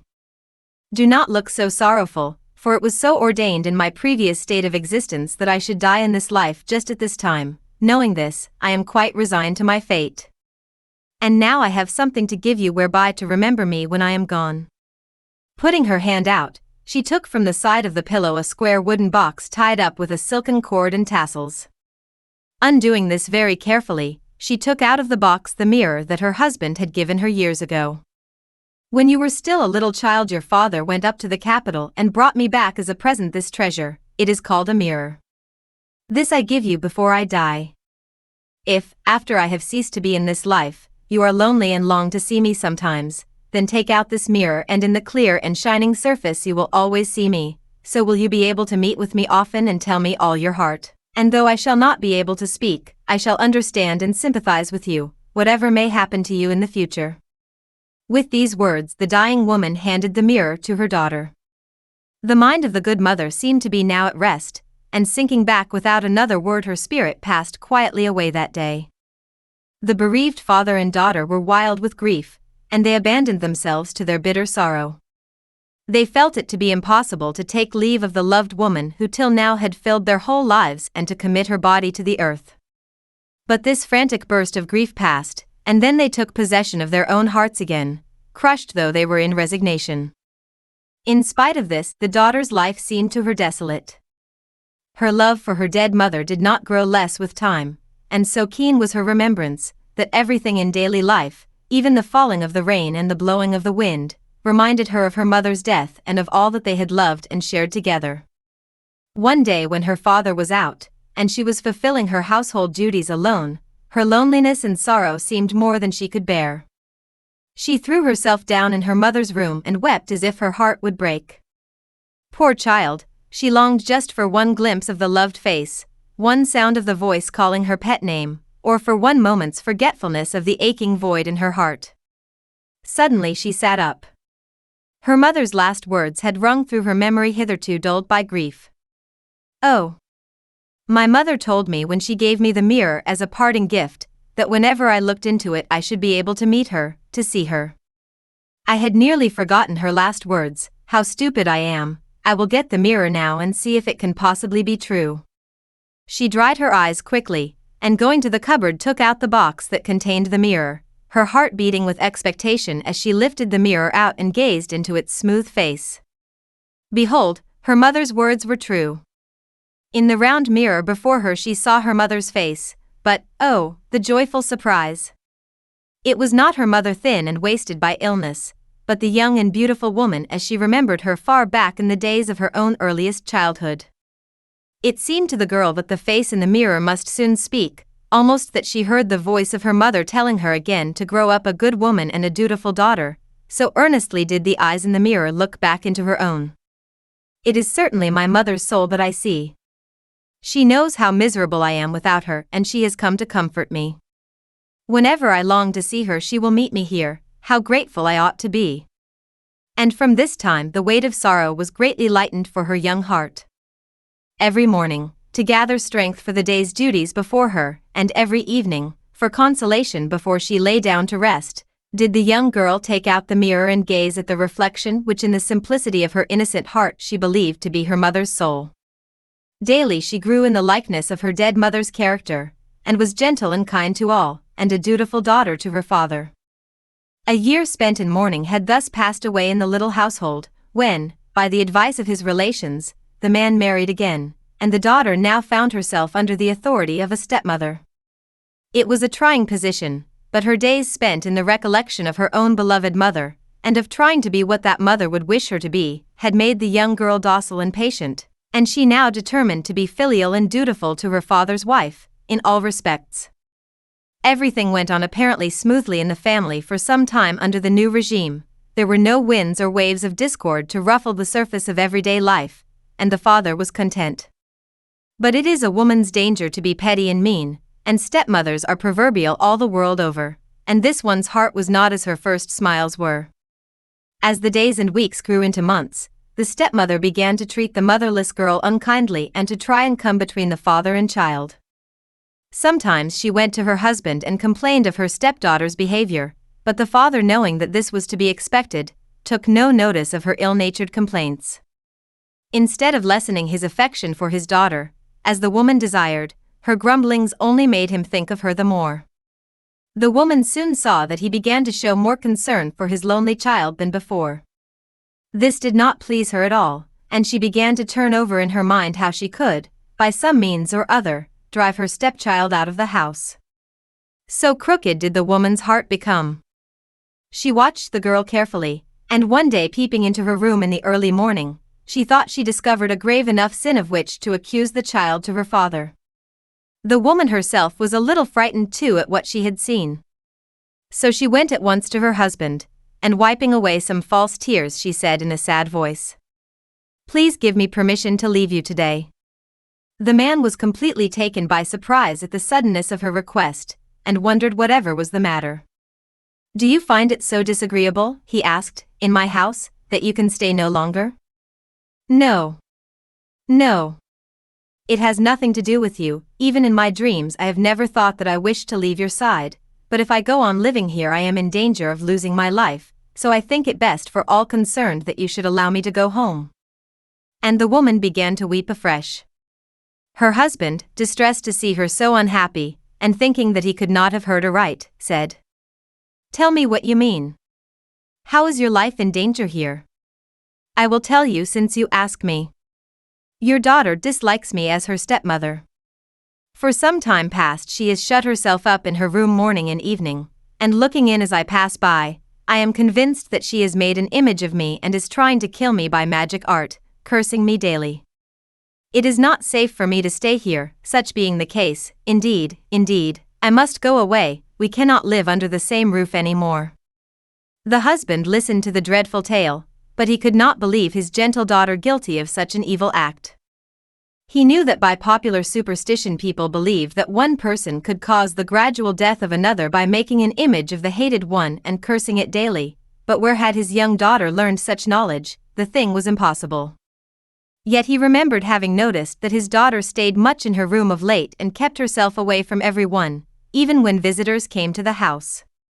Putting this fact together with his wife's alarm, he thought that there might be something to account for the strange story. His heart was torn between doubting his wife and trusting his child, and he knew not what to do. He decided to go at once to his daughter and try to find out the truth. Comforting his wife and assuring her that her fears were groundless, he glided quietly to his daughter's room. The girl had for a long time past been very unhappy. She had tried by amiability and obedience to show her goodwill and to mollify the new wife, and to break down that wall of prejudice and misunderstanding that she knew generally stood between step-parents and their stepchildren. But she soon found that her efforts were in vain.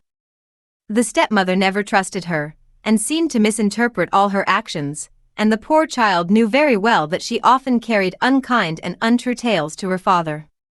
She could not help comparing her present unhappy condition with the time when her own mother was alive only a little more than a year ago. So great a change in this short time.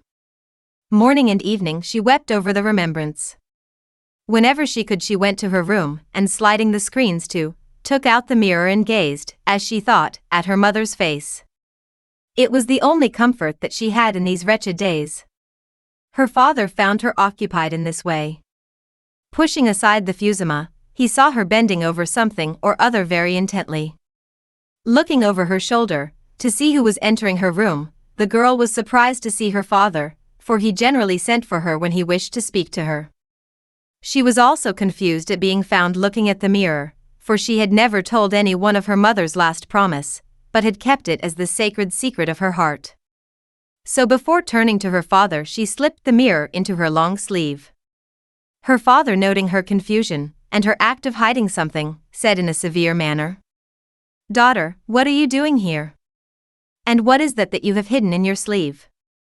The girl was frightened by her father's severity. Never had he spoken to her in such a tone. Her confusion changed to apprehension, her color from scarlet to white. She sat dumb and shamefaced, unable to reply. Appearances were certainly against her. The young girl looked guilty, and the father, thinking that perhaps after all what his wife had told him was true, spoke angrily. "Then, is it really true that you are daily cursing your stepmother and praying for her death? Have you forgotten what I told you, that although she is your stepmother you must be obedient and loyal to her? What evil spirit has taken possession of your heart that you should be so wicked? You have certainly changed, my daughter. What has made you so disobedient and unfaithful?" And the father's eyes filled with sudden tears to think that he should have to upbraid his daughter in this way. She on her part did not know what he meant, for she had never heard of the superstition that by praying over an image it is possible to cause the death of a hated person. But she saw that she must speak and clear herself somehow. She loved her father dearly, and could not bear the idea of his anger. She put out her hand on his knee deprecatingly. "Father! Father! Do not say such dreadful things to me. I am still your obedient child. Indeed, I am. However stupid I may be, I should never be able to curse anyone who belonged to you, much less pray for the death of one you love. Surely someone has been telling you lies, and you are dazed, and you know not what you say, or some evil spirit has taken possession of your heart. As for me, I do not know, no, not so much as a dewdrop, of the evil thing of which you accuse me." But the father remembered that she had hidden something away when he first entered the room, and even this earnest protest did not satisfy him. He wished to clear up his doubts once for all. "Then why are you always alone in your room these days? And tell me what is that you have hidden in your sleeve, show it to me at once." Then the daughter, though shy of confessing how she had cherished her mother's memory, saw that she must tell her father all in order to clear herself. So she slipped the mirror out from her long sleeve and laid it before him. "This," she said, "is what you saw me looking at just now." "Why," he said in great surprise, this is the mirror that I brought as a gift to your mother when I went up to the capital many years ago. And so you have kept it all this time? Now, why do you spend so much of your time before this mirror?"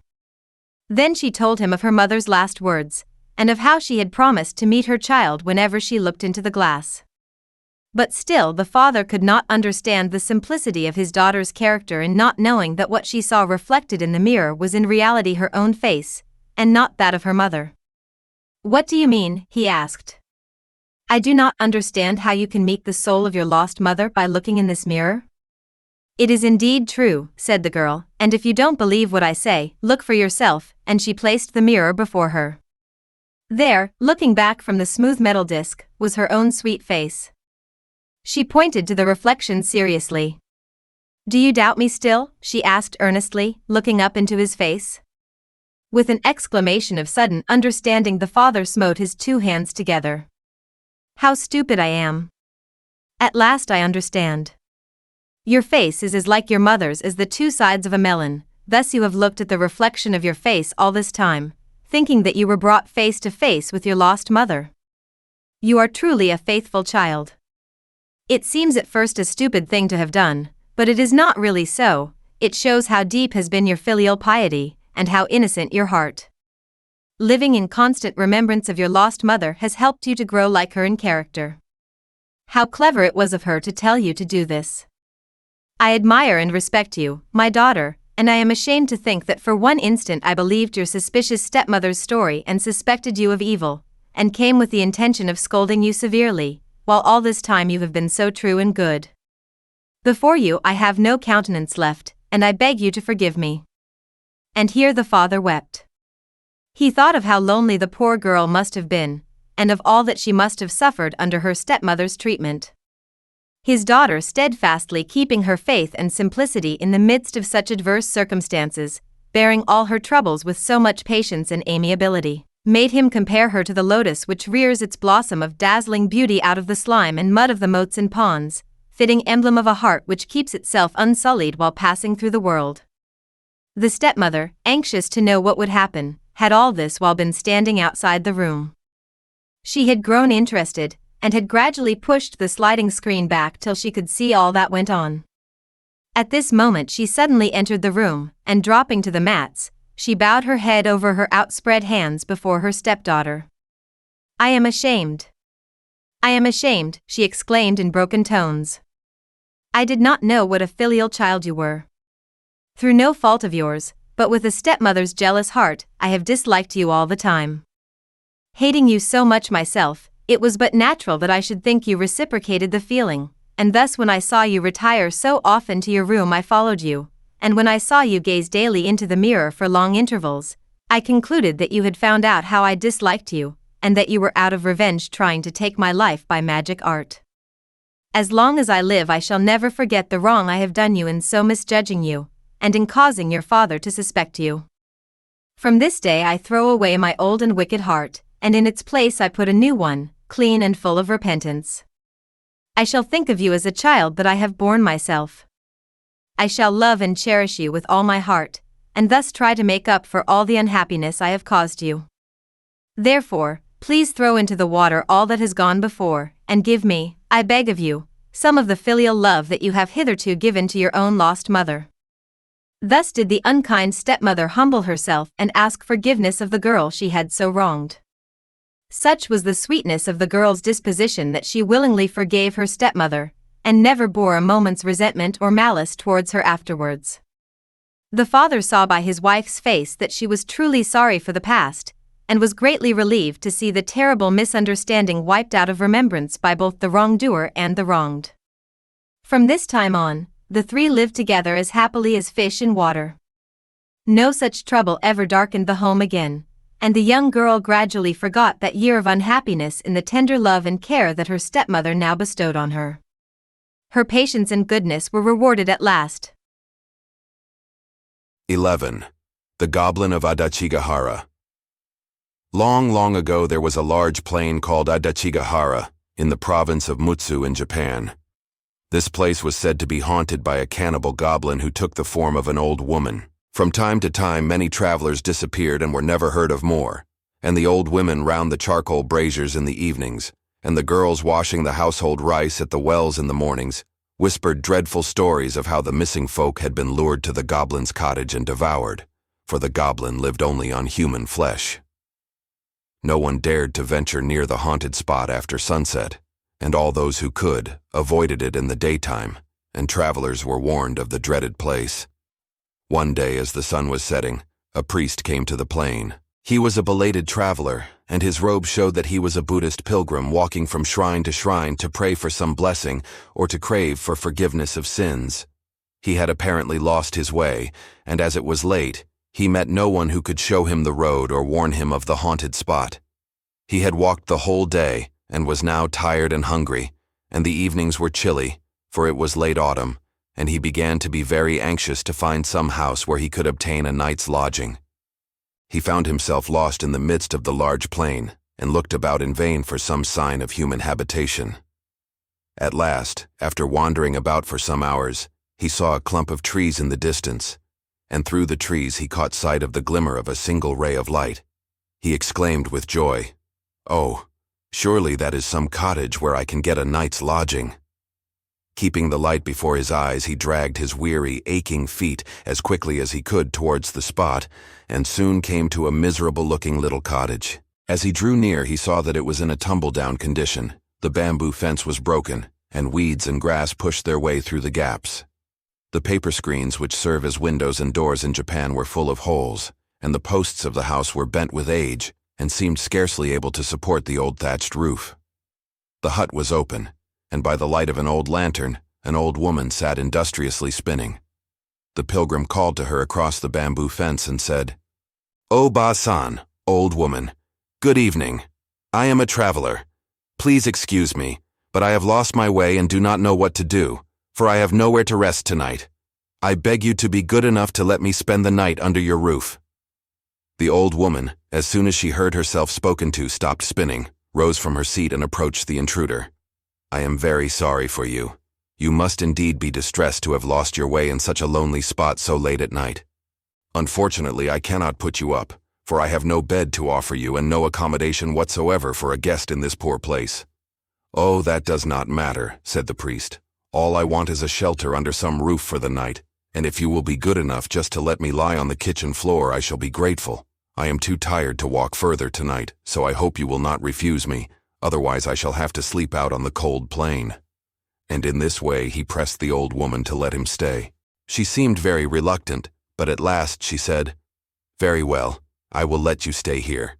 I can offer you a very poor welcome only, but come in now and I will make a fire, for the night is cold." The pilgrim was only too glad to do as he was told. He took off his sandals and entered the hut. The old woman then brought some sticks of wood and lit the fire, and bade her guest draw near and warm himself. "You must be hungry after your long tramp," said the old woman. "I will go and cook some supper for you." She then went to the kitchen to cook some rice. After the priest had finished his supper, the old woman sat down by the fireplace and they talked together for a long time. The pilgrim thought to himself that he had been very lucky to come across such a kind, hospitable old woman.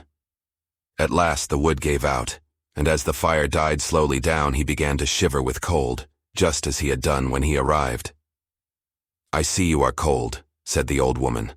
"I will go out and gather some wood, for we have used it all. You must stay and take care of the house while I am gone." "No, no," said the pilgrim.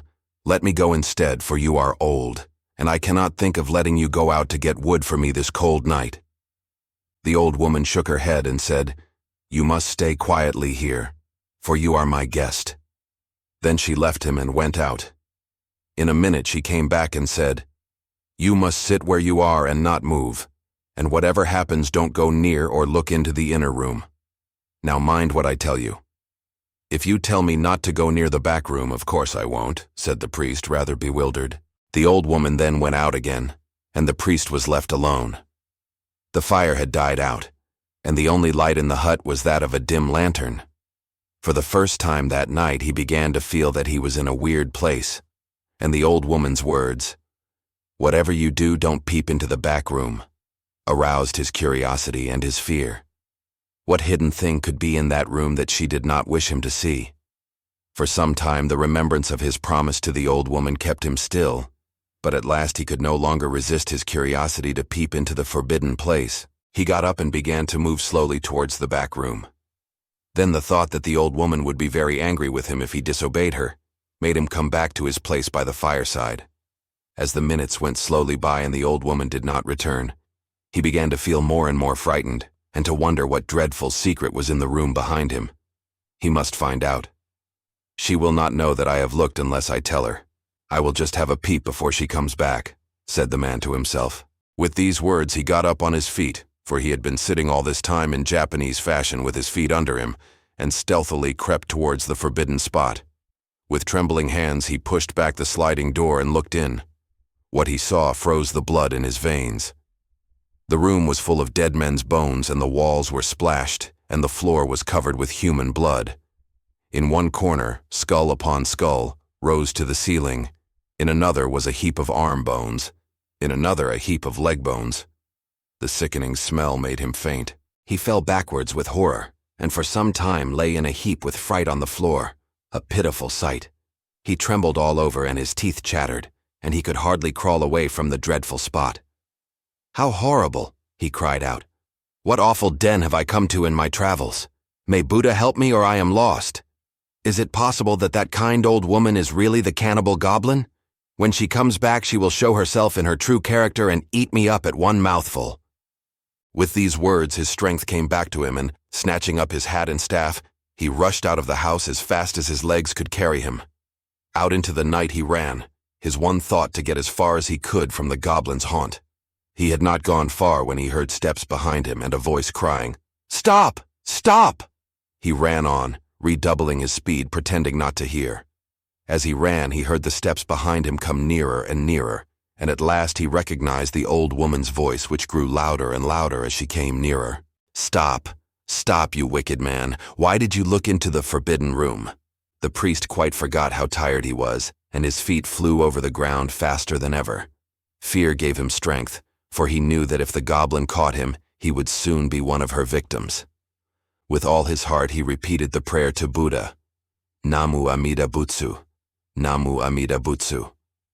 And after him rushed the dreadful old hag, her hair flying in the wind, and her face changing with rage into the demon that she was.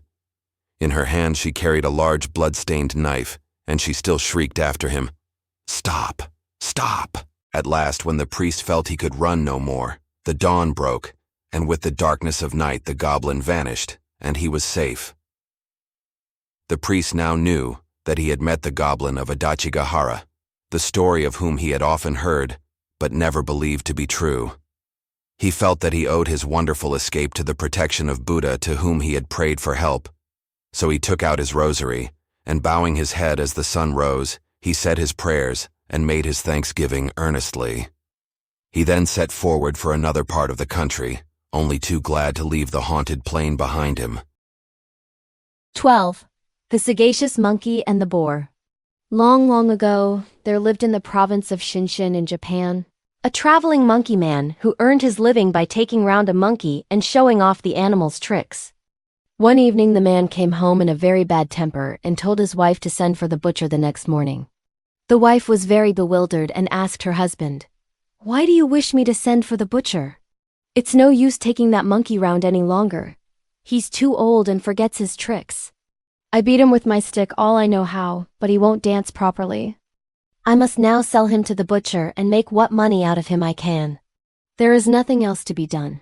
The woman felt very sorry for the poor little animal and pleaded for her husband to spare the monkey. But her pleading was all in vain. The man was determined to sell him to the butcher. Now the monkey was in the next room and overheard every word of the conversation. He soon understood that he was to be killed, and he said to himself, "Barbarous indeed is my master. Here I have served him faithfully for years, and instead of allowing me to end my days comfortably and in peace, he is going to let me be cut up by the butcher, and my poor body is to be roasted and stewed and eaten. Woe is me! What am I to do? Ah, a bright thought has struck me. There is, I know, a wild boar living in the forest nearby. I have often heard tell of his wisdom. Perhaps if I go to him and tell him the strait I'm in, he will give me his counsel. I will go and try. There was no time to lose. The monkey slipped out of the house and ran as quickly as he could to the forest to find the boar. The boar was at home, and the monkey began his tale of woe at once. Good Mr. Boar, I have heard of your excellent wisdom. I am in great trouble. You alone can help me. I have grown old in the service of my master, and because I cannot dance properly now, he intends to sell me to the butcher. What do you advise me to do? I know how clever you are. The boar was pleased at the flattery, and determined to help the monkey. He thought for a little while, and then said, Hasn't your master a baby? Oh yes, said the monkey, he has one infant son. Doesn't it lie by the door in the morning when your mistress begins the work of the day? Well, I will come round early, and when I see my opportunity, I will seize the child and run off with it. What then? Said the monkey. Why, the mother will be in a tremendous scare, and before your master and mistress know what to do, you must run after me and rescue the child and take it home safely to its parents, and you will see that when the butcher comes they won't have the heart to sell you. The monkey thanked the boar many times and then went home. He did not sleep much that night, as you may imagine, for thinking of the morrow. His life depended on whether the boar's plan succeeded or not. He was the first up, waiting anxiously for what was to happen. It seemed to him a very long time before his master's wife began to move about and open the shutters to let in the light of day. Then all happened as the boar had planned. The mother placed her child near the porch as usual while she tidied up the house and got her breakfast ready. The child was crooning happily in the morning sunlight, dabbing on the mats at the play of light and shadow. Suddenly there was a noise in the porch and a loud cry from the child. The mother ran out from the kitchen to the spot, only just in time to see the boar disappearing through the gate with her child in its clutch. She flung out her hands with a loud cry of despair and rushed into the inner room where her husband was still sleeping soundly. He sat up slowly and rubbed his eyes, and crossly demanded what his wife was making all that noise about.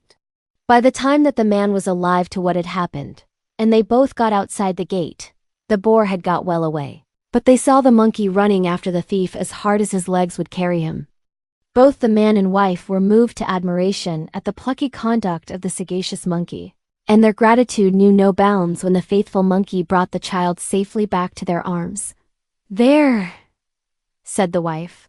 This is the animal you want to kill. If the monkey hadn't been here, we should have lost our child forever.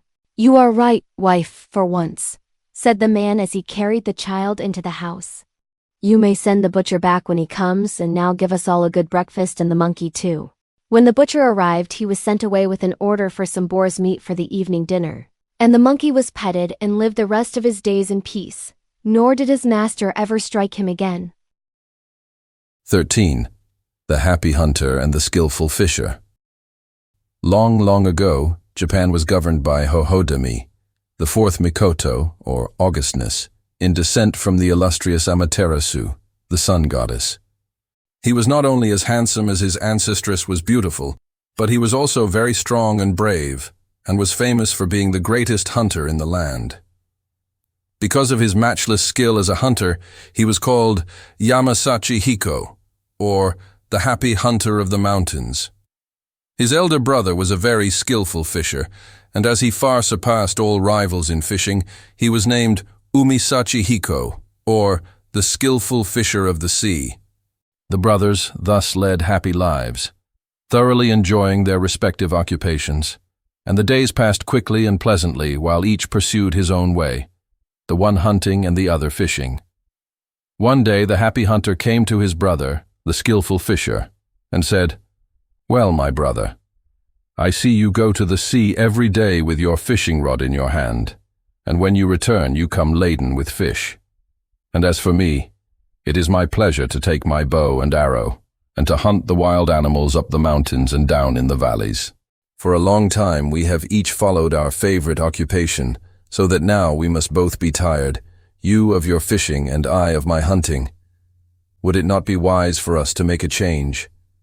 Will you try hunting in the mountains, and I will go and fish in the sea?"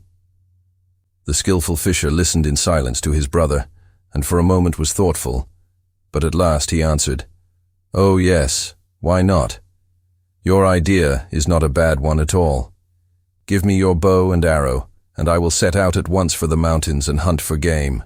So the matter was settled by this talk, and the two brothers each started out to try the other's occupation, little dreaming of all that would happen. It was very unwise of them, for the happy hunter knew nothing of fishing, and the skillful fisher, who was bad-tempered, knew as much about hunting. The happy hunter took his brother's much-prized fishing hook and rod and went down to the seashore and sat down on the rocks. He baited his hook and then threw it into the sea clumsily.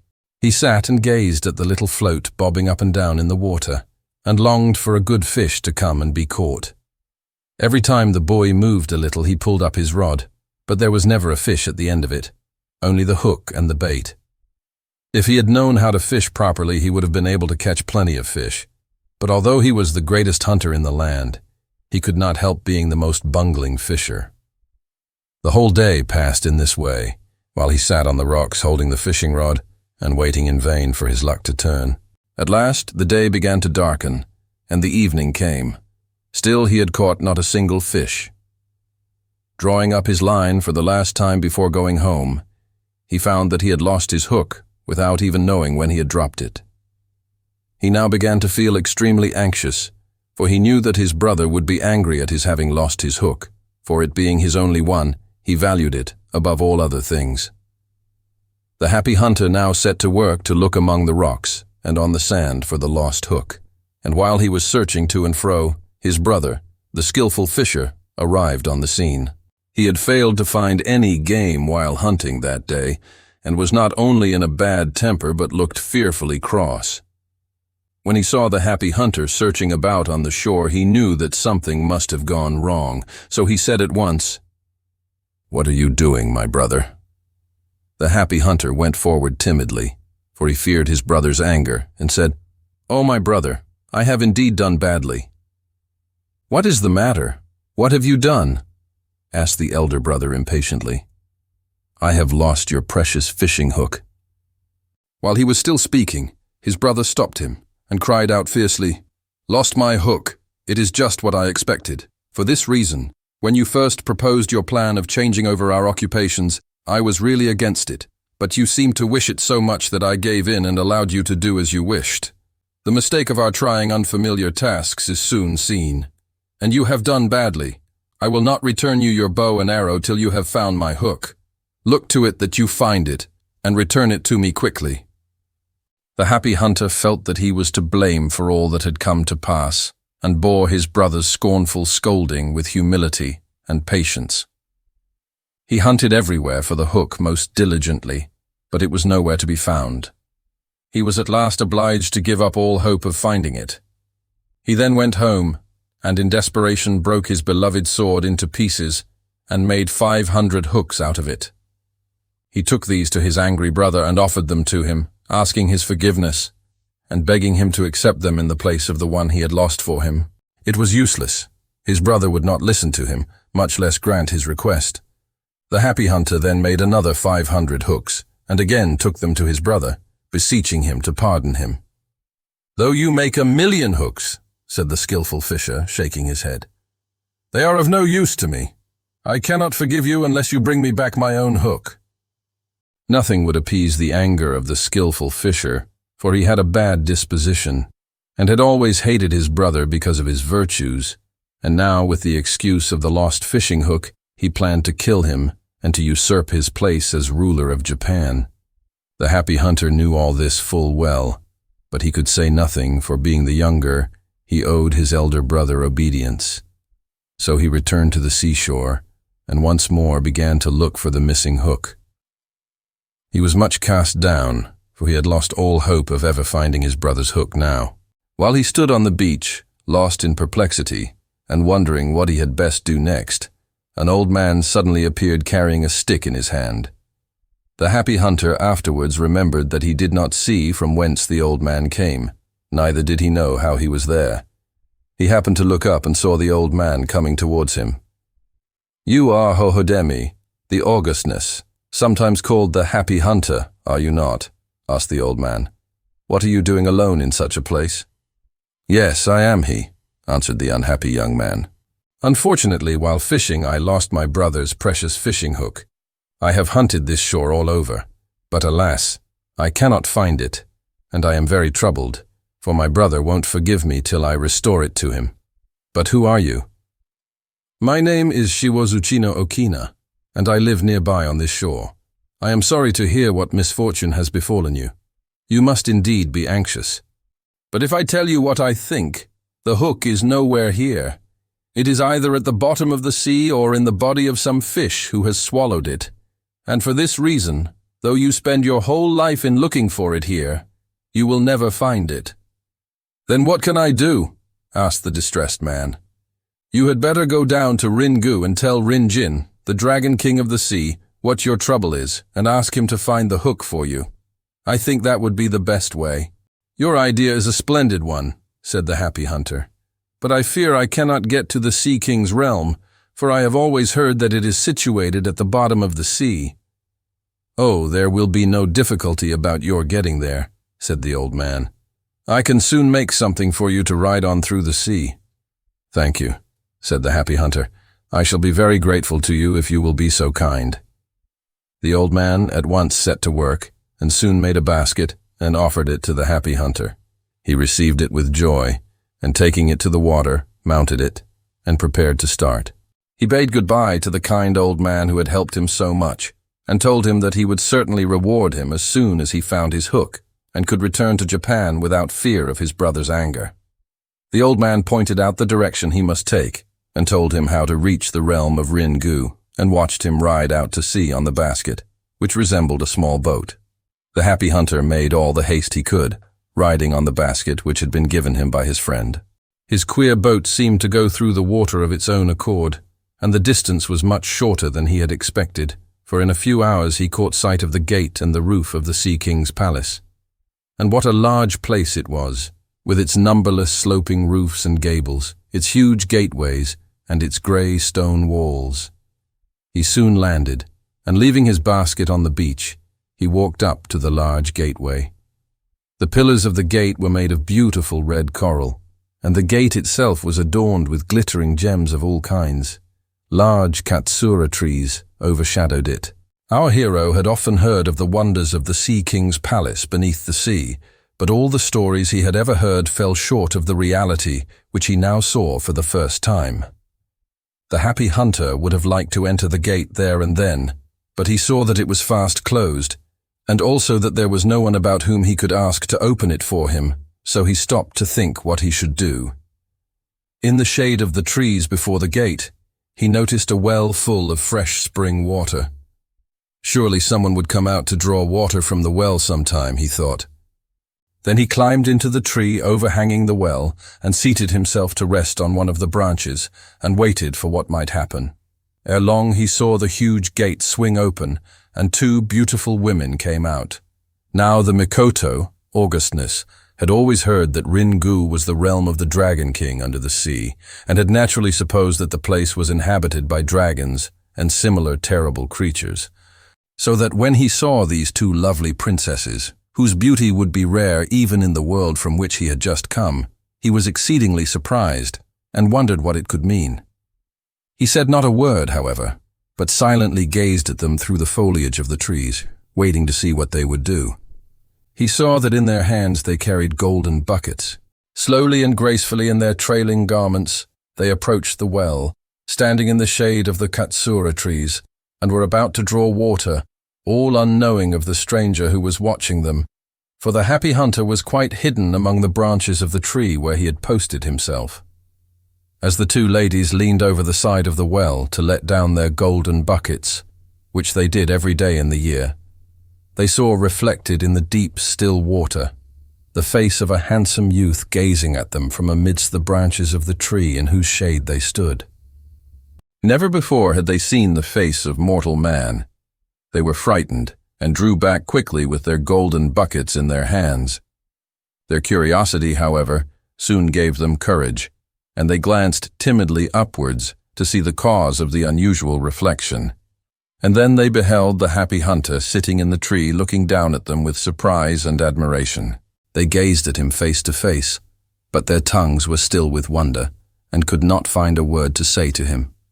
When the Mikoto saw that he was discovered, he sprang down lightly from the tree and said, "I am a traveler, and as I was very thirsty, I came to the well in the hopes of quenching my thirst, but I could find no bucket with which to draw the water. So I climbed into the tree, much vexed, and waited for someone to come. Just at that moment, while I was thirstily and impatiently waiting, you noble ladies appeared, as if in answer to my great need. Therefore I pray you of your mercy give me some water to drink, for I am a thirsty traveler in a strange land." His dignity and graciousness overruled their timidity, and bowing in silence they both once more approached the well, and letting down their golden buckets drew up some water and poured it into a jeweled cup and offered it to the stranger.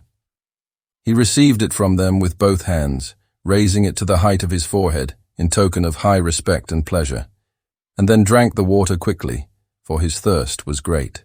When he had finished his long draught, he set the cup down on the edge of the well, and drawing his short sword, he cut off one of the strange curved jewels, magatama, a necklace of which hung round his neck and fell over his breast.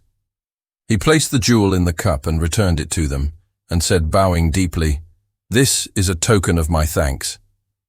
The two ladies took the cup, and looking into it to see what he had put inside, for they did not yet know what it was, they gave a start of surprise, for there lay a beautiful gem at the bottom of the cup. No ordinary mortal would give away a jewel so freely. "Will you not honor us by telling us who you are?" said the elder damsel. "Certainly," said the happy hunter. "I am Hohodemi, the fourth Mikoto, also called in Japan, the happy hunter." "Are you indeed Hohodemi, the grandson of Amaterasu, the sun goddess?" asked the damsel who had spoken first. "I am the eldest daughter of Rin-jin, the king of the sea, and my name is Princess Tayotama." "And," said the younger maiden, who at last found her tongue, "I am her sister, the Princess Tamayori." "Are you indeed the daughters of Rin-jin, the king of the sea?" "I cannot tell you how glad I am to meet you," said the happy hunter. And without waiting for them to reply, he went on, "The other day I went fishing with my brother's hook and dropped it. How? I'm sure I can't tell. As my brother prizes his fishing hook above all his other possessions, this is the greatest calamity that could have befallen me. Unless I find it again, I can never hope to win my brother's forgiveness, for he is very angry at what I have done. I have searched for it many, many times, but I cannot find it. Therefore I am much troubled. While I was hunting for the hook, in great distress, I met a wise old man, and he told me that the best thing I could do was to come to Ringu and to Rin-jin, the dragon king of the sea, and ask him to help me. This kind old man also showed me how to come. Now you know how it is I am here and why. I want to ask Rin-jin if he knows where the lost hook is. Will you be so kind as to take me to your father? And do you think he will see me?" asked the happy hunter anxiously. Princess Tayotama listened to this long story and then said, "Not only is it easy for you to see my father, but he will be much pleased to meet you.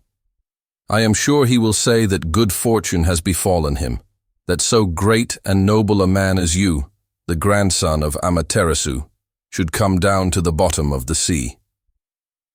And then turning to her younger sister, she said, "Do you not think so, Tamayori?" "Yes, indeed," answered the Princess Tamayori in her sweet voice. "As you say, we can know no greater honor than to welcome the Mikoto to our home." "Then I ask you to be so kind as to lead the way," said the happy hunter. "Condescend to enter, Mikoto, augustness," said both the sisters, and bowing low, they led him through the gate. The younger princess left her sister to take charge of the happy hunter, and going faster than they, she reached the Sea King's palace first, and running quickly to her father's room, she told him of all that had happened to them at the gate, and that her sister was even now bringing the augustness to him. The Dragon King of the Sea was much surprised at the news, for it was but seldom, perhaps only once in several hundred years, that the Sea King's palace was visited by mortals. Rin-jin at once clapped his hands and summoned all his courtiers and the servants of the palace, and the chief fish of the sea together, and solemnly told them that the grandson of the sun goddess Amaterasu was coming to the palace, and that they must be very ceremonious and polite in serving the august visitor. He then ordered them all to the entrance of the palace to welcome the happy hunter. Rin Jin then dressed himself in his robes of ceremony and went out to welcome him. In a few moments, the Princess Tayotama and the happy hunter reached the entrance, and the Sea King and his wife bowed to the ground and thanked him for the honor he did them in coming to see them. The Sea King then led the happy hunter to the guest room, and placing him in the uppermost seat, he bowed respectfully before him and said, "I am Rin Jin, the Dragon King of the Sea, and this is my wife.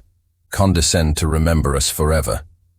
"Are you indeed Rin Jin, the King of the Sea, of whom I have so often heard?"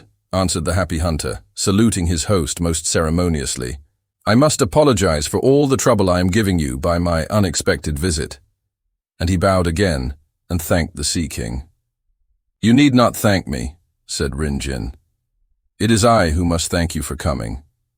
Although the Sea Palace is a poor place, as you see, I shall be highly honored if you will make us a long visit." There was much gladness between the Sea King and the happy hunter, and they sat and talked for a long time.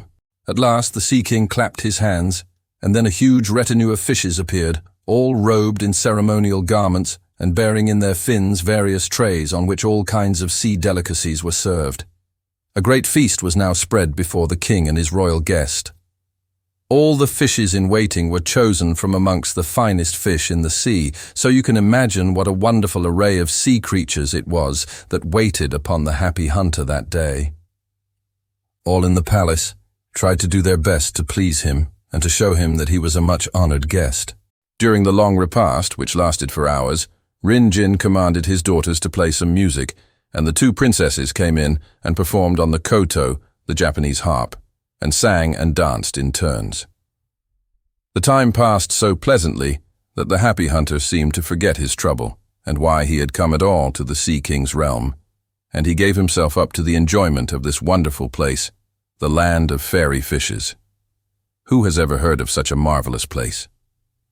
But the Mikoto soon remembered what had brought him to Ringu and said to his host, "Perhaps your daughters have told you, King Rin Jin, that I have come here to try and recover my brother's fishing hook, which I lost while fishing the other day. May I ask you to be so kind as to inquire of all your subjects if any of them have seen a fishing hook lost in the sea?" "Certainly," said the obliging Sea King. "I will immediately summon them all here and ask them." As soon as he had issued his command, the octopus, the cuttlefish, the bonito, the oxtail fish, the eel, the jellyfish, the shrimp, and the plaice, and many other fishes of all kinds came in and sat down before Rin Jin, their king, and arranged themselves and their fins in order. Then the Sea King said solemnly, "Our visitor who is sitting before you all is the august grandson of Amaterasu. His name is Hohodemi, the fourth Augustness, and he is also called the Happy Hunter of the Mountains. While he was fishing the other day upon the shore of Japan, someone robbed him of his brother's fishing hook. He has come all this way down to the bottom of the sea to our kingdom because he thought that one of you fishes may have taken the hook from him in mischievous play. If any of you have done so, you must immediately return it. Or if any of you know who the thief is, you must at once tell us his name and where he is now." All the fishes were taken by surprise when they heard these words, and could say nothing for some time. They sat looking at each other and at the Dragon King. At last the cuttlefish came forward and said, "I think the Tai, the red bream, must be the thief who has stolen the hook." "Where is your proof?" asked the king. "Since yesterday evening the Tai has not been able to eat anything, and he seems to be suffering from a bad throat. For this reason, I think the hook may be in his throat. You had better send for him at once." All the fish agreed to this, and said, "It is certainly strange that the Tai is the only fish who has not obeyed your summons. Will you send for him and inquire into the matter? Then our innocence will be proved." "Yes," said the Sea King. "It is strange that the Tai has not come, for he ought to be the first to be here. Send for him at once." Without waiting for the king's order, the cuttlefish had already started for the Tai's dwelling, and he now returned, bringing the Tai with him. He led him before the king. The Tai sat there looking frightened and ill. He certainly was in pain, for his usually red face was pale, and his eyes were nearly closed and looked but half their usual size. "Answer, O Tai!" cried the Sea King. "Why did you not come in answer to my summons today?" "I have been ill since yesterday," answered the Tai. "That is why I could not come." "Don't say another word," cried out Rin Jin angrily. "Your illness is the punishment of the gods for stealing the Mikoto's hook." "It is only too true," said the Tai. "The hook is still in my throat, and all my efforts to get it out have been useless. I can't eat, and I can scarcely breathe, and each moment I feel that it will choke me, and sometimes it gives me great pain. I had no intention of stealing the Mikoto's hook. I heedlessly snapped at the bait which I saw in the water, and the hook came off and stuck in my throat. So I hope you will pardon me." The cuttlefish now came forward and said to the king, "What I said was right. You see the hook still sticks in the Tai's throat. I hope to be able to pull it out in the presence of the Mikoto, and then we can return it to him safely." "Oh, please make haste and pull it out," cried the Tai pitifully, for he felt the pains in his throat coming on again. "I do so want to return the hook to the Mikoto." "All right, Tai-san," said his friend the cuttlefish, and then opening the Tai's mouth as wide as he could and putting one of his feelers down the Tai's throat, he quickly and easily drew the hook out of the sufferer's large mouth. He then washed it and brought it to the king. Rin Jin took the hook from his subject and then respectfully returned it to the happy hunter, the Mikoto, or Augustness, the fishes called him, who was overjoyed at getting back his hook. He thanked Rin Jin many times, his face beaming with gratitude, and said that he owed the happy ending of his quest to the Sea King's wise authority and kindness. Rin Jin now desired to punish the Tai, but the happy hunter begged him not to do so. Since his lost hook was thus happily recovered, he did not wish to make more trouble for the poor Tai. It was indeed the Tai who had taken the hook, but he had already suffered enough for his fault, if fault it could be called. What had been done was done in heedlessness and not by intention. The happy hunter said he blamed himself. If he had understood how to fish properly, he would never have lost his hook, and therefore all this trouble had been caused in the first place by his trying to do something which he did not know how to do. So he begged the Sea King to forgive his subject. Who could resist the pleading of so wise and compassionate a judge? Rin Jin forgave his subject at once at the request of his august guest. The Tai was so glad that he shook his fins for joy, and he and all the other fish went out from the presence of their king, praising the virtues of the happy hunter. Now that the hook was found, the happy hunter had nothing to keep him in Ringu, and he was anxious to get back to his own kingdom and to make peace with his angry brother, the skillful fisher. But the Sea King, who had learnt to love him and would fain have kept him as a son, begged him not to go so soon, but to make the sea palace his home as long as ever he liked. While the happy hunter was still hesitating, the two lovely princesses, Tayotama and Tamayori, came, and with the sweetest of bows and voices, joined with their father in pressing him to stay, so that without seeming ungracious he could not say them nay, and was obliged to stay on for some time. Between the sea realm and the earth, there was no difference in the night of time, and the happy hunter found that 3 years went fleeting quickly by in this delightful land. The years pass swiftly when anyone is truly happy. But though the wonders of that enchanted land seemed to be new every day, and though the Sea King's kindness seemed rather to increase than to grow less with time, the happy hunter grew more and more homesick as the days passed, and he could not repress a great anxiety to know what had happened to his home and his country and his brother while he had been away. So at last he went to the Sea King and said, "My stay with you here has been most happy, and I am very grateful to you for all your kindness to me.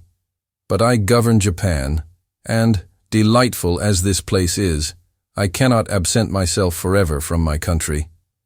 I must also return the fishing hook to my brother and ask his forgiveness for having deprived him of it for so long. I am indeed very sorry to part from you, but this time it cannot be helped. With your gracious permission, I will take my leave today.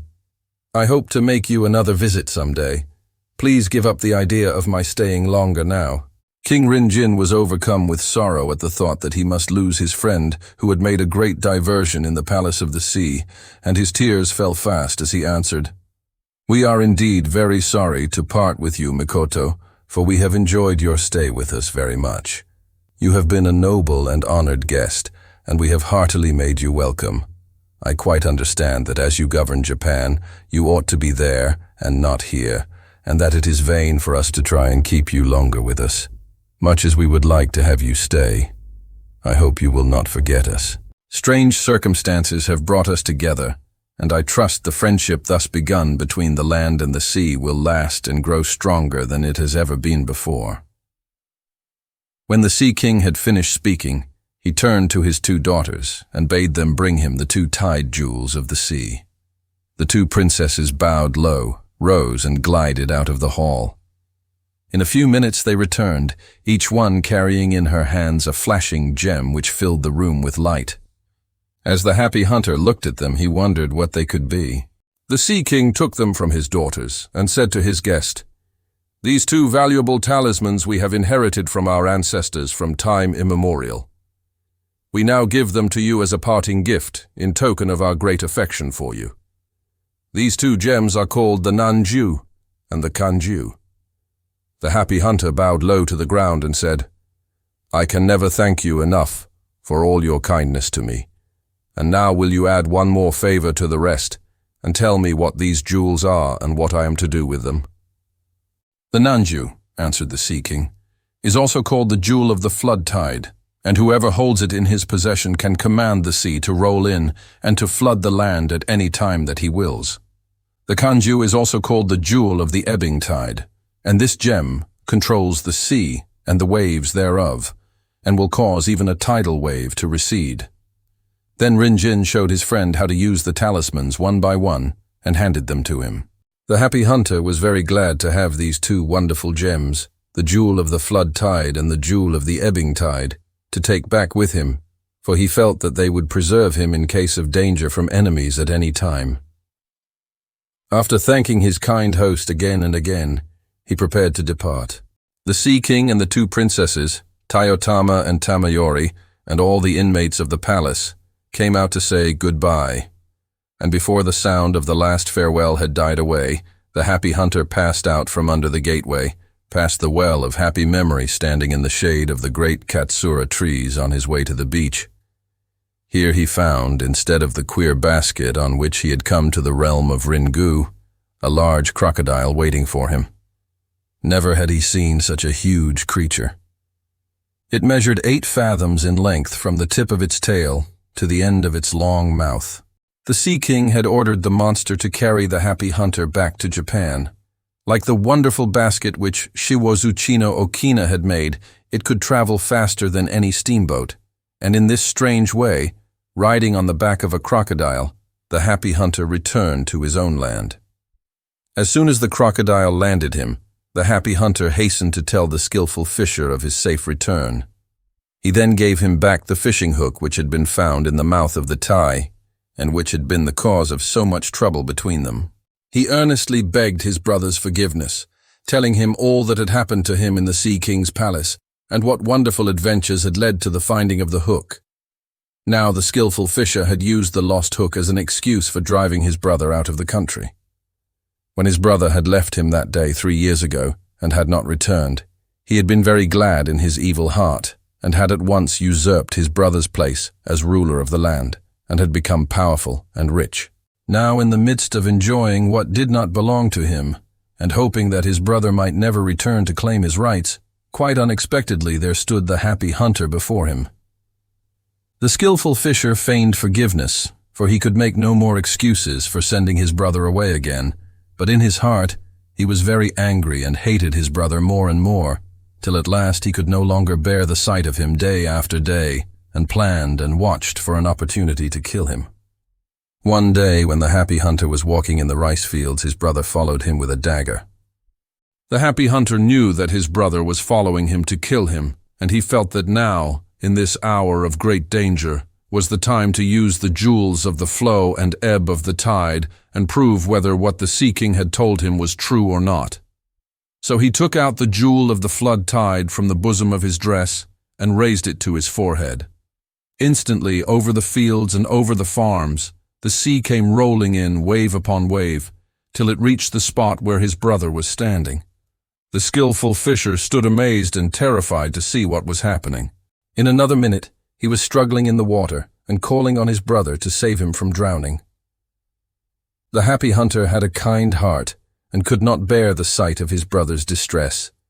He at once put back the jewel of the flood tide and took out the jewel of the ebb tide.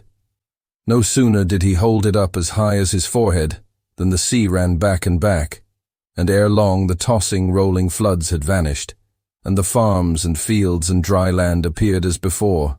The skillful fisher was very frightened at the peril of death in which he had stood, and was greatly impressed by the wonderful things he had seen his brother do. He learned now that he was making a fatal mistake to set himself against his brother, younger than he thought he was, for he now had become so powerful that the sea would flow in and the tide ebb at his word of command. So he humbled himself before the happy hunter and asked him to forgive him all the wrong he had done him. The skillful fisher promised to restore his brother to his rights, and also swore that though the happy hunter was the younger brother and owed him allegiance by right of birth, that he, the skillful fisher, would exalt him as his superior and bow before him as lord of all Japan. Then the happy hunter said that he would forgive his brother if he would throw into the receding tide all his evil ways. The skillful fisher promised, and there was peace between the two brothers. From this time he kept his word and became a good man and a kind brother. The happy hunter now ruled his kingdom without being disturbed by family strife, and there was peace in Japan for a long, long time. Above all the treasures in his house, he prized the wonderful jewels of the flow and ebb of the tide, which had been given him by Rin-Jin, the Dragon King of the Sea. This is the congratulatory ending of the happy hunter and the skillful fisher. 14. The story of the old man who made withered trees to flower. Old man who made withered trees to flower. Long, long ago there lived an old man and his wife who supported themselves by cultivating a small plot of land. Their life had been a very happy and peaceful one, save for one great sorrow, and this was, they had no child. Their only pet was a dog named Shiro, and on him they lavished all the affection of their old age.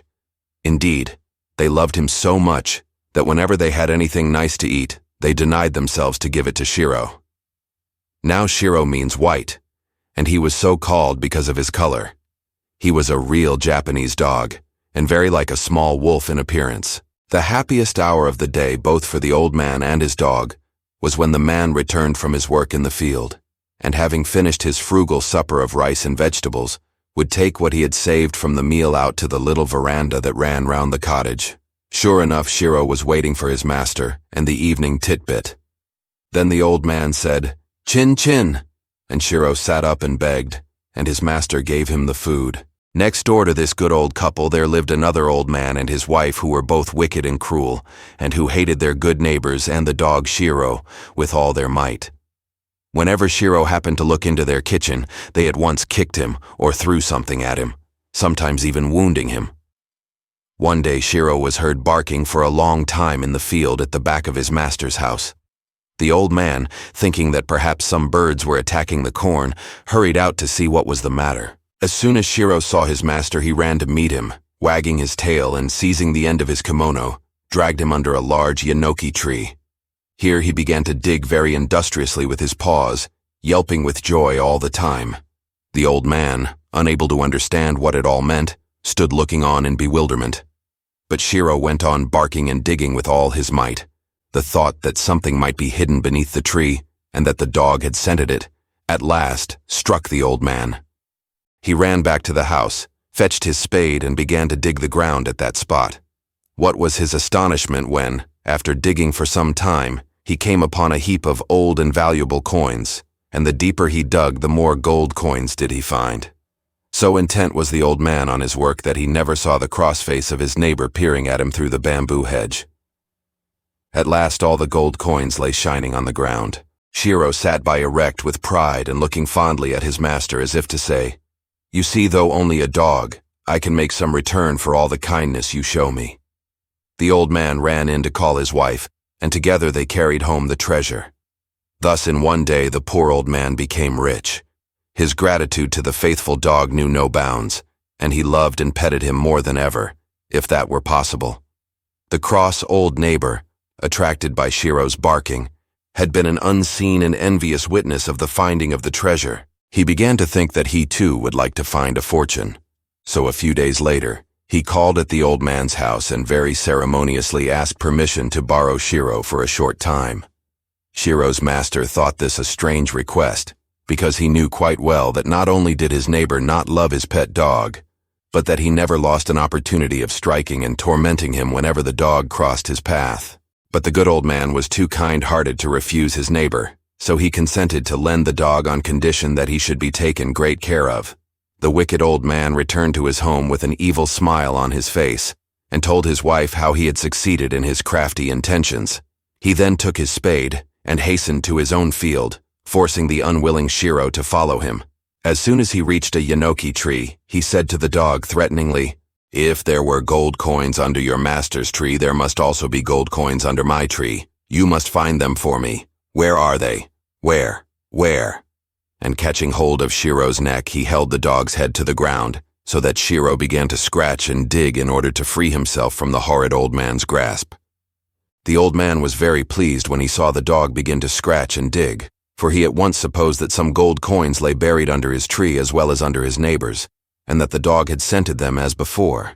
So pushing Shiro away, he began to dig himself, but there was nothing to be found. As he went on digging, a foul smell was noticeable, and he at last came upon a refuse heap. The old man's disgust can be imagined. This soon gave way to anger. He had seen his neighbor's good fortune, and hoping for the same luck himself, he had borrowed the dog Shiro. And now, just as he seemed on the point of finding what he sought, only a horrid-smelling refuse heap had rewarded him for a morning's digging. Instead of blaming his own greed for his disappointment, he blamed the poor dog. He seized his spade, and with all his strength, struck Shiro, and killed him on the spot.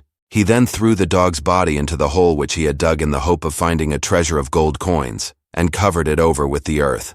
Then he returned to the house, telling no one, not even his wife, what he had done. After waiting several days, as the dog Shiro did not return, his master began to grow anxious. Day after day went by, and the good old man waited in vain. Then he went to his neighbor and asked him to give him back his dog. Without any shame or hesitation, the wicked neighbor answered that he had killed Shiro because of his bad behavior. At this dreadful news, Shiro's master wept many sad and bitter tears. Great indeed was his woeful surprise, but he was too good and gentle to reproach his bad neighbor. Learning that Shiro was buried under the yenoki tree in the field, he asked the old man to give him the tree, in remembrance of his poor dog Shiro. Even the cross old neighbor could not refuse such a simple request, so he consented to give the old man the tree under which Shiro lay buried. Shiro's master then cut the tree down and carried it home. Out of the trunk, he made a mortar. In this, his wife put some rice, and he began to pound it with the intention of making a festival to the memory of his dog Shiro. A strange thing happened. His wife put the rice into the mortar, and no sooner had he begun to pound it to make the cakes, than it began to increase in quantity gradually till it was about 5 times the original amount, and the cakes were turned out of the mortar as if an invisible hand were at work. When the old man and his wife saw this, they understood that it was a reward to them from Shiro for their faithful love to him. They tasted the cakes and found them nicer than any other food. So from this time they never troubled about food, for they lived upon the cakes with which the mortar never ceased to supply them. The greedy neighbor, hearing of this new piece of good luck, was filled with envy as before, and called on the old man, and asked leave to borrow the wonderful mortar for a short time, pretending that he too sorrowed for the death of Shiro, and wished to make cakes for a festival to the dog's memory. The old man did not in the least wish to lend it to his cruel neighbor, but he was too kind to refuse. So the envious man carried home the mortar, but he never brought it back. Several days passed, and Shiro's master waited in vain for the mortar, so he went to call on the borrower, and asked him to be good enough to return the mortar if he had finished with it. He found him sitting by a big fire made of pieces of wood. On the ground lay what looked very much like pieces of a broken mortar. In answer to the old man's inquiry, the wicked neighbor answered haughtily, "Have you come to ask me for your mortar? I broke it to pieces and now I am making a fire of the wood, for when I tried to pound cakes in it only some horrid smelling stuff came out." The good old man said, "I am very sorry for that. It is a great pity you did not ask me for the cakes if you wanted them. I would have given you as many as ever you wanted. Now please give me the ashes of the mortar, as I wish to keep them in remembrance of my dog."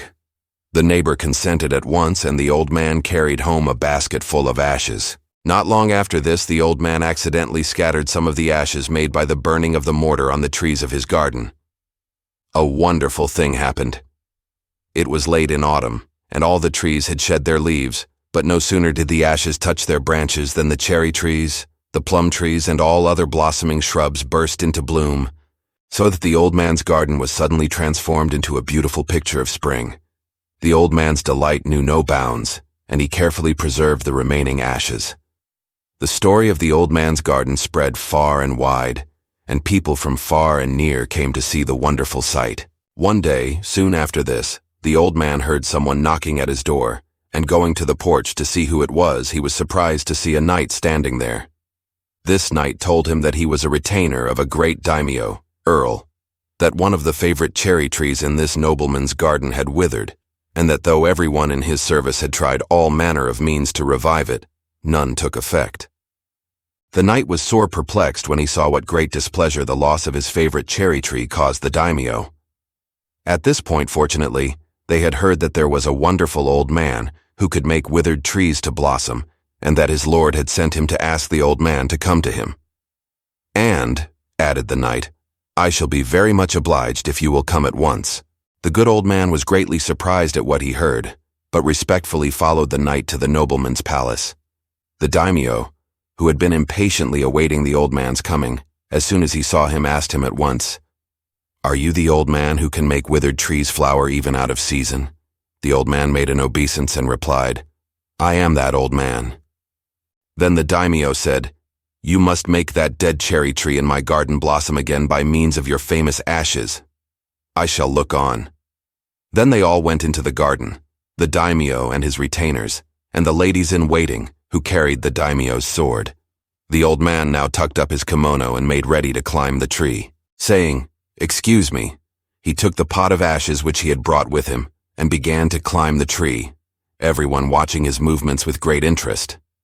At last, he climbed to the spot where the tree divided into two great branches, and taking up his position here, the old man sat down and scattered the ashes right and left all over the branches and twigs. Wonderful indeed was the result. The withered tree at once burst into full bloom. The daimyo was so transported with joy that he looked as if he would go mad. He rose to his feet and spread out his fan, calling the old man down from the tree. He himself gave the old man a wine cup filled with the best sake, and rewarded him with much silver and gold and many other precious things.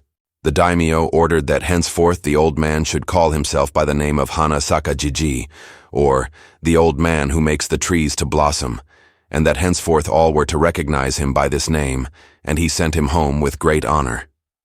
The wicked neighbor, as before, heard of the good old man's fortune, and of all that had so auspiciously befallen him, and he could not suppress all the envy and jealousy that filled his heart. He called to mind how he had failed in his attempt to find the gold coins, and then in making the magic cakes. This time surely he must succeed if he imitated the old man, who made withered trees to flower simply by sprinkling ashes on them. This would be the simplest task of all. So he set to work and gathered together all the ashes which remained in the fireplace from the burning of the wonderful mortar. Then he set out in the hope of finding some great man to employ him, calling out loudly as he went along, "Here comes the wonderful man who can make withered trees blossom. Here comes the old man who can make dead trees blossom." The daimyo in his palace heard this cry and said, "That must be the Hana Sakajiji passing. I have nothing to do today. Let him try his art again. It will amuse me to look on." So the retainers went out and brought in the impostor before their lord. The satisfaction of false old man can now be imagined. But the daimyo, looking at him, thought it strange that he was not at all like the old man he had seen before. So he asked him, "Are you the man whom I named Hanasaka Jiji?" And the envious neighbor answered with a lie, "Yes, my lord." "That is strange," said the daimyo. "I thought there was only one Hanasaka Jiji in the world. Has he now some disciples?" "I am the true Hanasaka Jiji. The one who came to you before was only my disciple," replied the old man again. "Then you must be more skillful than the other. Try what you can do and let me see." The envious neighbor, with the daimyo and his court following, then went into the garden, and approaching a dead tree, took out a handful of the ashes which he carried with him, and scattered them over the tree. But not only did the tree not burst into flower, but not even a bud came forth. Thinking that he had not used enough ashes, the old man took handfuls and again sprinkled them over the withered tree, but all to no effect. After trying several times, the ashes were blown into the daimyo's eyes. This made him very angry, and he ordered his retainers to arrest the false Hanasaka Jiji at once and put him in prison for an impostor. From this imprisonment, the wicked old man was never freed. Thus did he meet with punishment at last for all his evil doings. The good old man, however, with the treasure of gold coins which Shiro had found for him, and with all the gold and the silver which the daimyo had showered on him, became a rich and prosperous man in his old age, and lived a long and happy life, beloved and respected by all. 15. The Jellyfish and the Monkey. Long, long ago in old Japan, the kingdom of the sea was governed by a wonderful king. He was called Rin-Jin, or the Dragon King of the Sea. His power was immense, for he was the ruler of all sea creatures, both great and small, and in his keeping were the jewels of the ebb and flow of the tide. The jewel of the ebbing tide, when thrown into the ocean, caused the sea to recede from the land, and the jewel of the flowing tide made the waves to rise mountains high and to flow in upon the shore like a tidal wave. The palace of Rin-Jin was at the bottom of the sea, and was so beautiful that no one has ever seen anything like it, even in dreams. The walls were of coral, the roof of jadestone and chrysoprase, and the floors were of the finest mother of pearl. But the Dragon King, in spite of his wide-spreading kingdom, his beautiful palace and all its wonders, and his power which none disputed throughout the whole sea, was not at all happy, for he reigned alone.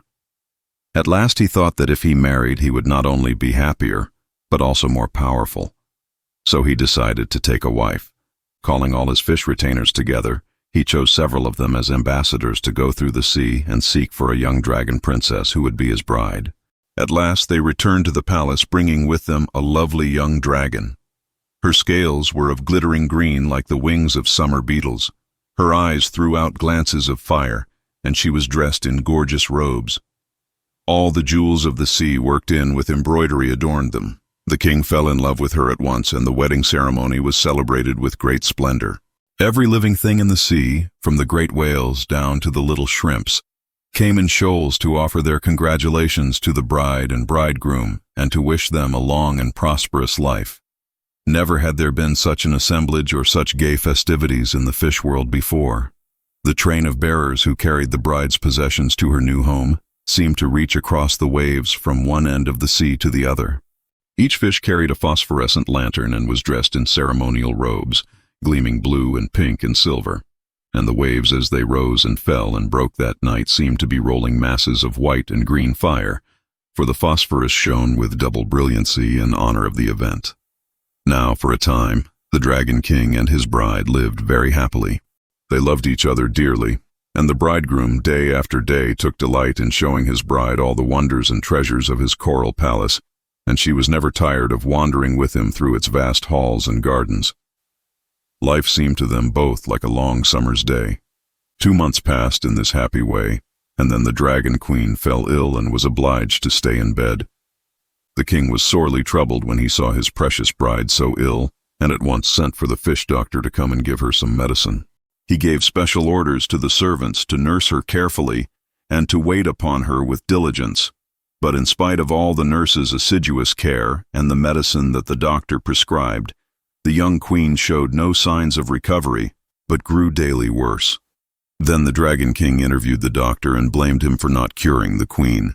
The doctor was alarmed at Rin-Jin's evident displeasure, and excused his want of skill by saying that although he knew the right kind of medicine to give the invalid, It was impossible to find it in the sea. "Do you mean to tell me that you can't get the medicine here?" asked the Dragon King. "It is just as you say," said the doctor. "Tell me what it is you want for the queen," demanded Rin Jin. "I want the liver of a live monkey," answered the doctor. "The liver of a live monkey? Of course that will be most difficult to get," said the king. "If we could only get that for the queen, Her Majesty would soon recover," said the doctor. "Very well, that decides it. We must get it somehow or other. But where are we most likely to find a monkey?" asked the king. Then the doctor told the Dragon King that some distance to the south there was a monkey island where a great many monkeys lived. "If only you could capture one of these monkeys," said the doctor. "How can any of my people capture a monkey?" said the Dragon King, greatly puzzled. "The monkeys live on dry land while we live in the water, and out of our element we are quite powerless. I don't see what we can do." "That has been my difficulty too," said the doctor. "But amongst your innumerable servants you surely can find one who can go on shore for that express purpose." "Something must be done," said the king, and calling his chief steward, he consulted him on the matter. The chief steward thought for some time, and then, as if struck by a sudden thought, said joyfully, "I know what we must do. There is the CARRIAGE, jellyfish.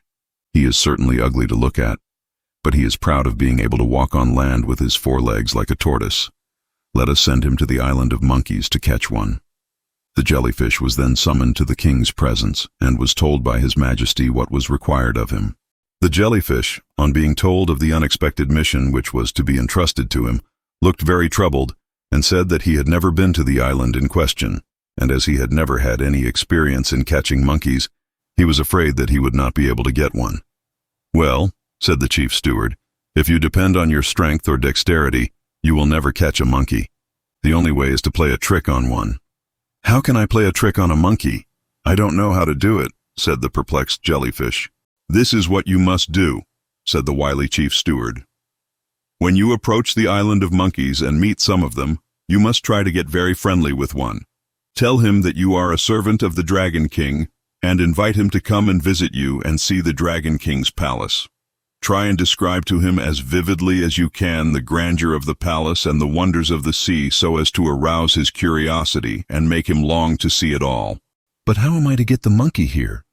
You know monkeys don't swim," said the reluctant jellyfish. "You must carry him on your back." "What is the use of your shell if you can't do that?" said the chief steward. "Won't he be very heavy?" queried Kuraga again.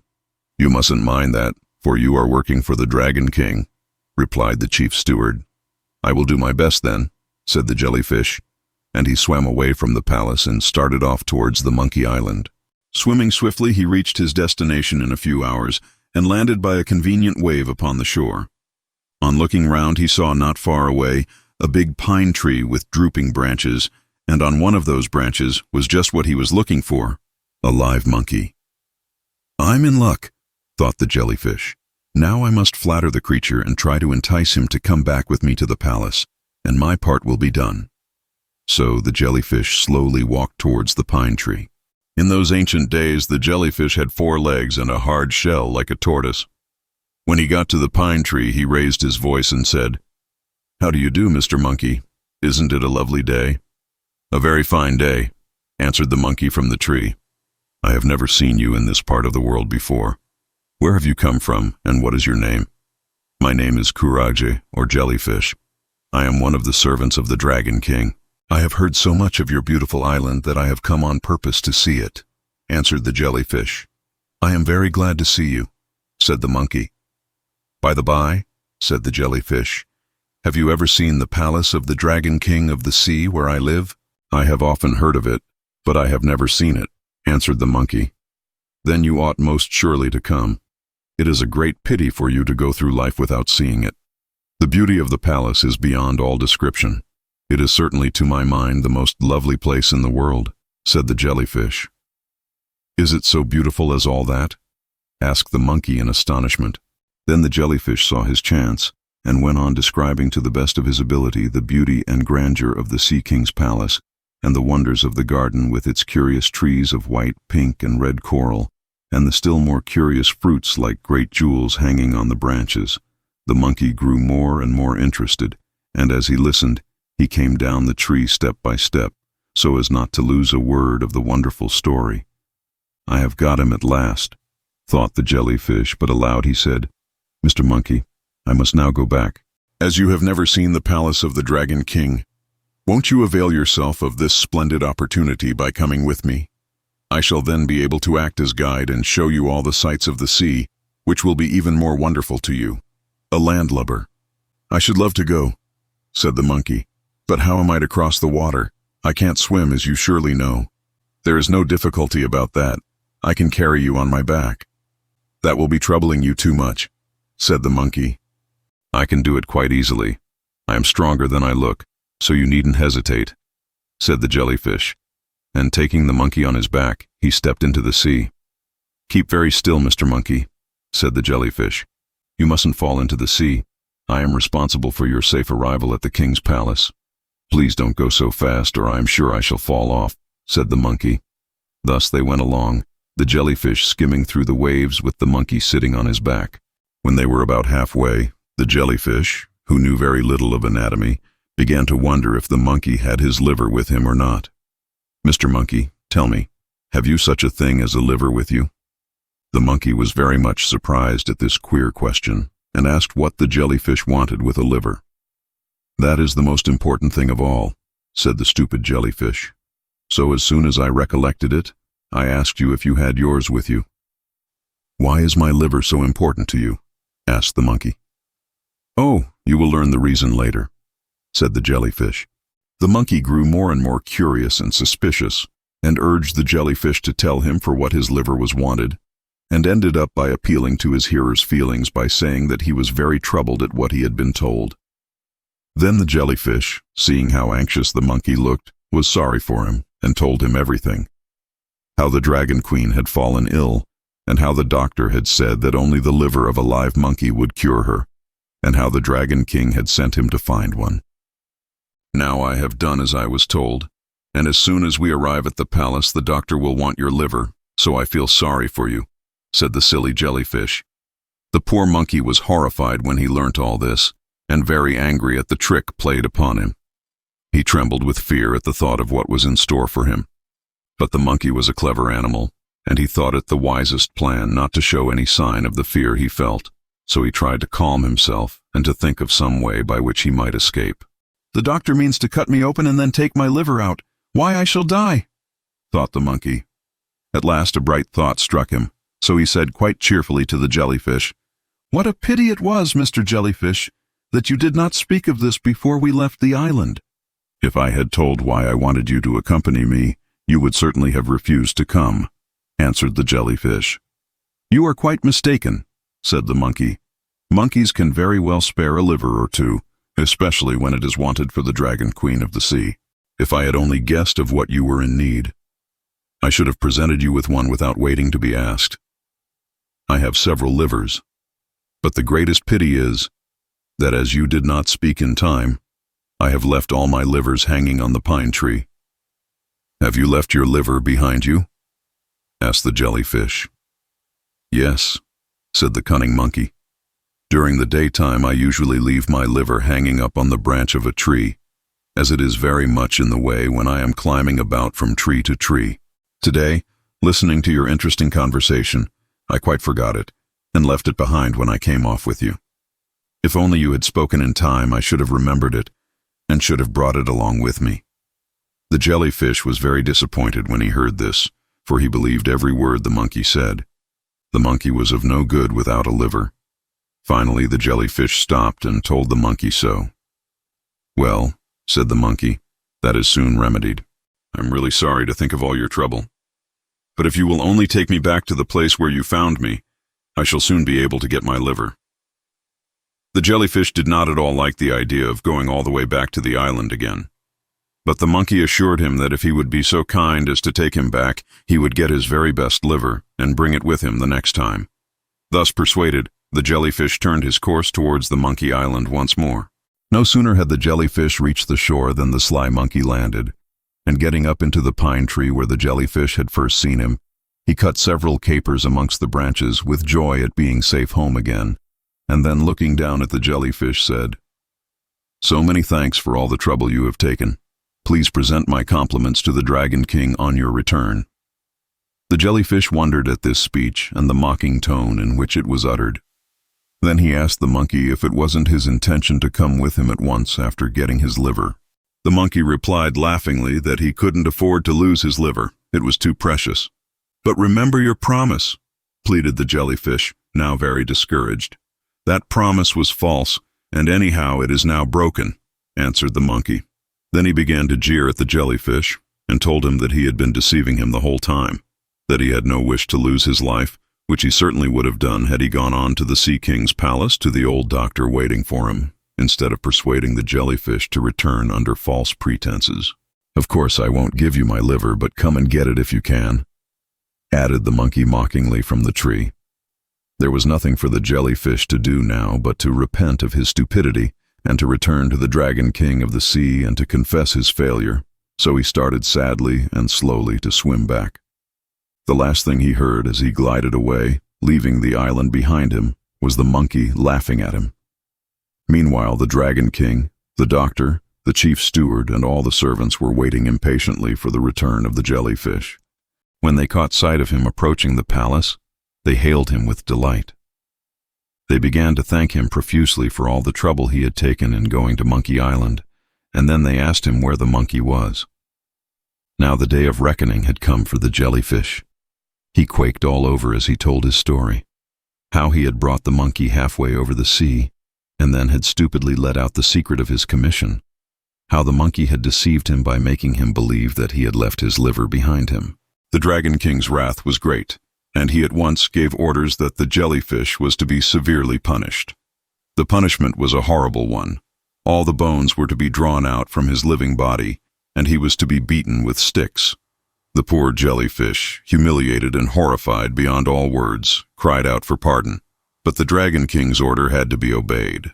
The servants of the palace forthwith each brought out a stick and surrounded the jellyfish, and after pulling out his bones they beat him to a flat pulp, and then took him out beyond the palace gates and threw him into the water.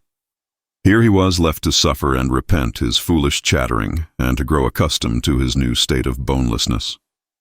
From this story, it is evident that in former times the jellyfish once had a shell and bones something like a tortoise, but ever since the Dragon King's sentence was carried out on the ancestor of the jellyfishes, his descendants have all been soft and boneless just as you see them today, thrown up by the waves high upon the shores of Japan.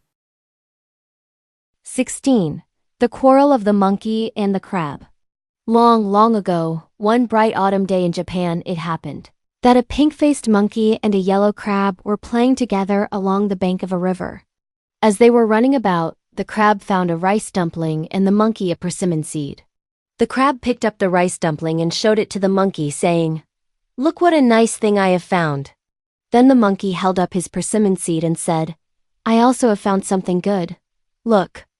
Now, though the monkey is always very fond of persimmon fruit, he had no use for the seed he had just found. The persimmon seed is as hard and uneatable as a stone. He, therefore, in his greedy nature, felt very envious of the crab's nice dumpling, and he proposed an exchange. The crab naturally did not see why he should give up his prize for a hard stone-like seed, and would not consent to the monkey's proposition. Then the cunning monkey began to persuade the crab, saying, "How unwise you are not to think of the future. Your rice dumpling can be eaten now, and is certainly much bigger than my seed. But if you sow this seed in the ground, it will soon grow and become a great tree in a few years, and bear an abundance of fine ripe persimmons year after year. If only I could show it to you then with the yellow fruit hanging on its branches. Of course, if you don't believe me, I shall sow it myself. Though I am sure, later on, you will be very sorry that you did not take my advice." The simple-minded crab could not resist the monkey's clever persuasion. He at last gave in and consented to the monkey's proposal, and the exchange was made.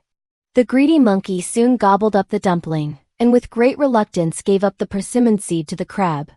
He would have liked to keep that too, but he was afraid of making the crab angry and of being pinched by his sharp scissor-like claws. They then separated, the monkey going home to his forest trees, and the crab to his stones along the riverside. As soon as the crab reached home, he put the persimmon seed in the ground, as the monkey had told him. In the following spring, the crab was delighted to see the shoot of a young tree push its way up through the ground. Each year it grew bigger, till at last it blossomed one spring, and in the following autumn bore some fine large persimmons. Among the broad smooth green leaves the fruit hung like golden balls, and as they ripened, they mellowed to a deep orange. It was the little crab's pleasure to go out day by day and sit in the sun and put out his long eyes in the same way as a snail puts out its horn, and watch the persimmons ripening to perfection. How delicious they will be to eat, he said to himself. At last one day, he knew the persimmons must be quite ripe and he wanted very much to taste one. He made several attempts to climb the tree, in the vain hope of reaching one of the beautiful persimmons hanging above him. But he failed each time, for a crab's legs are not made for climbing trees, but only for running along the ground and over stones, both of which he can do most cleverly.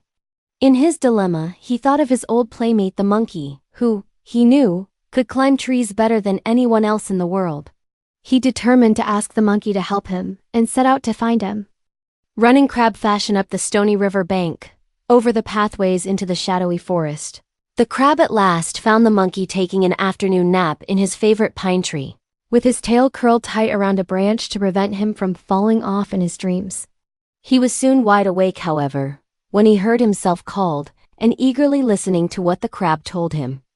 When he heard that the seed which he had long ago exchanged for a rice dumpling had grown into a tree and was now bearing good fruit, he was delighted, for he at once devised a cunning plan which would give him all the persimmons for himself. He consented to go with the crab to pick the fruit for him.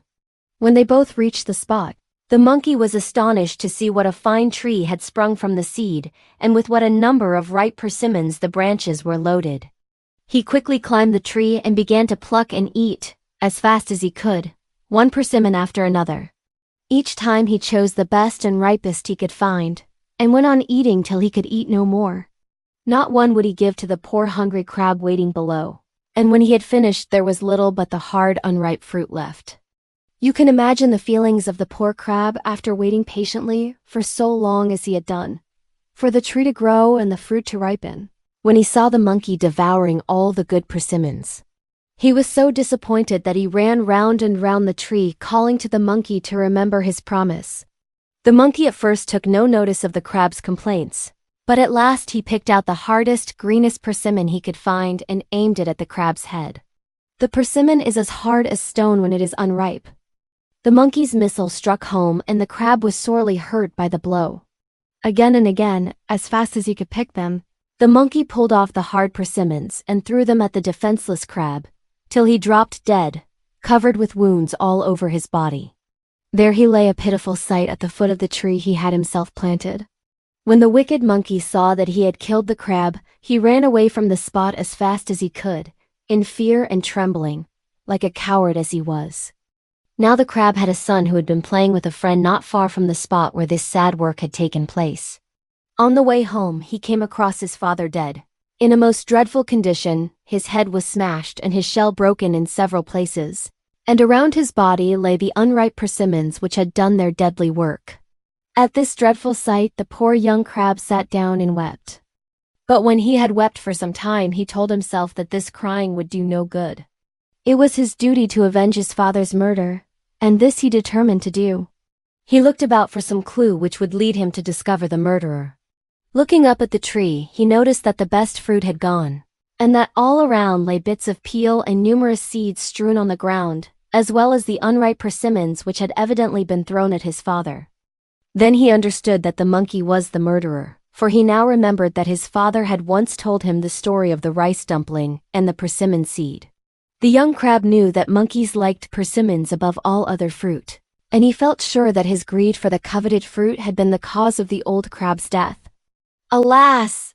He at first thought of going to attack the monkey at once, for he burned with rage. Second thoughts, however, told him that this was useless, for the monkey was an old and cunning animal, and would be hard to overcome. He must meet cunning with cunning and ask some of his friends to help him, for he knew it would be quite out of his power to kill him alone. The young crab set out at once to call on the mortar, his father's old friend, and told him of all that had happened. He besought the mortar with tears to help him avenge his father's death. The mortar was very sorry when he heard the woeful tale and promised at once to help the young crab punish the monkey to death. He warned him that he must be very careful in what he did, for the monkey was a strong and cunning enemy. The mortar now sent to fetch the bee and the chestnut, also the crab's old friends, to consult them about the matter. In a short time the bee and the chestnut arrived. When they were told all the details of the old crab's death and of the monkey's wickedness and greed, they both gladly consented to help the young crab in his revenge. After talking for a long time as to the ways and means of carrying out their plans, they separated, and Mr. Mortar went home with the young crab to help him bury his poor father. While all this was taking place, the monkey was congratulating himself, as the wicked often do before their punishment comes upon them, on all he had done so neatly. He thought it quite a fine thing that he had robbed his friend of all his ripe persimmons, and then that he had killed him. Still, smile as hard as he might, he could not banish altogether the fear of the consequences should his evil deeds be discovered. If he were found out, and he told himself that this could not be, for he had escaped unseen, the crab's family would be sure to bear him hatred and seek to take revenge on him. So he would not go out, and kept himself at home for several days. He found this kind of life, however, extremely dull, accustomed as he was to the free life of the woods, and at last he said, "No one knows that it was I who killed the crab. I am sure that the old thing breathed his last before I left him. Dead crabs have no mouths. Who is there to tell that I am the murderer? Since no one knows, what is the use of shutting myself up and brooding over the matter? What is done cannot be undone." With this he wandered out into the crab settlement, and crept about as slyly as possible near the crab's house and tried to hear the neighbors' gossip round about. He wanted to find out what the crabs were saying about their chief's death, for the old crab had been the chief of the tribe. But he heard nothing and said to himself, "They are all such fools that they don't know and don't care who murdered their chief." Little did he know in his so-called monkey's wisdom that this seeming unconcern was part of the young crab's plan. He purposely pretended not to know who killed his father, and also to believe that he had met his death through his own fault. By this means he could the better keep secret the revenge on the monkey, which he was meditating. So the monkey returned home from his walk quite content. He told himself he had nothing now to fear. One fine day, when the monkey was sitting at home, he was surprised by the appearance of a messenger from the young crab. While he was wondering what this might mean, the messenger bowed before him and said, "I have been sent by my master to inform you that his father died the other day in falling from a persimmon tree while trying to climb the tree after fruit. This, being the 7th day, is the first anniversary after his death, and my master has prepared a little festival in his father's honor and bids you come to participate in it as you were one of his best friends. My master hopes you will honor his house with your kind visit." When the monkey heard these words, he rejoiced in his inmost heart, for all his fears of being suspected were now at rest. He could not guess that a plot had just been set in motion against him. He pretended to be very surprised at the news of the crab's death, and said, "I am, indeed, very sorry to hear of your chief's death. We were great friends, as you know. I remember that we once exchanged a rice dumpling for a persimmon seed. It grieves me much to think that that seed was in the end the cause of his death. I accept your kind invitation with many thanks. I shall be delighted to do honor to my poor old friend." And he screwed some false tears from his eyes. The messenger laughed inwardly and thought, "The wicked monkey is now dropping false tears, but within a short time he shall shed real ones." But aloud he thanked the monkey politely and went home. When he had gone, the wicked monkey laughed aloud at what he thought was the young crab's innocence, and without the least feeling began to look forward to the feast to be held that day in honor of the dead crab, to which he had been invited. He changed his dress and set out solemnly to visit the young crab. He found all the members of the crab's family and his relatives waiting to receive and welcome him. As soon as the bows of meeting were over, they led him to a hall. Here the young chief mourner came to receive him.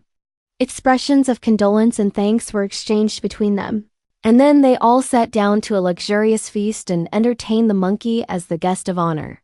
The feast over, he was next invited to the tea ceremony room to drink a cup of tea. When the young crab had conducted the monkey to the tea room, he left him and retired. Time passed and still he did not return. At last the monkey became impatient. He said to himself, "This tea ceremony is always a very slow affair. I am tired of waiting so long. I am very thirsty after drinking so much sake at the dinner." He then approached the charcoal fireplace and began to pour out some hot water from the kettle boiling there, when something burst out from the ashes with a great pop and hit the monkey right in the neck. It was the chestnut, one of the crab's friends, who had hidden himself in the fireplace. The monkey, taken by surprise, jumped backward, and then started to run out of the room. The bee who was hiding outside the screens now flew out and stung him on the cheek. The monkey was in great pain. His neck was burned by the chestnut, and his face badly stung by the bee. But he ran on screaming and chattering with rage. Now the stone mortar had hidden himself with several other stones on the top of the crab's gate, and as the monkey ran underneath, the mortar and all fell down on the top of the monkey's head. Was it possible for the monkey to bear the weight of the mortar falling on him from the top of the gate? He lay crushed and in great pain, quite unable to get up. As he lay there helpless, the young crab came up, and, holding his great claw scissors over the monkey, he said, "Do you now remember that you murdered my father? Then you are my enemy?" gasped the monkey brokenly. "Of course," said the young crab. "It was your father single quotes us fault not mine," gasped the unrepentant monkey. "Can you still lie? I will soon put an end to your breath." And with that he cut off the monkey's head with his pitcher claws. Thus the wicked monkey met his well-merited punishment, and the young crab avenged his father's death. This is the end of the story of the monkey, the crab, and the persimmon seed. 17. The White Hare and the Crocodiles. Long, long ago, when all the animals could talk, there lived in the province of Inaba in Japan a little white hare. His home was on the island of Oki, and just across the sea was the mainland of Inaba. Now the hare wanted very much to cross over to Inaba. Day after day he would go out and sit on the shore and look longingly over the water in the direction of Inaba, and day after day he hoped to find some way of getting across. One day, as usual, the hare was standing on the beach, looking towards the mainland across the water, when he saw a great crocodile swimming near the island. "This is very lucky," thought the hare. "Now I shall be able to get my wish. I will ask the crocodile to carry me across the sea." But he was doubtful whether the crocodile would consent to do what wanted, so he thought instead of asking a favor, he would try to get what he wanted by a trick. So, with a loud voice, he called to the crocodile and said, "Oh, Mr. Crocodile, isn't it a lovely day?" The crocodile, who had come out all by itself that day to enjoy the bright sunshine, was just beginning to feel a bit lonely when the hare's cheerful greeting broke the silence. The crocodile swam nearer the shore, very pleased to hear someone speak. "I wonder who it was that spoke to me just now. Was it you, Mr. Hare? You must be very lonely all by yourself." "Oh no, I am not at all lonely," said the hare. "But as it was such a fine day, I came out here to enjoy myself. Won't you stop and play with me a little while?" The crocodile came out of the sea and sat on the shore, and the two played together for some time. Then the hare said, "Mr. Crocodile, you live in the sea and I live on this island, and we do not often meet, so I know very little about you. Tell me, do you think the number of your company is greater than mine?" "Of course, there are more crocodiles than hares," answered the crocodile. "Can you not see that for yourself? You live on this small island, while I live in the sea, which spreads through all parts of the world, so if I call together all the crocodiles who dwell in the sea, you hares will be as nothing compared to us." The crocodile was very conceited. The hare, who meant to play a trick on the crocodile, said, "Do you think it possible for you to call up enough crocodiles to form a line from this island across the sea to Inaba?" The crocodile thought for a moment and then answered, "Of course it is possible." "Then do try," said the artful hare, "and I will count the number from here." The crocodile, who was very simple-minded and who hadn't the least idea that the hare intended to play a trick on him, agreed to do what the hare asked and said, "Wait a little while I go back into the sea and call my company together." The crocodile plunged into the sea and was gone for some time. The hare, meanwhile, waited patiently on the shore. At last the crocodile appeared, bringing with him a large number of other crocodiles. "Look, Mr. Hare," said the crocodile, "it is nothing for my friends to form a line between here and Inaba. There are enough crocodiles to stretch from here even as far as China or India. Did you ever see so many crocodiles?" Then the whole company of crocodiles arranged themselves in the water so as to form a bridge between the island of Oki and the mainland of Inaba. When the hare saw the bridge of crocodiles, he said, "How splendid! I did not believe this was possible. Now let me count you all. To do this, however, with your permission, I must walk over on your backs to the other side, so please be so good as not to move, or else I shall fall into the sea and be drowned." So the hare hopped off the island onto the strange bridge of crocodiles, counting as he jumped from one crocodile's back to the other.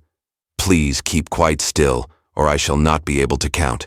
1, 2, 3, 4, 5, 6, 7, 8, 9. Thus the cunning hare walked right across to the mainland of Inaba. Not content with getting his wish, he began to jeer at the crocodiles instead of thanking them, and said, as he leapt off the last one's back, "Oh, you stupid crocodiles! Now I have done with you." And he was just about to run away as fast as he could. But he did not escape so easily, for so soon as the crocodiles understood that this was a trick played upon them by the hare so as to enable him to cross the sea, and that the hare was now laughing at them for their stupidity, they became furiously angry and made up their minds to take revenge. So some of them ran after the hare and caught him. Then they all surrounded the poor little animal and pulled out all his fur. He cried out loudly and entreated them to spare him, but with each tuft of fur they pulled out, they said, "Serve you right." When the crocodiles had pulled out the last bit of fur, they threw the poor hare on the beach, and all swam away laughing at what they had done. The hare was now in a pitiful plight. All his beautiful white fur had been pulled out, and his bare little body was quivering with pain and bleeding all over. He could hardly move, and all he could do was to lie on the beach quite helpless and weep over the misfortune that had befallen him. Notwithstanding that it was his own fault that had brought all this misery and suffering upon the white hare of Inaba, anyone seeing the poor little creature could not help feeling sorry for him in his sad condition, for the crocodiles had been very cruel in their revenge.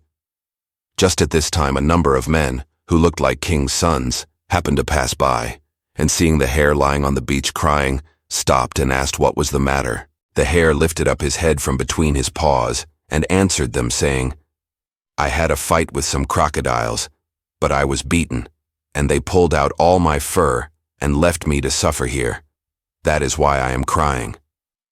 Now one of these young men had a bad and spiteful disposition, but he feigned kindness and said to the hare, "I feel very sorry for you.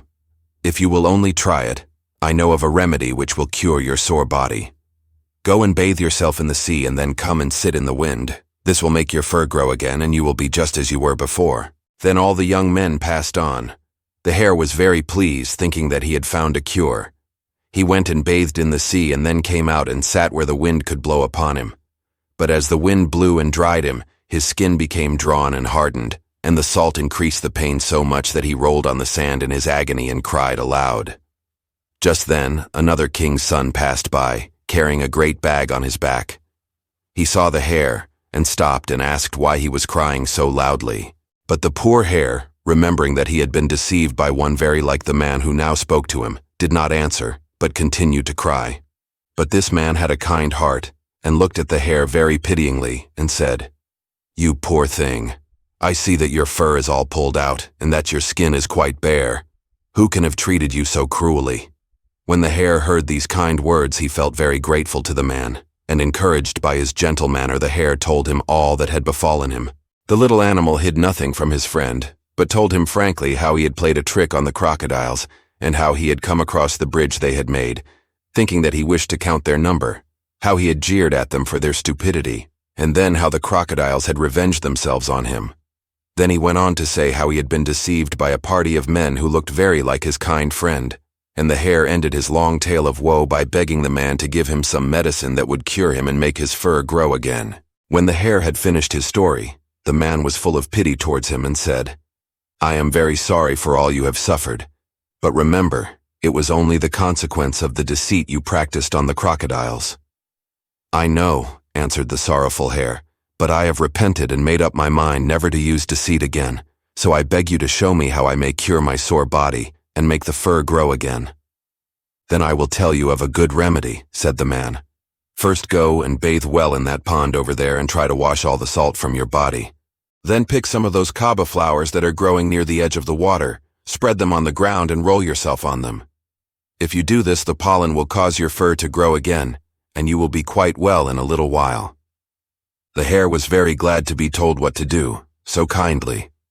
He crawled to the pond pointed out to him, bathed well in it, and then picked the kaba flowers growing near the water and rolled himself on them. To his amazement, even while he was doing this, he saw his nice white fur growing again. The pain ceased, and he felt just as he had done before all his misfortunes. The hare was overjoyed at his quick recovery, and went hopping joyfully towards the young man who had so helped him, and kneeling down at his feet said, "I cannot express my thanks for all you have done for me. It is my earnest wish to do something for you in return. Please tell me who you are." "I am no king's son as you think me.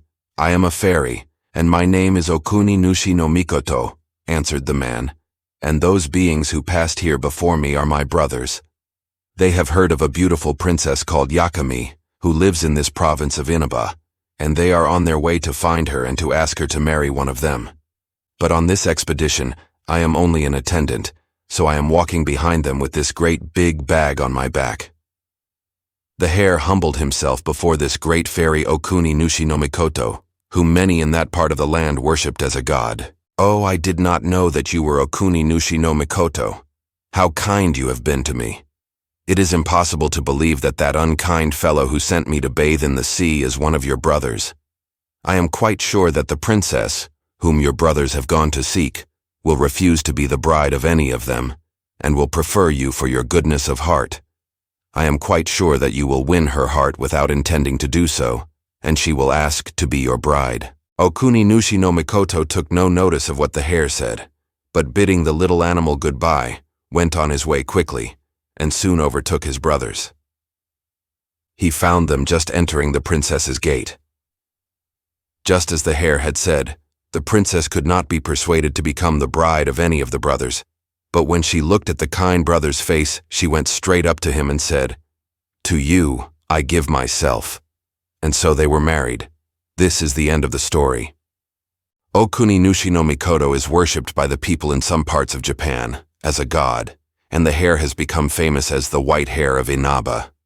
But what became of the crocodiles nobody knows. 18. The story of Prince Yamato Take. The insignia of the great Japanese Empire is composed of 3 treasures which have been considered sacred and guarded with jealous care from time immemorial. These are the Yatano no Kagami, or the Mirror of Yata, the Yasakami no Magatama, or the Jewel of Yasakami, and the Murakumo no Tsurugi, or the Sword of Murakumo. Of these 3 treasures of the empire, the Sword of Murakumo, afterwards known as Kusanagi no Tsurugugi, or the grass-cleaving sword, is considered the most precious and most highly to be honored, for it is the symbol of strength to this nation of warriors and the talisman of invincibility for the emperor, while he holds it sacred in the shrine of his ancestors. Nearly 2,000 years ago, this sword was kept at the shrines of It, the temples dedicated to the worship of Amaterasu, the great and beautiful sun goddess from whom the Japanese emperors are said to be descended. There is a story of knightly adventure and daring which explains why the name of the sword was changed from that of Murakumo to Kusanagi, which means grass clearing. Once, many years ago, there was born a son to the Emperor Keiko, the 12th in descent from the great Jimmu, the founder of the Japanese dynasty. This prince was the second son of the Emperor Keiko, and he was named Yamato. From his childhood, he proved himself to be of remarkable strength, wisdom, and courage, and his father noticed with pride that he gave promise of great things, and he loved him even more than he did his elder son. Now when Prince Yamato had grown to manhood, in the olden days of Japanese history, a boy was considered to have reached man's estate at the early age of 16, the realm was much troubled by a band of outlaws whose chiefs were 2 brothers, Kumaso and Takaru. These rebels seemed to delight in rebelling against the king. in breaking the laws and defying all authority. At last, King Keiko ordered his younger son, Prince Yamato, to subdue the brigands and, if possible, to rid the land of their evil lives. Prince Yamato was only 16 years of age. He had but reached his manhood according to the law, yet though he was such a youth in years, he possessed the dauntless spirit of a warrior of fuller age, and knew not what fear was. Even then, there was no man who could rival him for courage and bold deeds, and he received his father's command with great joy.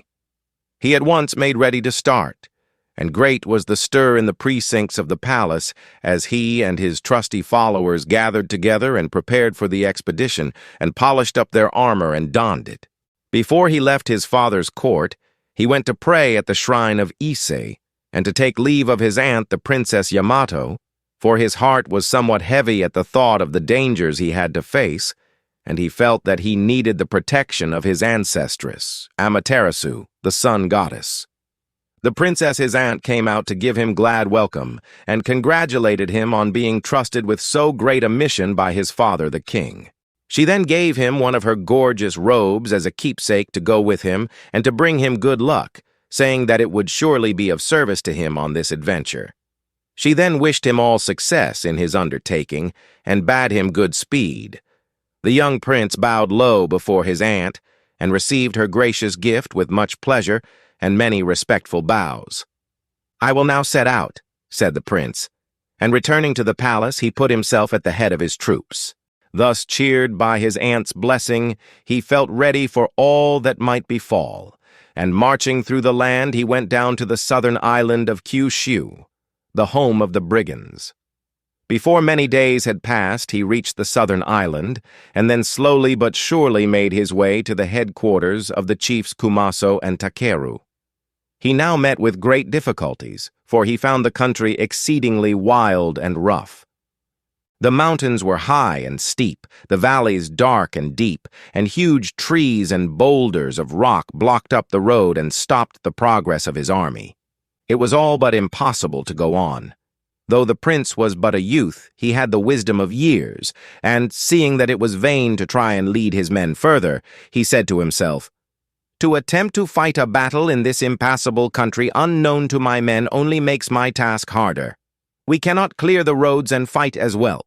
It is wiser for me to resort to stratagem and come upon my enemies unawares. In that way I may be able to kill them without much exertion." So he now bade his army halt by the way. His wife, the Princess Ototachibana, had accompanied him, and he bade her bring him the robe his aunt, the priestess of Ise, had given him, and to help him attire himself as a woman. With her help, he put on the robe, and let his hair down till it flowed over his shoulders. Ototachibana then brought him her comb, which he put in his black tresses, and then adorned himself with strings of strange jewels, just as you see in the picture. When he had finished his unusual toilet, Ototachibana brought him her mirror. He smiled as he gazed at himself. The disguise was so perfect. He hardly knew himself, so changed was he. All traces of the warrior had disappeared, and in the shining surface, only a beautiful lady looked back at him. Thus, completely disguised, he set out for the enemy's camp alone. In the folds of his silk gown, next his strong heart, was hidden a sharp dagger. The two chiefs Kumaso and Takeru were sitting in their tent, resting in the cool of the evening, when the prince approached. They were talking of the news which had recently been carried to them, that the king's son had entered their country with a large army determined to exterminate their band. They had both heard of the young warrior's renown, and for the first time in their wicked lives they felt afraid. In a pause in their talk, they happened to look up and saw through the door of the tent a beautiful woman robed in sumptuous garments coming towards them. Like an apparition of loveliness, she appeared in the soft twilight. Little did they dream that it was their enemy whose coming they so dreaded who now stood before them in this disguise. "What a beautiful woman!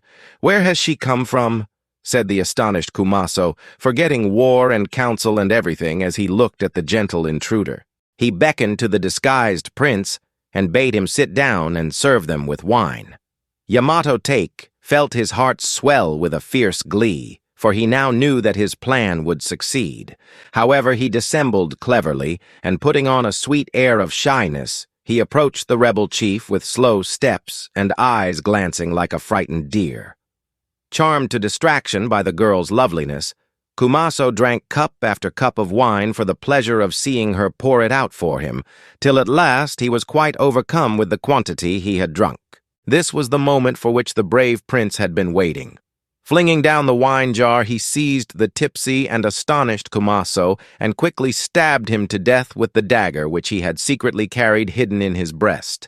Takeru, the brigand's brother, was terror-struck as soon as he saw what was happening and tried to escape, but Prince Yamato was too quick for him. Ere he could reach the tent door, the prince was at his heel.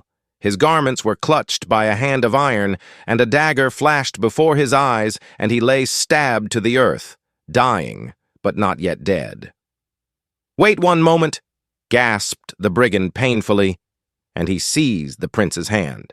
Yamato relaxed his hold somewhat and said, "Why should I pause, thou villain?" The brigand raised himself fearfully and said, "Tell me from whence you come, and whom I have the honor of addressing. Hitherto I believed that my dead brother and I were the strongest men in the land, and that there was no one who could overcome us. Alone you have ventured into our stronghold, alone you have attacked and killed us. Surely you are more than mortal." Then the young prince answered with a proud smile, "I am the son of the king, and my name is Yamato, and I have been sent by my father as the avenger of evil to bring death to all rebels. No longer shall robbery and murder hold my people in terror." And he held the dagger dripping red above the rebel's head.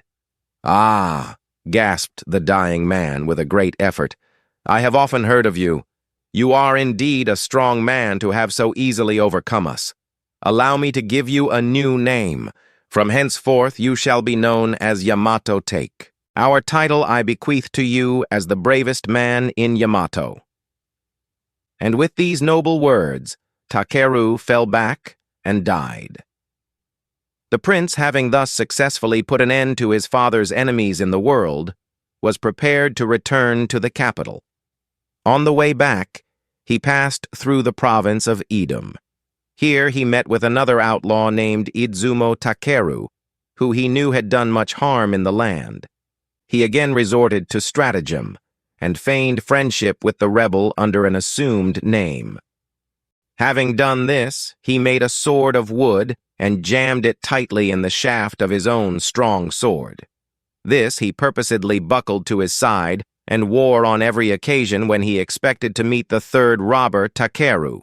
He now invited Takeru to the bank of the river Hinokawa and persuaded him to try a swim with him in the cool, refreshing waters of the river. As it was a hot summer's day, the rebel was nothing loath to take a plunge in the river. While his enemy was still swimming down the stream, the prince turned back and landed with all possible haste. Unperceived, he managed to change swords, putting his wooden one in place of the keen steel sword of Takeru. Knowing nothing of this, the brigand came up to the bank shortly. As soon as he had landed and donned his clothes, the prince came forward and asked him to cross swords with him to prove his skill, saying, "Let us two prove which is the better swordsman of the two." The robber agreed with delight, feeling certain of victory, for he was famous as a fencer in his province, and he did not know who his adversary was. He seized quickly what he thought was his sword, and stood on guard to defend himself. Alas, for the rebel, the sword was the wooden one of the young prince, and in vain Takeru tried to unsheath it. It was jammed fast. Not all his exerted strength could move it. Even if his efforts had been successful, the sword would have been of no use to him, for it was of wood. Yamato Take saw that his enemy was in his power, and swinging high the sword he had taken from Takeru, he brought it down with great might and dexterity and cut off the robber's head. In this way, sometimes by using his wisdom, and sometimes by using his bodily strength, and at other times by resorting to craftiness, which was as much esteemed in those days as it is despised in these, he prevailed against all the king's foes one by one, and brought peace and rest to the land and the people. When he returned to the capital, the king praised him for his brave deeds, and held a feast in the palace in honor of his safe coming home, and presented him with many rare gifts. From this time forth the king loved him more than ever, and would not let Yamato Take go from his side, for he said that his son was now as precious to him as one of his arms. But the prince was not allowed to live an idle life long.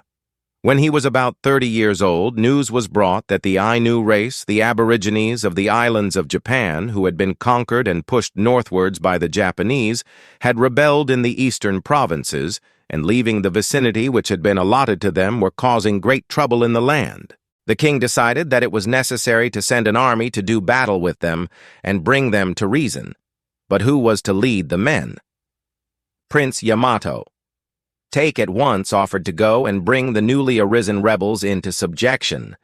Now, as the king loved the prince dearly, and could not bear to have him go out of his sight even for the length of one day, he was of course very loath to send him on his dangerous expedition. But in the whole army there was no warrior so strong or so brave as the prince his son, so that his majesty, unable to do otherwise, reluctantly complied with Yamato's wish. When the time came for the prince to start, the king gave him a spear called the 8 arms length spear of the holly tree. The handle was probably made from the wood of the holly tree, and ordered him to set out to subjugate the eastern barbarians, as the Ainu were then called. The 8 arms length spear of the holly tree of those old days was prized by warriors just as much as the standard or banner is valued by a regiment in these modern days, when given by the king to his soldiers on the occasion of setting out for war. The prince respectfully and with great reverence received the king's spear, and leaving the capital marched with his army to the east. On his way he visited first of all the temples of Ise for worship, and his aunt, the princess of Yamato and high priestess, came out to greet him. She it was who had given him her robe, which had proved such a boon to him before in helping him to overcome and slay the brigands of the west.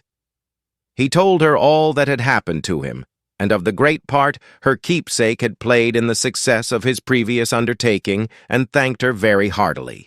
When she heard that he was starting out once again to do battle with his father's enemies, she went into the temple, and reappeared bearing a sword and a beautiful bag which she had made herself, and which was full of flints, which in those times people used, instead of matches, for making fire. These she presented to him as a parting gift. The sword was the sword of Murakumo, one of the 3 sacred treasures which comprise the insignia of the imperial house of Japan. No more auspicious talisman of luck and success could she have given her nephew, and she bade him use it in the hour of his greatest need. Yamato Take now bade farewell to his aunt, and once more placing himself at the head of his men, he marched to the farthest east through the province of Owari, and then he reached the province of Suruga. Here the governor welcomed the prince right heartily, and entertained him royally with many feasts. When these were over, the governor told his guest that his country was famous for its fine deer, and proposed a deer hunt for the prince's amusement. The prince was utterly deceived by the cordiality of his host, which was all feigned, and gladly consented to join in the hunt. The governor then led the prince to a wild and extensive plain where the grass grew high and in great abundance. Quite ignorant that the governor had laid a trap for him with the desire to compass his death, the prince began to ride hard and hunt down the deer, when all of a sudden, to his amazement, he saw flames and smoke bursting out from the bush in front of him. Realizing his danger, he tried to retreat. But no sooner did he turn his horse in the opposite direction than he saw that even there the prairie was on fire. At the same time, the grass on his left and right burst into flames, and these began to spread swiftly towards him on all sides. He looked round for a chance of escape. There was none. He was surrounded by fire. "This deer hunt was then only a cunning trick of the enemy," said the prince, looking round on the flames and the smoke that crackled and rolled in towards him on every side. "What a fool I was to be lured into this trap like a wild beast," and he ground his teeth with rage as he thought of the governor's smiling treachery. Dangerous as was his situation now, the prince was not in the least confounded. In his dire extremity, he remembered the gifts his aunt had given him when they parted, and it seemed to him as if she must, with prophetic foresight, have divined this hour of need. He coolly opened the flint bag that his aunt had given him and set fire to the grass near him. Then, drawing the sword of Murakumo from its sheath, he set to work to cut down the grass on either side of him with all speed. He determined to die if that were necessary, fighting for his life and not standing still, waiting for death to come to him. Strange to say, the wind began to change and to blow from the opposite direction, and the fiercest portion of the burning bush, which had hitherto threatened to come upon him, was now blown right away from him. And the prince, without even a scratch on his body or a single hair burned, lived to tell the tale of his wonderful escape, while the wind rising to a gale overtook the governor, and he was burned to death in the flames he had set alight to kill Yamato Take. Now the prince ascribed his escape entirely to the virtue of the sword of Murakumo and to the protection of Amaterasu, the sun goddess of Ise, who controls the wind and all the elements and ensures the safety of all who pray to her in the hour of danger. Lifting the precious sword, he raised it above his head many times in token of his great respect, and as he did this, he renamed it Kusanagi no Tsurugi, or the grass-cleaving sword, and the place where he set fire to the grass round him and escaped from death in the burning prairie he called Yaidzu. To this day, there is a spot along the Great Tokaido Railway named Yaidzu, which is said to be the very place where this thrilling event took place. Thus did the brave Prince Yamato Take escape out of the snare laid for him by his enemy. He was full of resource and courage, and finally outwitted and subdued all his foes. Leaving Yaidzu, he marched eastward, and came to the shore at Idzu, from whence he wished to cross to Kadzusa. In these dangers and adventures he had been followed by his faithful, loving wife, the Princess Ototachibana. For his sake she counted the weariness of the long journeys and the dangers of war as nothing, and her love for her warrior husband was so great that she felt well repaid for all her wanderings if she could but hand him his sword when he sallied forth to battle, or minister to his wants when he returned weary to the camp. But the heart of the prince was full of war and conquest, and he cared little for the faithful Ototachibana. From long exposure in traveling, and from care and grief at her lord's coldness to her, her beauty had faded, and her ivory skin was burnt brown by the sun, and the prince told her one day that her place was in the palace behind the screens at home, and not with him upon the warpath. But in spite of rebuffs and indifference on her husband's part, Ototachibana could not find it in her heart to leave him. But perhaps it would have been better for her if she had done so. For on the way to Idzu, when they came to Owari, her heart was well nigh broken. Here dwelt in a palace shaded by pine trees and approached by imposing gates, the Princess Miyadzu, beautiful as the cherry blossom in the blushing dawn of a spring morning. Her garments were dainty and bright, and her skin was white as snow, for she had never known what it was to be weary along the path of duty, or to walk in the heat of a summer's sun. And the prince was ashamed of his sunburnt wife in her travel-stained garments, and bade her remain behind while he went to visit the Princess Miyadzu. Day after day he spent hours in the gardens and the palace of his new friend, thinking only of his pleasure, and caring little for his poor wife who remained behind to weep in the tent at the misery which had come into her life. Yet she was so faithful a wife, and her character so patient, that she never allowed a reproach to escape her lips, or a frown to mar the sweet sadness of her face, and she was ever ready with a smile to welcome her husband back, or usher him forth wherever he went. At last the day came when the Prince Yamato Take must depart for Idzu and cross over the sea to Kadzusa, and he bade his wife follow in his retinue as an attendant while he went to take a ceremonious farewell of the Princess Miyadzu. She came out to greet him dressed in gorgeous robes, and she seemed more beautiful than ever, and when Yamato Take saw her he forgot his wife, his duty, and everything except the joy of the idle present, and swore that he would return to Owari and marry her when the war was over. And as he looked up when he had said these words, he met the large almond eyes of Oto Tachibana fixed full upon him in unspeakable sadness and wonder, and he knew that he had done wrong. But he hardened his heart and rode on, caring little for the pain he had caused her. When they reached the seashore at Idzu, his men sought for boats in which to cross the straits to Kadzusa.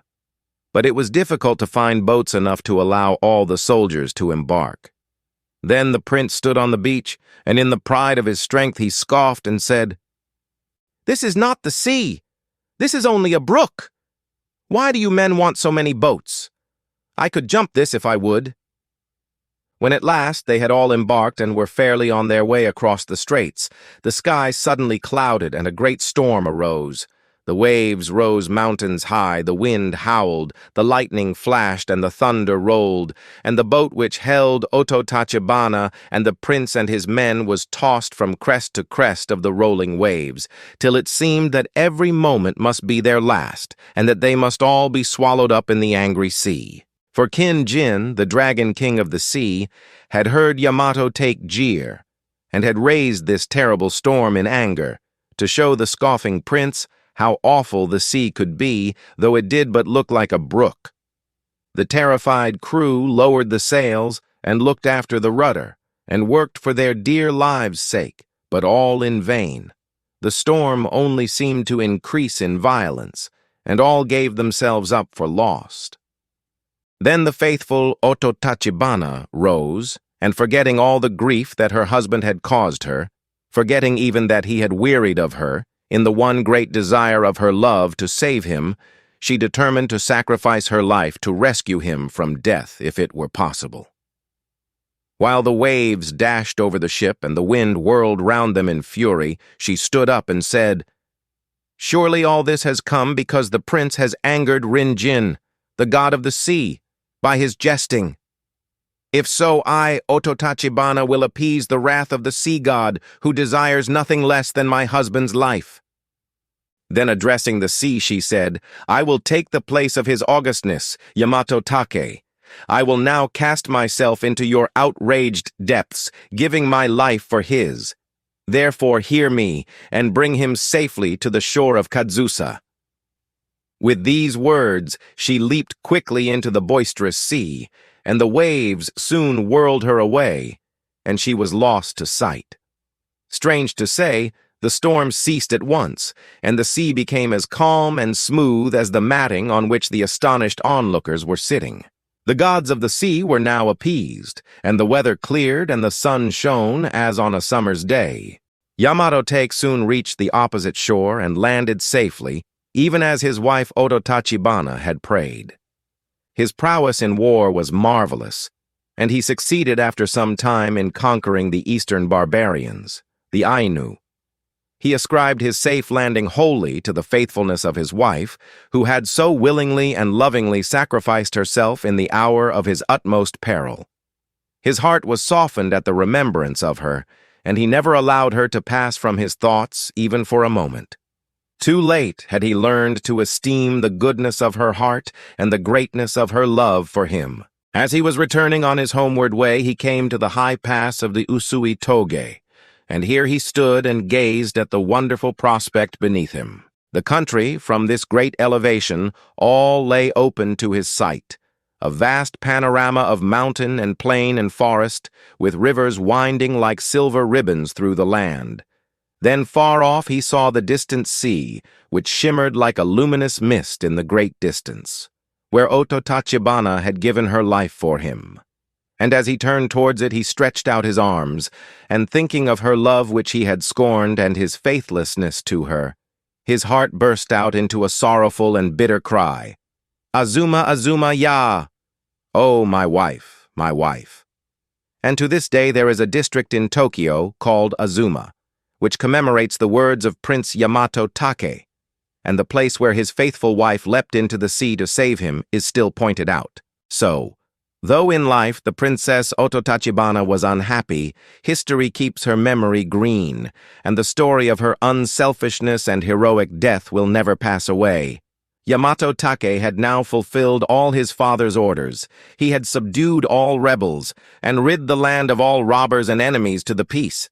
And his renown was great, for in the whole land there was no one who could stand up against him. He was so strong in battle and wise in counsel. He was about to return straight for home by the way he had come, when the thought struck him that he would find it more interesting to take another route, so he passed through the province of Owari and came to the province of Omi. When the prince reached Omi, he found the people in a state of great excitement and fear. In many houses, as he passed along, he saw the signs of mourning and heard loud lamentations. On inquiring the cause of this, he was told that a terrible monster had appeared in the mountains, who daily came down from thence and made raids on the villages, devouring whoever he could seize. Many homes had been made desolate, and the men were afraid to go out to their daily work in the fields, or the women to go to the rivers to wash their rice. When Yamato Take heard this, his wrath was kindled, and he said fiercely, "From the western end of Kyushu to the eastern corner of Yezo, I have subdued all the king's enemies. There is no one who dares to break the laws or to rebel against the king. It is indeed a matter for wonder that here in this place, so near the capital, a wicked monster has dared to take up his abode and be the terror of the king's subjects. Not long shall it find pleasure in devouring innocent folk. I will start out and kill it at once." With these words, he set out for the Ibuki mountain, where the monster was said to live. He climbed up a good distance, when all of a sudden, at a winding in the path, a monster serpent appeared before him and stopped the way. "This must be the monster," said the prince. "I do not need my sword for a serpent. I can kill him with my hands." He thereupon sprang upon the serpent and tried to strangle it to death with his bare arms. It was not long before his prodigious strength gained the mastery, and the serpent lay dead at his feet. Now a sudden darkness came over the mountain, and rain began to fall, so that for the gloom and the rain the prince could hardly see which way to take. In a short time, however, while he was groping his way down the pass, the weather cleared, and our brave hero was able to make his way quickly down the mountain. When he got back, he began to feel ill and to have burning pains in his feet, so he knew that the serpent had poisoned him. So great was his suffering that he could hardly move, much less walk, so he had himself carried to a place in the mountains famous for its hot mineral springs, which rose bubbling out of the earth and almost boiling from the volcanic fires beneath. Yamato Take bathed daily in these waters, and gradually he felt his strength come again, and the pains left him, till at last one day he found with great joy that he was quite recovered. He now hastened to the temples of Ise, where you will remember that he prayed before undertaking this long expedition. His aunt, priestess of the shrine, who had blessed him on his setting out, now came to welcome him back. He told her of the many dangers he had encountered, and of how marvelously his life had been preserved through all, and she praised his courage and his warrior's prowess, and then putting on her most magnificent robes, she returned thanks to their ancestress, the sun goddess Amaterasu, to whose protection they both ascribed the prince's wonderful preservation. Here ends the story of Prince Yamato Take of Japan. 19. Momotaro, or the story of the son of a peach. Long, long ago there lived an old man and an old woman. They were peasants, and had to work hard to earn their daily rice. The old man used to go and cut grass for the farmers around, and while he was gone the old woman, his wife, did the work of the house and worked in their own little rice field.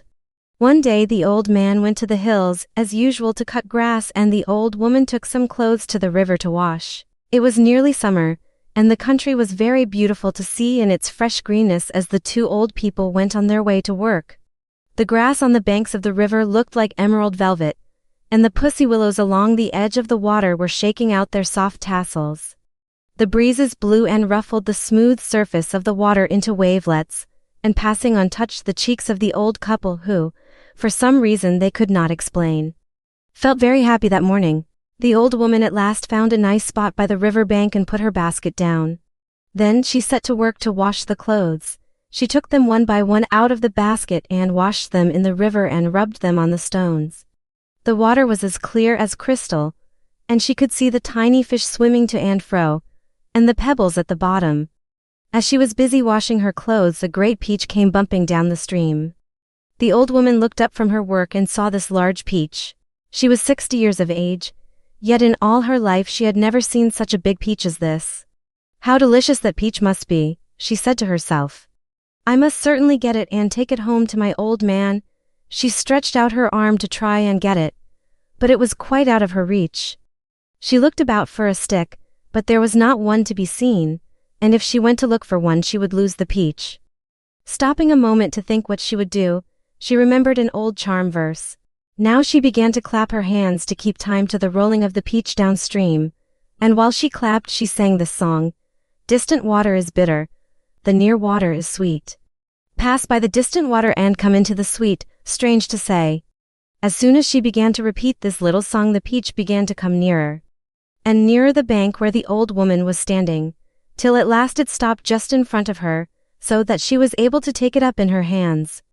The old woman was delighted. She could not go on with her work, so happy and excited was she. So she put all the clothes back in her bamboo basket, and with the basket on her back and the peach in her hand she hurried homewards. It seemed a very long time to her to wait till her husband returned. The old man at last came back as the sun was setting, with a big bundle of grass on his back, so big that he was almost hidden and she could hardly see him. He seemed very tired and used the scythe for a walking stick, leaning on it as he walked along. As soon as the old woman saw him she called out, "Ofi-san. Old man, I have been waiting for you to come home for such a long time today. What is the matter? Why are you so impatient?" asked the old man, wondering at her unusual eagerness. "Has anything happened while I have been away?" "Oh, no," answered the old woman, "nothing has happened, only I have found a nice present for you." "That is good," said the old man. He then washed his feet in a basin of water and stepped up to the veranda. The old woman now ran into the little room and brought out from the cupboard the big peach. It felt even heavier than before. She held it up to him, saying, "Just look at this. Did you ever see such a large peach in all your life?" When the old man looked at the peach he was greatly astonished and said, "This is indeed the largest peach I have ever seen." "Wherever did you buy it?" "I did not buy it," answered the old woman. "I found it in the river where I was washing," and she told him the whole story. "I am very glad that you have found it. Let us eat it now, for I am hungry," said the Ofi-san. He brought out the kitchen knife, and, placing the peach on a board, was about to cut it when, wonderful to tell, the peach split in two of itself and a clear voice said, "Wait a bit, old man," and out stepped a beautiful little child. The old man and his wife were both so astonished at what they saw that they fell to the ground. The child spoke again, "Don't be afraid. I am no demon or fairy. I will tell you the truth. Heaven has had compassion on you. Every day and every night you have lamented that you had no child. Your cry has been heard and I am sent to be the son of your old age." On hearing this the old man and his wife were very happy. They had cried night and day for sorrow at having no child to help them in their lonely old age, and now that their prayer was answered they were so lost with joy that they did not know where to put their hands or their feet. First the old man took the child up in his arms, and then the old woman did the same, and they named him Momotaro, or son of a peach, because he had come out of a peach. The years passed quickly by and the child grew to be 15 years of age. He was taller and far stronger than any other boys of his own age. He had a handsome face and a heart full of courage, and he was very wise for his years. The old couple's pleasure was very great when they looked at him, for he was just what they thought a hero ought to be like. One day Momotaro came to his foster father and said solemnly, "Father, by a strange chance we have become father and son. Your goodness to me has been higher than the mountain grasses which it was your daily work to cut, and deeper than the river where my mother washes the clothes. I do not know how to thank you enough." "Why," answered the old man, "it is a matter of course that a father should bring up his son. When you are older it will be your turn to take care of us. So after all there will be no profit or loss between us, all will be equal. Indeed, I am rather surprised that you should thank me in this way," and the old man looked bothered. "I hope you will be patient with me," said Momotaro, But before I begin to pay back your goodness to me, I have a request to make which I hope you will grant me above everything else. I will let you do whatever you wish. For you are quite different to all other boys. Then let me go away at once. What do you say? Do you wish to leave your old father and mother and go away from your old home? I will surely come back again. If you let me go now. Where are you going? You must think it strange that I want to go away, said Momotaro, because I have not yet told you my reason. Far away from here to the northeast of Japan there is an island in the sea. This island is the stronghold of a band of devils. I have often heard how they invade this land, kill and rob the people, and carry off all they can find. They are not only very wicked but they are disloyal to our emperor and disobey his laws. They are also cannibals, for they kill and eat some of the poor people who are so unfortunate as to fall into their hands. These devils are very hateful beings. I must go and conquer them and bring back all the plunder of which they have robbed this land. It is for this reason that I want to go away for a short time. The old man was much surprised at hearing all this from a mere boy of 15.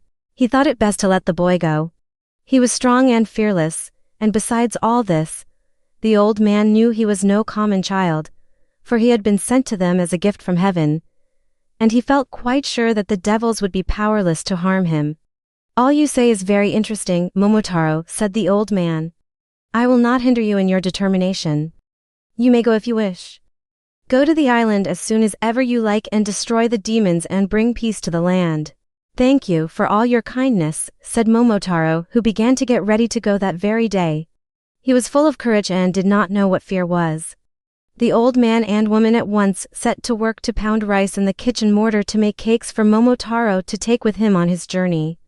At last the cakes were made and Momotaro was ready to start on his long journey. Parting is always sad. So it was now. The eyes of the two old people were filled with tears and their voices trembled as they said, Go with all care and speed. We expect you back victorious. Momotaro was very sorry to leave his old parents, though he knew he was coming back as soon as he could, for he thought of how lonely they would be while he was away. But he said goodbye quite bravely. I am going now. Take good care of yourselves while I am away. Goodbye, and he stepped quickly out of the house. In silence the eyes of Momotaro and his parents met in farewell. Momotaro now hurried on his way till it was midday. He began to feel hungry, so he opened his bag and took out one of the rice cakes and sat down under a tree by the side of the road to eat it. While he was thus having his lunch, a dog almost as large as a colt came running out from the high grass. He made straight for Momotaro, and showing his teeth, said in a fierce way, You are a rude man to pass my field without asking permission first. If you leave me all the cakes you have in your bag you may go. Otherwise I will bite you till I kill you. Momotaro only laughed scornfully. What is that you are saying? Do you know who I am? I am Momotaro, and I am on my way to subdue the devils in their island stronghold in the northeast of Japan. If you try to stop me on my way there I will cut you into from the head downwards. The dog's manner at once changed. His tail dropped between his legs, and coming near he bowed so low that his forehead touched the ground. What do I hear? The name of Momotaro? Are you indeed Momotaro? I have often heard of your great strength. Not knowing who you were I have behaved in a very stupid way. Will you please pardon my rudeness? Are you indeed on your way to invade the island of devils? If you will take such a rude fellow with you as one of your followers, I shall be very grateful to you. I think I can take you with me if you wish to go, said Momotaro. Thank you, said the dog. By the way, I am very, very hungry. Will you give me one of the cakes you are carrying? This is the best kind of cake there is in Japan, said Momotaro. I cannot spare you a whole one, I will give you half of one. Thank you very much, said the dog, taking the piece thrown to him. Then Momotaro got up and the dog followed. For a long time they walked over the hills and through the valleys. As they were going along, an animal came down from a tree a little ahead of them. The creature soon came up to Momotaro and said, Good morning, Momotaro. You are welcome in this part of the country. Will you allow me to go with you? The dog answered jealously, Momotaro already has a dog to accompany him. Of what use is a monkey like you in battle? We are on our way to fight the devils. Get away. The dog and the monkey began to quarrel and bite, for these two animals always hate each other. Now, don't quarrel, said Momotaro, putting himself between them. Wait a moment, "Dog, it is not at all dignified for you to have such a creature as that following you," said the dog. "What do you know about it?" asked Momotaro, and pushing aside the dog, he spoke to the monkey. "Who are you?" "I am a monkey living in these hills," replied the monkey. "I heard of your expedition to the Island of Devils, and I have come to go with you. Nothing will please me more than to follow you. Do you really wish to go to the Island of Devils and fight with me?" "Yes, sir," replied the monkey. "I admire your courage," said Momotaro. "Here is a piece of one of my fine rice cakes. Come along." So the monkey joined Momotaro. The dog and the monkey did not get on well together. They were always snapping at each other as they went along, and always wanting to have a fight. This made Momotaro very cross, and at last he sent the dog on ahead with a flag and put the monkey behind with a sword, and he placed himself between them with a war fan, which is made of iron. By and by they came to a large field. Here a bird flew down and alighted on the ground, just in front of the little party. It was the most beautiful bird Momotaro had ever seen. On its body were 5 different robes of feathers, and its head was covered with a scarlet cap. The dog at once ran at the bird and tried to seize and kill it. But the bird struck out its spurs and flew at the dog's tail, and the fight went hard with both. Momotaro, as he looked on, could not help admiring the bird. It showed so much spirit in the fight. It would certainly make a good fighter. Momotaro went up to the 2 combatants, and holding the dog back, said to the bird, "You rascal, you are hindering my journey. Surrender at once, and I will take you with me. If you don't, I will set this dog to bite your head off." Then the bird surrendered at once, and begged to be taken into Momotaro's company. "I do not know what excuse to offer for quarreling with the dog, your servant, but I did not see you. I am a miserable bird called a pheasant. It is very generous of you to pardon my rudeness and to take me with you. Please allow me to follow you behind the dog and the monkey. I congratulate you on surrendering so soon," said Momotaro, smiling. "Come and join us in our raid on the devils." "Are you going to take this bird with you also?" asked the dog, interrupting. "Why do you ask such an unnecessary question? Didn't you hear what I said? I take the bird with me because I wish to." "Humph," said the dog. Then Momotaro stood and gave this order, "Now all of you must listen to me. The first thing necessary in an army is harmony. It is a wise saying which says that advantage on earth is better than advantage in heaven. Union amongst ourselves is better than any earthly gain. When we are not at peace amongst ourselves, it is no easy thing to subdue an enemy. From now, you 3, the dog, the monkey and the pheasant, must be friends with one mind. The one who first begins a quarrel will be discharged on the spot." All the 3 promised not to quarrel. The pheasant was now made a member of Momotaro's suite, and received half a cake. Momotaro's influence was so great that the 3 became good friends, and hurried onwards with him as their leader.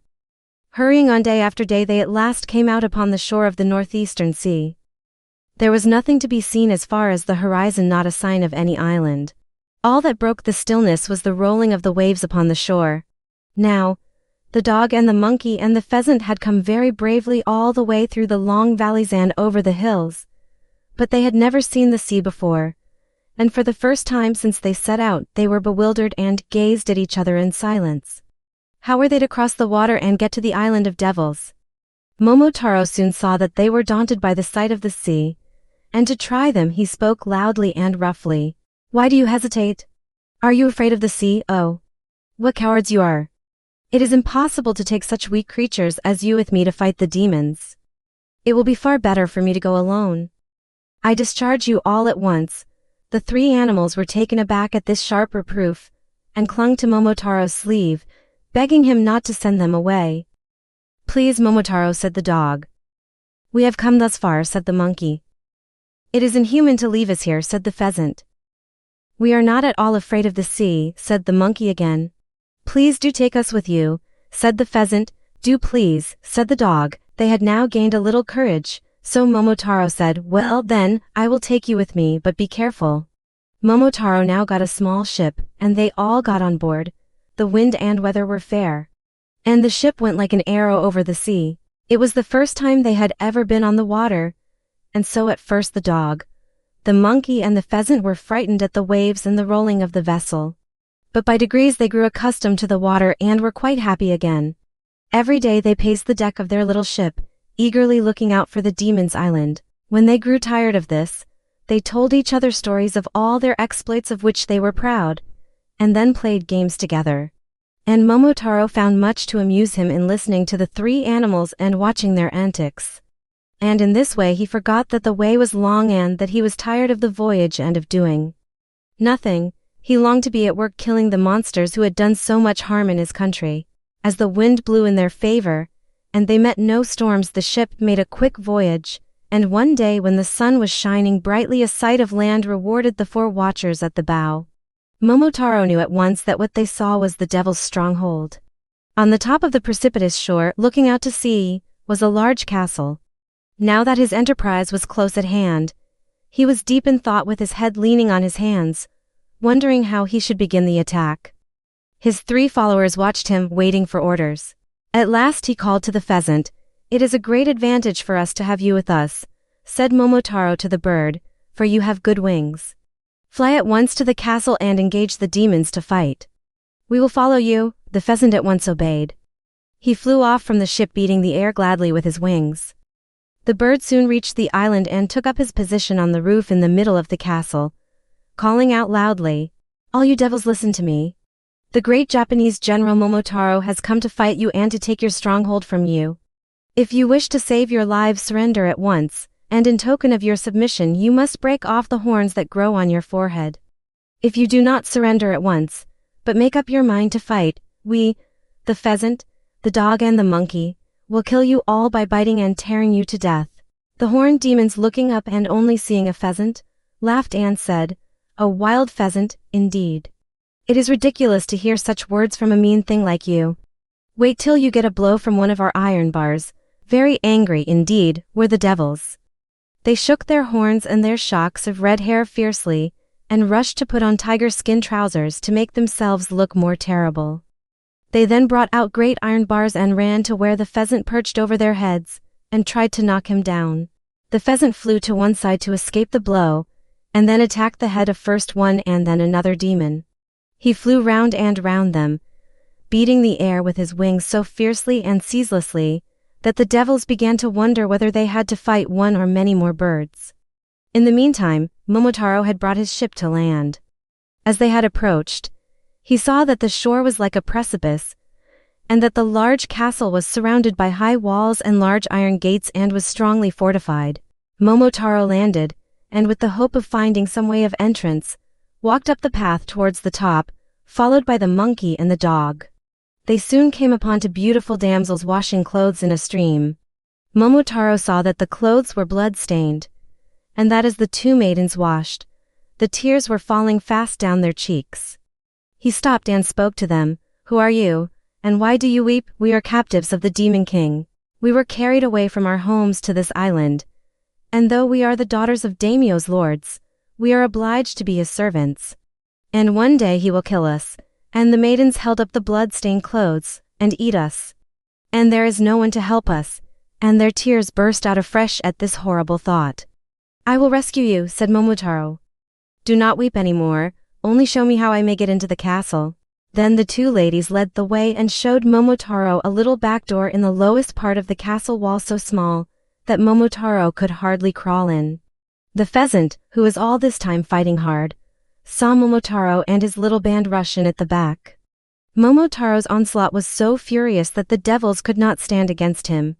At first their foe had been a single bird, the pheasant, but now that Momotaro and the dog and the monkey had arrived, they were bewildered, for the four enemies fought like 100. So strong were they. Some of the devils fell off the parapet of the castle and were dashed to pieces on the rocks beneath, others fell into the sea and were drowned. Many were beaten to death by the three animals. The chief of the devils at last was the only one left. He made up his mind to surrender, for he knew that his enemy was stronger than mortal man. He came up humbly to Momotaro and threw down his iron bar, and kneeling down at the victor's feet he broke off the horns on his head in token of submission. For they were the sign of his strength and power. "I am afraid of you," he said meekly. "I cannot stand against you. I will give you all the treasure hidden in this castle if you will spare my life." Momotaro laughed. "It is not like you, big devil, to beg for mercy, is it? I cannot spare your wicked life, however much you beg, for you have killed and tortured many people and robbed our country for many years. Then Momotaro tied the devil chief up and gave him into the monkey's charge. Having done this, he went into all the rooms of the castle and set the prisoners free and gathered together all the treasure he found. The dog and the pheasant carried home the plunder, and thus Momotaro returned triumphantly to his home, taking with him the devil chief as a captive. The two poor damsels, daughters of daimyos, and others whom the wicked demon had carried off to be his slaves, were taken safely to their own homes and delivered to their parents. The whole country made a hero of Momotaro on his triumphant return, and rejoiced that the country was now freed from the robber devils who had been a terror of the land for a long time.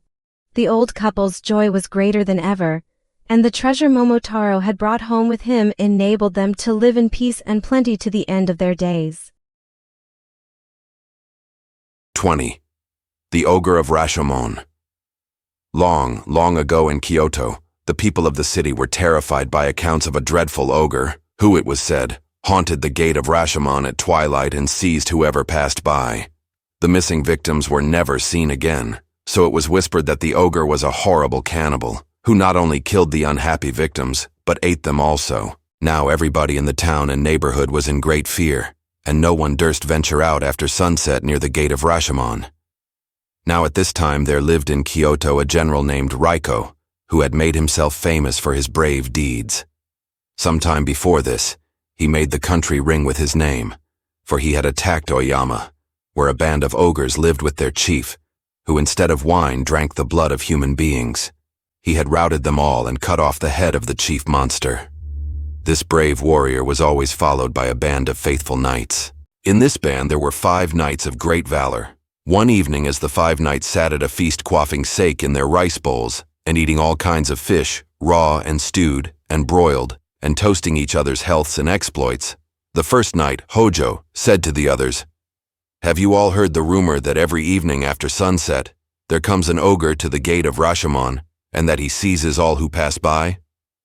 The second knight, Watanabe, answered him, saying, "Do not talk such nonsense.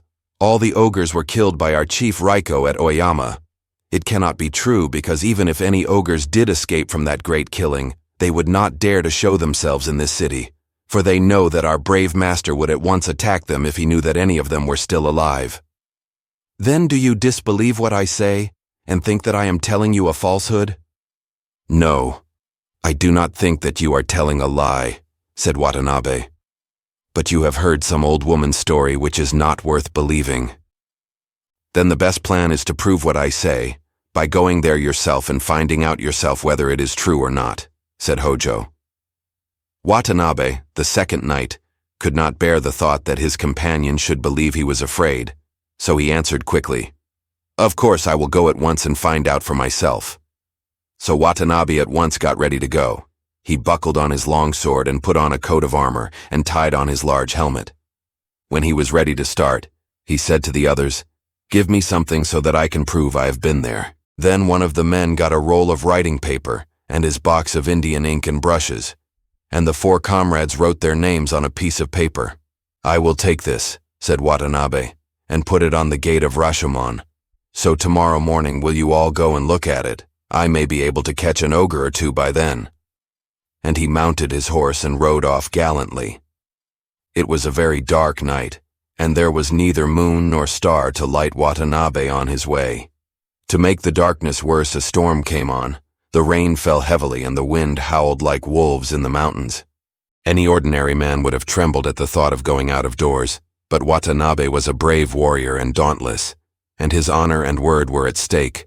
So he sped on into the night, while his companions listened to the sound of his horse's hooves dying away in the distance, then shut the sliding shutters close and gathered round the charcoal fire and wondered what would happen, and whether their comrade would encounter one of those horrible oni. At last Watanabe reached the gate of Rashomon, but peer as he might through the darkness he could see no sign of an ogre. "It is just as I thought," said Watanabe to himself. "There are certainly no ogres here. It is only an old woman's story. I will stick this paper on the gate so that the others can see I have been here when they come tomorrow, and then I will take my way home and laugh at them all." He fastened the piece of paper, signed by all his 4 companions, on the gate, and then turned his horse's head towards home. As he did so, he became aware that someone was behind him, and at the same time a voice called out to him to wait. Then his helmet was seized from the back. "Who are you?" said Watanabe fearlessly. He then put out his hand and groped around to find out who or what it was that held him by the helmet. As he did so, he touched something that felt like an arm.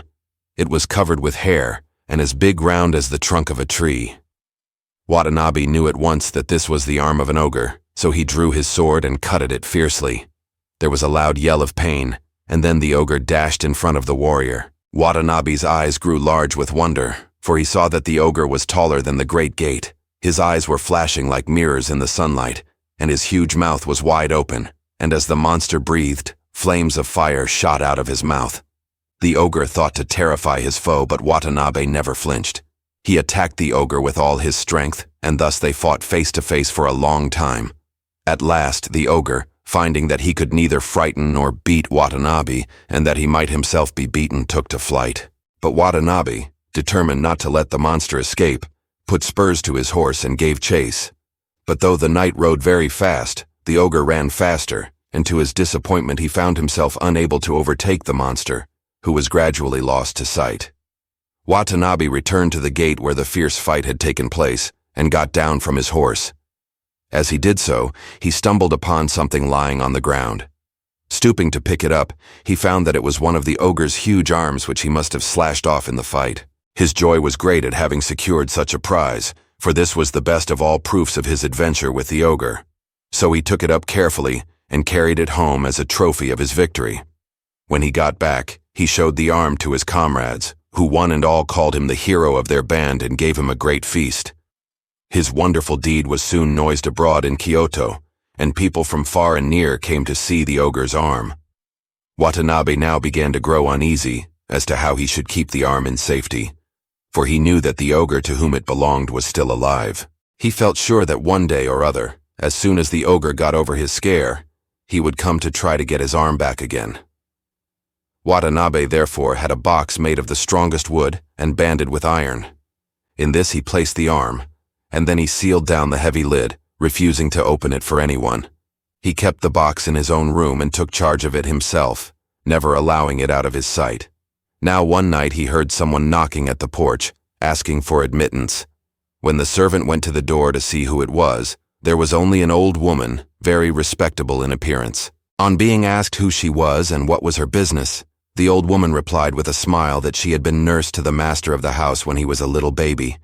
If the lord of the house were at home, she begged to be allowed to see him. The servant left the old woman at the door and went to tell his master that his old nurse had come to see him. Watanabe thought it strange that she should come at that time of night, but at the thought of his old nurse, who had been like a foster mother to him and whom he had not seen for a long time, a very tender feeling sprang up for her in his heart. He ordered the servant to show her in.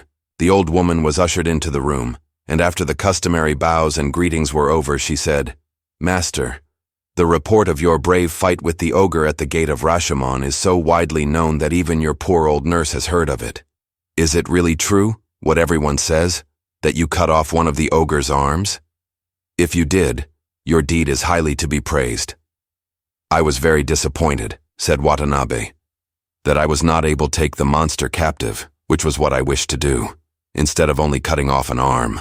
"I am very proud to think," answered the old woman, "that my master was so brave as to dare to cut off an ogre's arm. There is nothing that can be compared to your courage. Before I die, it is the great wish of my life to see this arm," she added pleadingly. "No," said Watanabe, "I am sorry, but I cannot grant your request." "But why?" asked the old woman. "Because," replied Watanabe, "ogres are very revengeful creatures, and if I open the box there is no telling but that the ogre may suddenly appear and carry off his arm. I have had a box made on purpose with a very strong lid, and in this box I keep the ogre's arm secure, and I never show it to anyone, whatever happens." "Your precaution is very reasonable," said the old woman, "but I am your old nurse, so surely you will not refuse to show me the arm. I have only just heard of your brave act, and not being able to wait till the morning I came at once to ask you to show it to me." Watanabe was very troubled at the old woman's pleading, but he still persisted in refusing.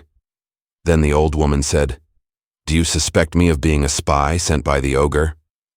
"No, of course I do not suspect you of being the ogre's spy, for you are my old nurse," answered Watanabe. "Then you cannot surely refuse to show me the arm any longer," entreated the old woman, "for it is the great wish of my heart to see for once in my life the arm of an ogre." Watanabe could not hold out in his refusal any longer, so he gave in at last, saying, "Then I will show you the ogre's arm, since you so earnestly wish to see it. Come, follow me." And he led the way to his own room, the old woman following. When they were both in the room, Watanabe shut the door carefully, and then going towards a big box which stood in a corner of the room, he took off the heavy lid. He then called to the old woman to come near and look in, for he never took the arm out of the box. "What is it like?" "Let me have a good look at it," said the old nurse with a joyful face. She came nearer and nearer, as if she were afraid, till she stood right against the box. Suddenly she plunged her hand into the box and seized the arm, crying with a fearful voice which made the room shake, "Oh joy! I have got my arm back again." And from an old woman she was suddenly transformed into the towering figure of the frightful ogre. Watanabe sprang back and was unable to move for a moment, so great was his astonishment. But recognizing the ogre who had attacked him at the gate of Rashomon, he determined with his usual courage to put an end to him this time. He seized his sword, drew it out of its sheath in a flash, and tried to cut the ogre down. So quick was Watanabe that the creature had a narrow escape. But the ogre sprang up to the ceiling, and bursting through the roof, disappeared in the mist and clouds. In this way, the ogre escaped with his arm. The knight gnashed his teeth with disappointment, but that was all he could do. He waited in patience for another opportunity to dispatch the ogre. But the latter was afraid of Watanabe's great strength and daring, and never troubled Kyoto again. So once more the people of the city were able to go out without fear even at nighttime, and the brave deeds of Watanabe have never been forgotten. 21. How an old man lost his wen. Many years ago there lived a good old man who had a wen like a tennis ball growing out of his right cheek. This lump was a great disfigurement to the old man, and so annoyed him that for many years he spent all his time and money in trying to get rid of it. He tried everything he could think of. He consulted many doctors far and near, and took all kinds of medicines both internally and externally. But it was all of no use. The lump only grew bigger and bigger till it was nearly as big as his face, and in despair he gave up all hopes of ever losing it, and resigned himself to the thought of having to carry the lump on his face all his life. One day the firewood gave out in his kitchen, so, as his wife wanted some at once, the old man took his axe and set out for the woods up among the hills not very far from his home. It was a fine day in the early autumn, and the old man enjoyed the fresh air and was in no hurry to get home. So the whole afternoon passed quickly while he was chopping wood, and he had collected a goodly pile to take back to his wife. When the day began to draw to a close, he turned his face homewards. The old man had not gone far on his way down the mountain pass when the sky clouded and rain began to fall heavily. He looked about for some shelter, but there was not even a charcoal burner's hut near. At last he espied a large hole in the hollow trunk of a tree. The hole was near the ground, so he crept in easily, and sat down in hopes that he had only been overtaken by a mountain shower, and that the weather would soon clear. But much to the old man's disappointment, instead of clearing, the rain fell more and more heavily, and finally a heavy thunderstorm broke over the mountain. The thunder roared so terrifically, and the heavens seemed to be so ablaze with lightning, that the old man could hardly believe himself to be alive. He thought that he must die of fright. At last, however, the sky cleared, and the whole country was aglow in the rays of the setting sun.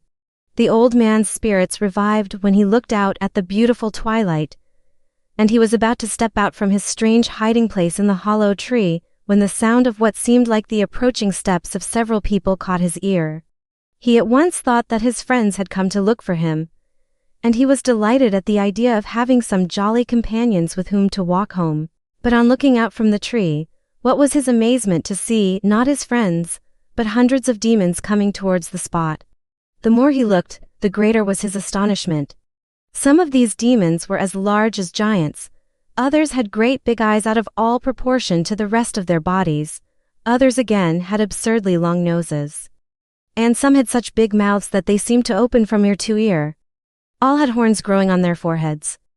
The old man was so surprised at what he saw that he lost his balance and fell out of the hollow tree. Fortunately for him, the demons did not see him, as the tree was in the background. So he picked himself up and crept back into the tree. While he was sitting there and wondering impatiently when he would be able to get home, he heard the sounds of gay music, and then some of the demons began to sing. "What are these creatures doing?" said the old man to himself. "I will look out, it sounds very amusing." On peeping out, the old man saw that the demon chief himself was actually sitting with his back against the tree in which he had taken refuge, and all the other demons were sitting round, some drinking and some dancing. Food and wine was spread before them on the ground, and the demons were evidently having a great entertainment and enjoying themselves immensely. It made the old man laugh to see their strange antics. "How amusing this is," laughed the old man to himself. "I am now quite old, but I have never seen anything so strange in all my life." He was so interested and excited in watching all that the demons were doing, that he forgot himself and stepped out of the tree and stood looking on.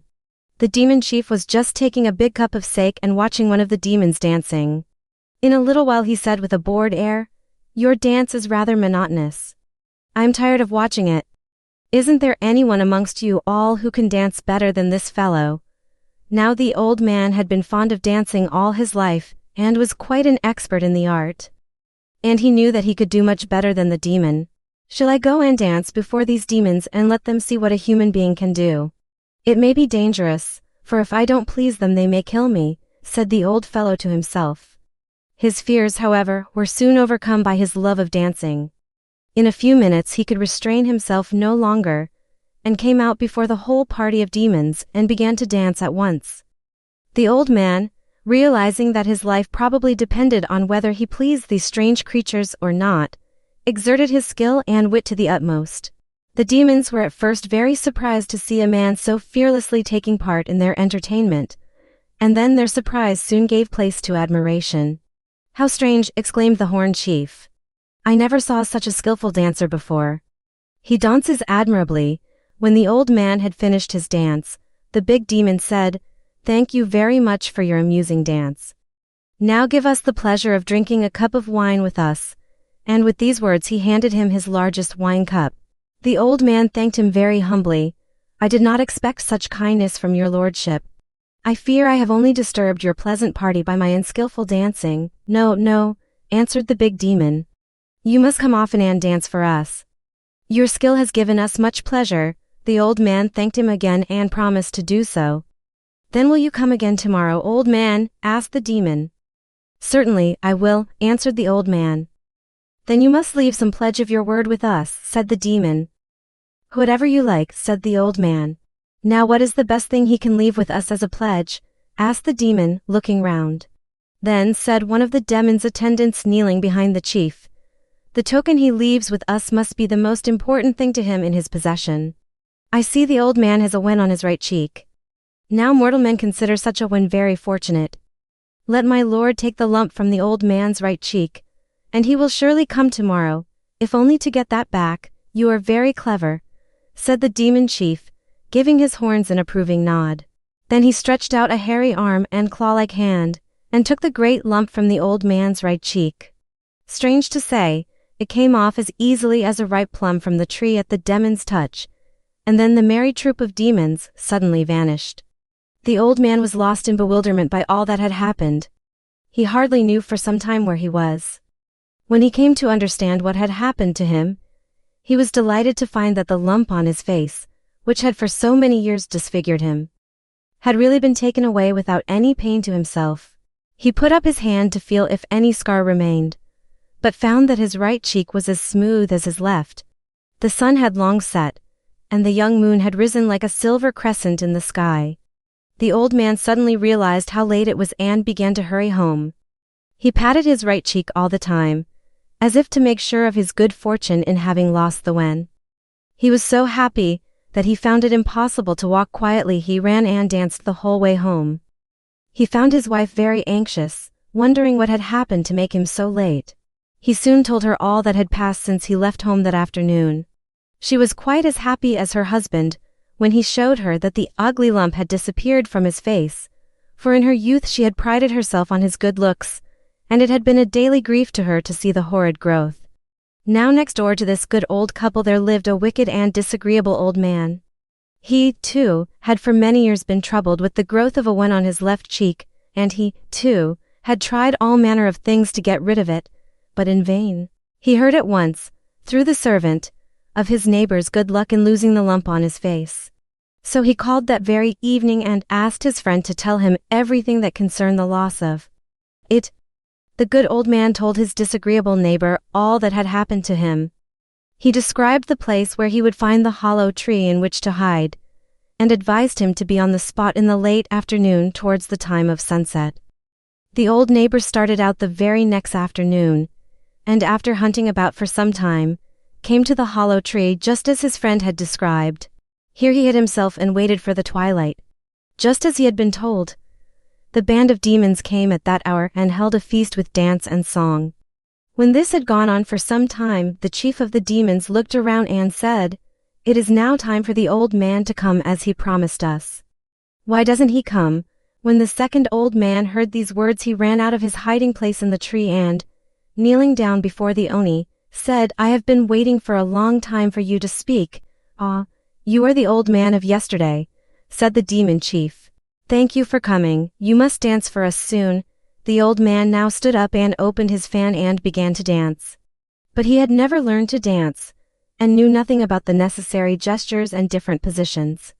He thought that anything would please the demons, so he just hopped about, waving his arms and stamping his feet, imitating as well as he could any dancing he had ever seen. The Oni were very dissatisfied at this exhibition, and said amongst themselves, "How badly he dances today." Then to the old man the demon chief said, "Your performance today is quite different from the dance of yesterday. We don't wish to see any more of such dancing. We will give you back the pledge you left with us. You must go away at once." With these words he took out from a fold of his dress the lump, which he had taken from the face of the old man, who had danced so well the day before, and threw it at the right cheek of the old man, who stood before him. The lump immediately attached itself to his cheek as firmly as if it had grown there always, and all attempts to pull it off were useless. The wicked old man, instead of losing the lump on his left cheek as he had hoped, found to his dismay that he had but added another to his right cheek in his attempt to get rid of the first. He put up first one hand, and then the other to each side of his face to make sure if he were not dreaming a horrible nightmare. No, sure enough there was now a great one on the right side of his face as on the left. The demons had all disappeared, and there was nothing for him to do but to return home. He was a pitiful sight, for his face, with the two large lumps, one on each side, looked just like a Japanese gourd. 22. The Stones of Five Colors and the Empress Jokwa. An old Chinese story. Long, long ago there lived a great Chinese empress who succeeded her brother the Emperor Fuki. It was the age of giants, and the Empress Jokwa, for that was her name, was 25 feet high, nearly as tall as her brother. She was a wonderful woman, and an able ruler. There is an interesting story of how she mended a part of the broken heavens and one of the terrestrial pillars which upheld the sky, both of which were damaged during a rebellion raised by one of King Fuki's subjects. The rebel's name was Kakai. He was 26 feet high. His body was entirely covered with hair and his face was as black as iron. He was a wizard and a very terrible character indeed. When the Emperor Fuki died, Kakai was bitten with the ambition to be Emperor of China. But his plan failed, and Jokwa, the dead emperor's sister, mounted the throne. Kakai was so angry at being thwarted in his desire that he raised a revolt. His first act was to employ the water devil, who caused a great flood to rush over the country. This swamped the poor people out of their homes. And when the Empress Jokwa saw the plight of her subjects, and knew it was Kakai's fault, she declared war against him. Now Jokwa the Empress had two young warriors called Hako and Ako, and the former she made general of the front forces. Hako was delighted that the Empress's choice should fall on him, and he prepared himself for battle. He took up the longest lance he could find and mounted a red horse, and was just about to set out when he heard someone galloping hard behind him and shouting, "Hako! Stop! The general of the front forces must be I." He looked back and saw Eiko, his comrade, riding on a white horse, in the act of unsheathing a large sword to draw upon him. Hako's anger was kindled, and as he turned to face his rival he cried, "Insolent wretch! I have been appointed by the Empress to lead the front forces to battle. Do you dare to stop me?" "Yes," answered Eiko. "I ought to lead the army. It is you who should follow me." At this bold reply, Hako's anger burst from a spark into a flame. "Dare you answer me thus? Take that!" And he lunged at him with his lance. But Eiko moved quickly aside, and at the same time, raising his sword, he wounded the head of the general's horse. Obliged to dismount, Hako was about to rush at his antagonist, when Eiko, as quick as lightning, tore from his breast the badge of commandership and galloped away. The action was so quick that Hako stood dazed, not knowing what to do. The Empress had been a spectator of the scene, and she could not but admire the quickness of the ambitious Eiko, and in order to pacify the rivals she determined to appoint them both to the generalship of the front army. So Hako was made commander of the left wing of the front army and Eiko of the right. 100,000 soldiers followed them and marched to put down the rebel Kokai. Within a short time the two generals reached the castle where Kokai had fortified himself. When aware of their approach, the wizard said, "I will blow these two poor children away with one breath." He little thought how hard he would find the fight. With these words, Kokai seized an iron rod and mounted a black horse, and rushed forth like an angry tiger to meet his two foes. As the two young warriors saw him tearing down upon them, they said to each other, "We must not let him escape alive." And they attacked him from the right and from the left with sword and with lance. But the all-powerful Kokai was not to be easily beaten. He whirled his iron rod round like a great water wheel, and for a long time they fought thus, neither side gaining nor losing. At last, to avoid the wizard's iron rod, Hako turned his horse too quickly. The animal's hoof struck against a large stone, and in a fright the horse reared as straight on end as a screen, throwing his master to the ground. Thereupon Kachai drew his three-edged sword and was about to kill the prostrate Hako, but before the wizard could work his wicked will, the brave Eiko had wheeled his horse in front of Kokai and dared him to try his strength with him, and not to kill a fallen man. But Kake was tired and he did not feel inclined to face this fresh and dauntless young soldier. So suddenly wheeling his horse round, he fled from the fray. Hako, who had been only slightly stunned, had by this time got upon his feet, and he and his comrade rushed after the retreating enemy, the one on foot and the other on horseback. Kake, seeing that he was pursued, turned upon his nearest assailant, who was, of course, the mounted Eiko, and drawing forth an arrow from the quiver at his back, fitted it to his bow and drew upon Eiko. As quick as lightning, the wary Eiko avoided the shaft, which only touched his helmet strings, and glancing off, fell harmless against Hako's coat of armor. The wizard saw that both his enemies remained unscathed. He also knew that there was no time to pull a second arrow before they would be upon him. So to save himself he resorted to magic. He stretched forth his wand, and immediately a great flood arose, and Jaqa's army and her brave young generals were swept away like a falling of autumn leaves on a stream. Hako and Eiko found themselves struggling neck-deep in water, and looking round they saw the ferocious Kokai making towards them through the water with his iron rod on high. They thought every moment that they would be cut down, but they bravely struck out to swim as far as they could from Kake's reach. All of a sudden they found themselves in front of what seemed to be an island rising straight out of the water. They looked up, and there stood an old man with hair as white as snow, smiling at them. They cried to him to help them. The old man nodded his head and came down to the edge of the water. As soon as his feet touched the flood it divided, and a good road appeared, to the amazement of the drowning men who now found themselves safe. Kokai had by this time reached the island, which had risen as if by a miracle out of the water, and seeing his enemies thus saved he was furious. He rushed through the water upon the old man, and it seemed as if he would surely be killed. But the old man appeared not in the least dismayed, and calmly awaited the wizard's onslaught. As Kokai drew near, The old man laughed aloud merrily, and turning into a large and beautiful white crane, flapped his wings and flew upwards into the heavens. When Hako and Eiko saw this, they knew that their deliverer was no mere human being, was perhaps a god in disguise, and they hoped later on to find out who the venerable old man was. In the meantime they had retreated, and it being now the close of day for the sun was setting. Both Kakai and the young warriors gave up the idea of fighting more that day. That night Hako and Eiko decided that it was useless to fight against the wizard Kakai, for he had supernatural powers, while they were only human. So they presented themselves before the Empress Jokwa. After a long consultation, the Empress decided to ask the Fire King Shikuyu to help her against the rebel wizard and to lead her army against him. Now Shikuyu, the Fire King, lived at the South Pole. It was the only safe place for him to be in, for he burnt up everything around him anywhere else, but it was impossible to burn up ice and snow. To look at, he was a giant, and stood 30 feet high. His face was just like marble, and his hair and beard long and as white as snow. His strength was stupendous, and he was master of all fire just as Kakai was of water. Surely, thought the Empress, Shikuyu can conquer Kakai. So she sent Eiko to the South Pole to beg Shikuyu to take the war against Kakai into his own hands and conquer him once for all. The Fire King, on hearing the Empress's request, smiled and said, "That is an easy matter to be sure. It was none other than I who came to your rescue when you and your companion were drowning in the flood raised by Kakai." Eiko was surprised at learning this. He thanked the Fire King for coming to the rescue in their dire need, and then besought him to return with him and lead the war and defeat the wicked Kakakai.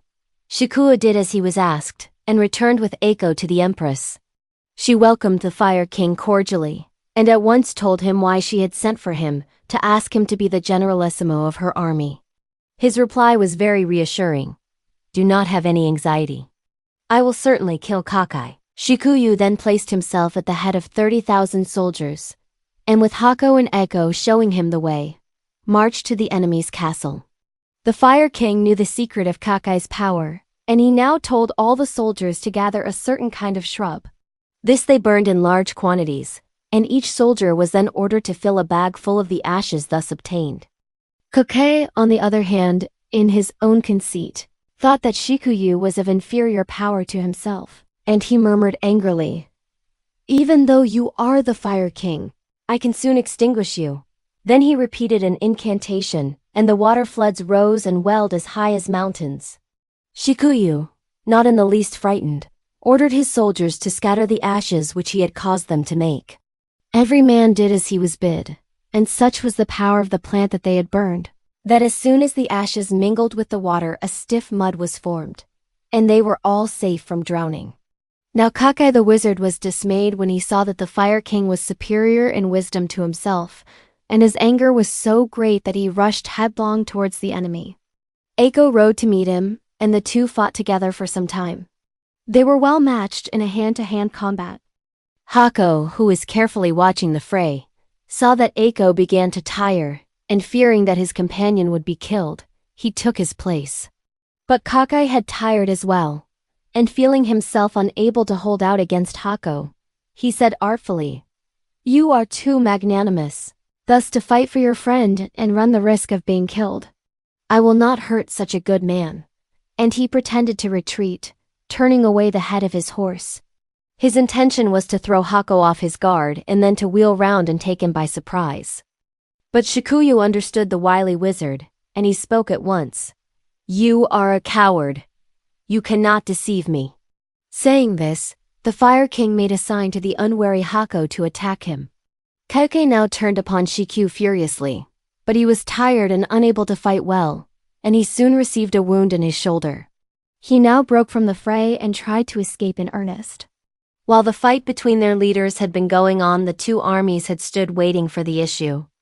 Shikuyu now turned and bade Jokwa's soldiers charge the enemy's forces. This they did, and routed them with great slaughter, and the wizard barely escaped with his life. It was in vain that Kakai called upon the water devil to help him, for Shikuyu knew the counter-charm. The wizard found that the battle was against him. Mad with pain, for his wound began to trouble him, and frenzied with disappointment and fear, He dashed his head against the rocks of Mount Shu and died on the spot. There was an end of the wicked Kakai, but not of trouble in the Empress Jokwa's kingdom, as you shall see. The force with which the wizard fell against the rocks was so great that the mountain burst, and fire rushed out from the earth, and one of the pillars upholding the heavens was broken so that one corner of the sky dropped till it touched the earth. Shikuyu, the Fire King, took up the body of the wizard and carried it to the Empress Jokwa, who rejoiced greatly that her enemy was vanquished, and her generals victorious. She showered all manner of gifts and honors upon Shikuyu. But all this time fire was bursting from the mountain broken by the fall of Kakai. Whole villages were destroyed, rice fields burnt up, riverbeds filled with the burning lava, and the homeless people were in great distress. So the empress left the capital as soon as she had rewarded the victor Shikuyu, and journeyed with all speed to the scene of disaster. She found that both heaven and earth had sustained damage, and the place was so dark that she had to light her lamp to find out the extent of the havoc that had been wrought. Having ascertained this, she set to work at repairs. To this end, she ordered her subjects to collect stones of 5 colors: blue, yellow, red, and black. When she had obtained these, she boiled them with a kind of porcelain in a large cauldron, and the mixture became a beautiful paste, and with this she knew that she could mend the sky. Now was ready. Summoning the clouds that were sailing ever so high above her head, she mounted them, and rode heavenwards, carrying in her hands the vase containing the paste made from the stones of 5 colors. She soon reached the corner of the sky that was broken, and applied the paste and mended it. Having done this, she turned her attention to the broken pillar, and with the legs of a very large tortoise she mended it. When this was finished, she mounted the clouds and descended to the earth, hoping to find that all was now right, but to her dismay she found that it was still quite dark. Neither the sun shone by day nor the moon by night. Greatly perplexed, she at last called a meeting of all the wise men of the kingdom, and asked their advice as to what she should do in this dilemma. 2 of the wisest said, "The roads of heaven have been damaged by the late accident, and the sun and moon have been obliged to stay at home. Neither the sun could make his daily journey nor the moon her nightly one because of the bad roads. The sun and moon do not yet know that your majesty has mended all that was damaged. So we will go and inform them that since you have repaired them, the roads are safe." The empress approved of what the wise men suggested, and ordered them to set out on their mission. But this was not easy, for the palace of the sun and moon was many hundreds of thousands of miles distant into the east. If they traveled on foot they might never reach the place, they would die of old age on the road. But Jokwa had recourse to magic. She gave her 2 ambassadors wonderful chariots which could whirl through the air by magic power 1,000 miles per minute. They set out in good spirits, riding above the clouds, and after many days they reached the country where the sun and the moon were living happily together. The 2 ambassadors were granted an interview with their majesties of light, and asked them why they had for so many days secluded themselves from the universe. Did they not know that by doing so they plunged the world and all its people into uttermost darkness both day and night?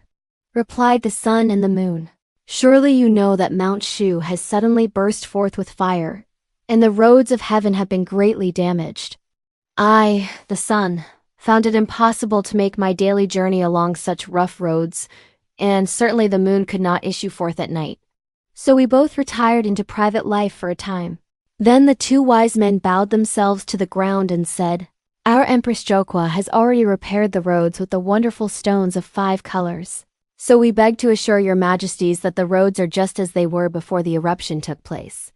But the sun and the moon still hesitated, saying that they had heard that one of the pillars of heaven had been broken as well, and they feared that, even if the roads had been remade, it would still be dangerous for them to sally forth on their usual journeys. "You need have no anxiety about the broken pillar," said the 2 ambassadors. "Our empress restored it with the legs of a great tortoise, and it is as firm as ever it was." Then the sun and moon appeared satisfied, and they both set out to try the roads. They found that what the empress's deputies had told them was correct. After the examination of the heavenly roads, the sun and moon again gave light to the earth. All the people rejoiced greatly, and peace and prosperity were secured in China for a long time under the reign of the wise Empress Jokwa. The end. Thanks for watching. Please like the video and subscribe to the channel for more excellent content.